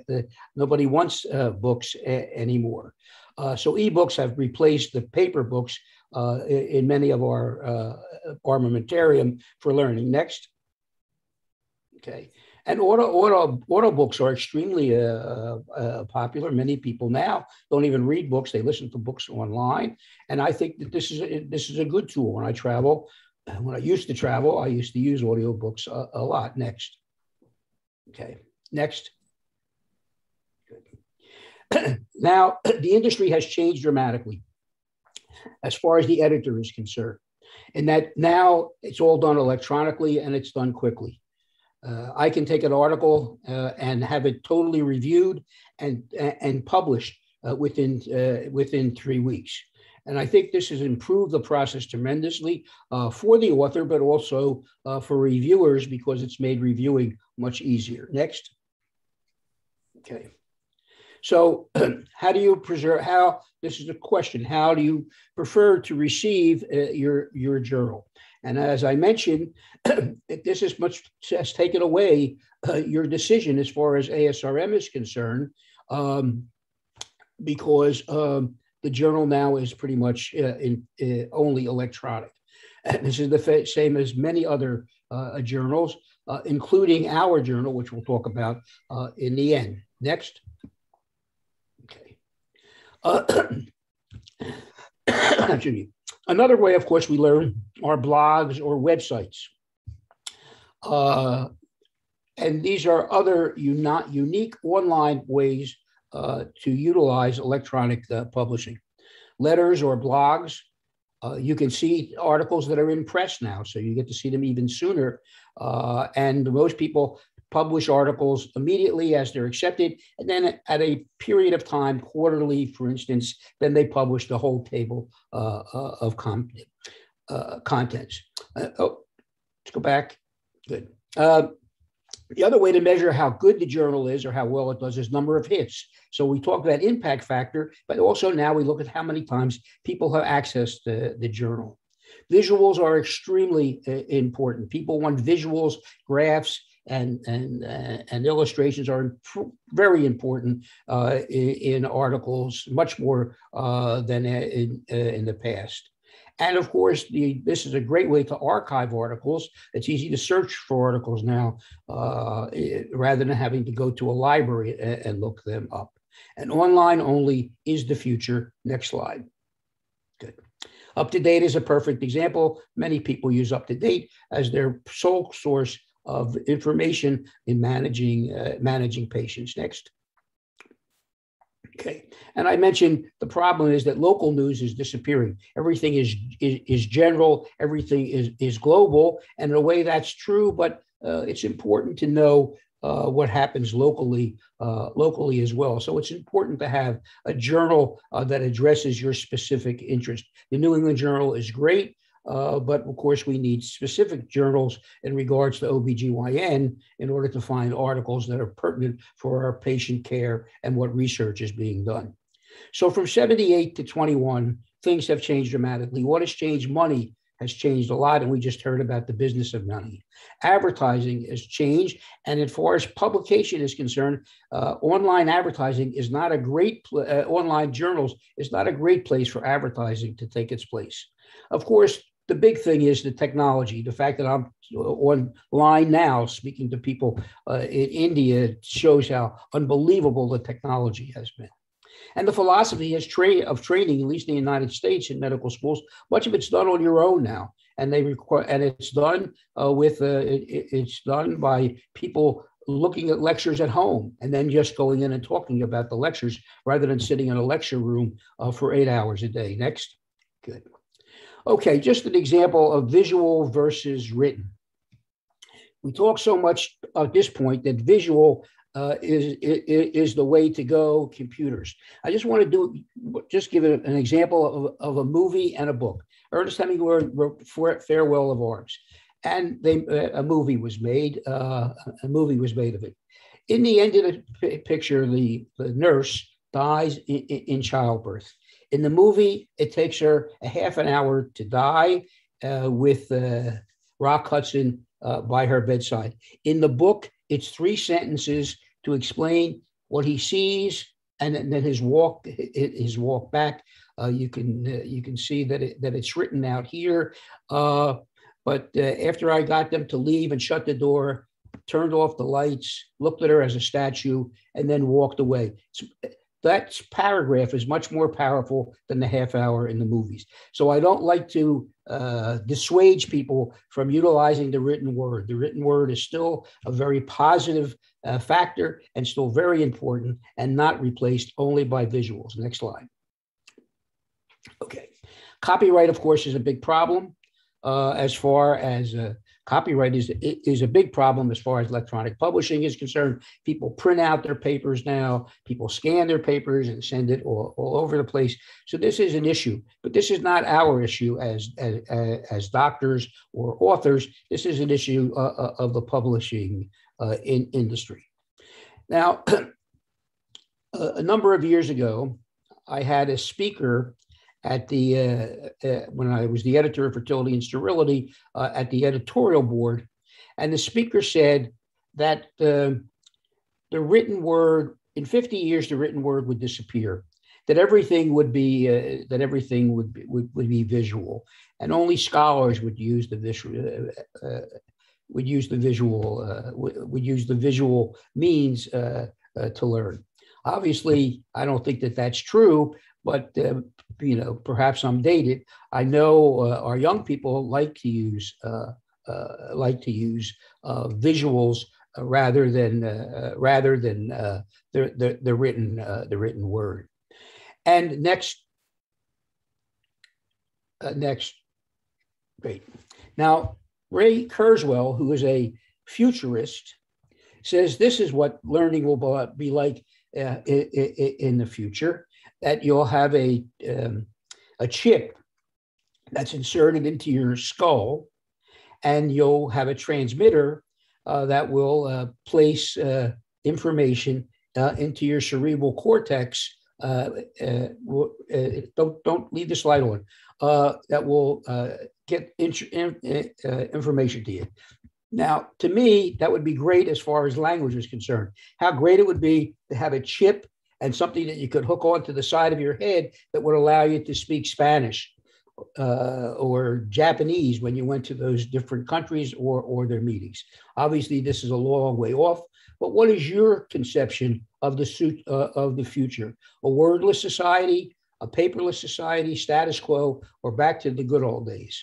Obviously, it's somewhere between A and B, but it's important to keep that in mind, that this is a rapidly changing field, medical publishing, and one has to keep up to date as far as what is occurring. Next. Good. So unfortunately, these wonderful old libraries will still exist, but we won't be using them because number one, future generations will not be trained how to use them unless people are specific scholars, and there'll be no reason to do this. Like I said earlier, I have lots of books, as we all do. Nobody wants those books. People are downsizing, and people have no place to place those books. And this has all been replaced by these giant storage places for educational material and anything you want online. You have a book that you love, you don't want to get rid of it, an Ernest Hemingway novel, you can always get it online. Oh, back one. Back up. Okay, next slide. After this issue. Okay, well, this is just from the University of Pennsylvania Library, and it just shows how things have changed. In 1990, there were no e-books. Now they have, and this is 10 years old, they had 508,000 books, and e-journals, 79. So you can see that the trend is clear towards electronic publishing, both in books, but most important in journals. Next. A long time ago, about 10 years ago, I wrote an editorial, Fact Sheet to Act Sheet, in Fertility and Sterility. And the point was that my generation wanted to know facts, why things happen. Today's generation wants to know what to do. And although electronic publishing is good for both factors or both generations, certainly it's a little bit more applicable to people that want to know what to do, because they can go to an abbreviated publication and find out exactly where the information is just by typing in a question, and it shows up. You don't have to go back to paper journals, look up the table of contents, etc. But next slide. This doesn't mean that we're changing things dramatically. We still must have high standards as far as publication is concerned. Just because things are Googled, that doesn't make them correct. Next. And the same thing goes for social media. As you know, Facebook is under tremendous pressure as far as what they publish and how they censor people. And I think we cannot depend on social media for good information. It has to be from the experts. And that's why online journals or journals are the place to get your information. And here you can see the bottom line is the transformation from paper journals to online journals. Next. Okay, next. Next. Okay, next is open access. What is open access? That means that your journal is put online and everybody can access it. So the payment is not for the journal. The payment is to have your article published. This is a new philosophy. It's a challenge to the publishing industry, and we'll have to see how that works out. Next. Okay. And of course, the fake news is or fake data is a big issue now, and we have to make sure that our data is correct. So although we're being very modern and up to date, we also have to keep our integrity intact as medical authors. So Global Reproductive Health is our journal. It's an excellent journal. It's the journal of IFFS. I can process articles within 2 weeks from the time I receive them. So I urge you all to submit to Global Reproductive Health. We also publish the Surveillance, which is a document that comes out every 3 years with supplements in between that looks at global ART, in particular, as far as outcome is concerned around the world. So we also publish that. But I urge you to publish our articles. I try to keep them short so that people can get through them quickly and have a specific, great impact as far as the information that is concerned. And I try to get a global perspective. Getting things from the developing world is important. It's important to get things into the developing world, but it's also good to get things out of the developing world. We also publish updates as far as practice guidelines are concerned. Next. Next. Recently, we've started our webpage. I urge you to look at the webpage. It's filled with good information. The lower left-hand corner shows that there's a pane for the journal, but the rest of the information is also excellent. And this is a good way at no cost to keep up. Next and last slide, I think. One more slide. Up. One more. There we go. So this is Global Reproductive Health. It's the journal of IFFS, and I urge you to submit to this journal. How do you do it? It's very easy. Go online to Global Reproductive Health, the journal, and it will instruct you how easy it is to submit your articles to us. Next slide, and I think that's it. Good. And this is just, as the last speaker said, let's hope we get to see everybody in Athens in April. Thank you for your attention. Thank you, Dr. Chittani. It was indeed a spectacular and a fantastic lecture. You took us through the journey of publications moving from the standard books to the recent electronic world, with digitalization. I think the bottom line is publish or perish. Be it clinicians, researchers, all alike, we need to publish, keep ourselves updated, and also make everybody aware what we are doing in whichever part of the world we are. Thank you very much once again.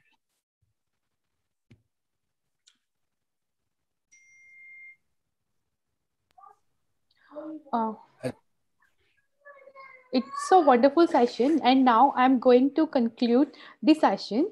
I would like to thanks to our respected chairperson for their presence and speakers for their knowledgeable talks. Thank you, sir, for their presence. One important information to those who wants to see the oration, please go to the Fertivision website and log in there in Hall A. Thank you.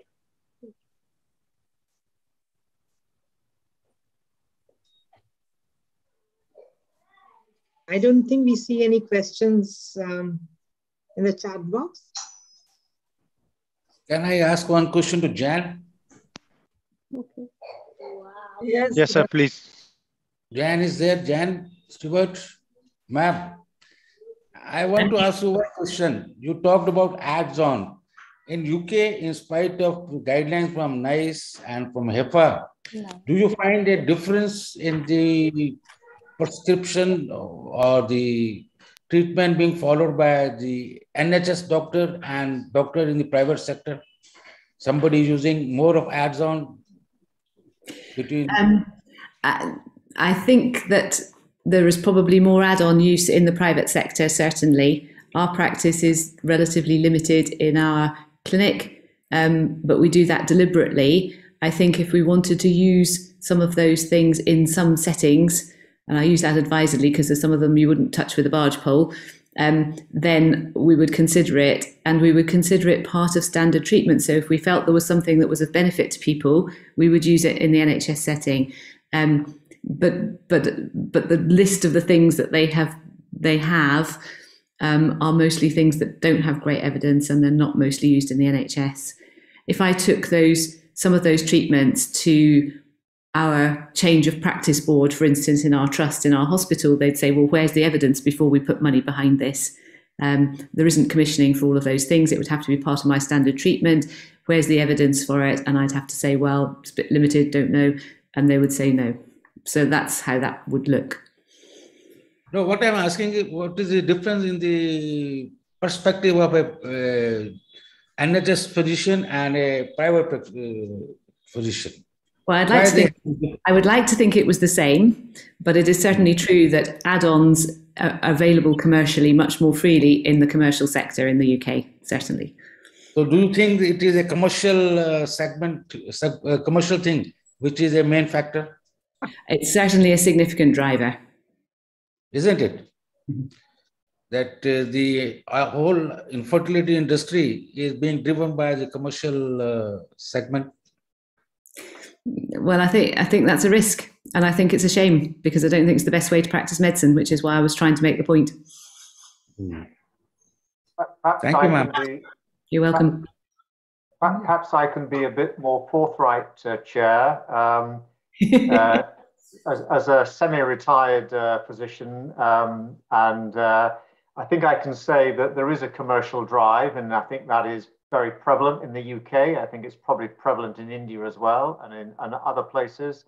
And certainly, if you look at the costs that couples incur, by the time they have gone through a range of so-called add-ons, in addition to the base cost of their IVF ICSI treatment, they can sometimes double or treble the baseline cost of their treatment through the addition of unproven and therapies that lack evidence and so on.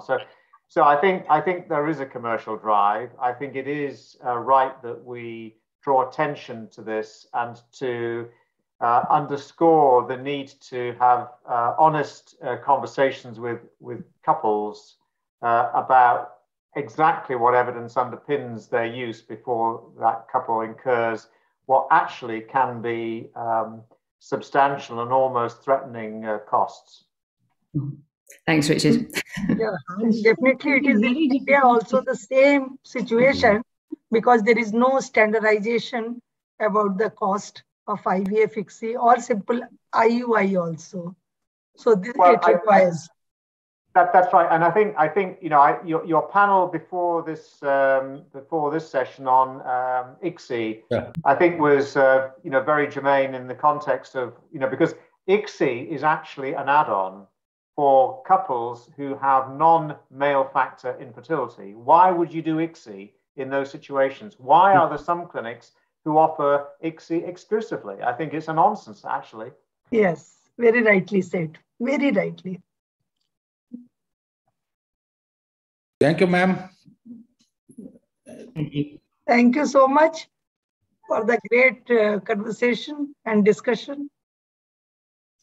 We can end the session here. Thank you for having us. Yes. Thank you, sir.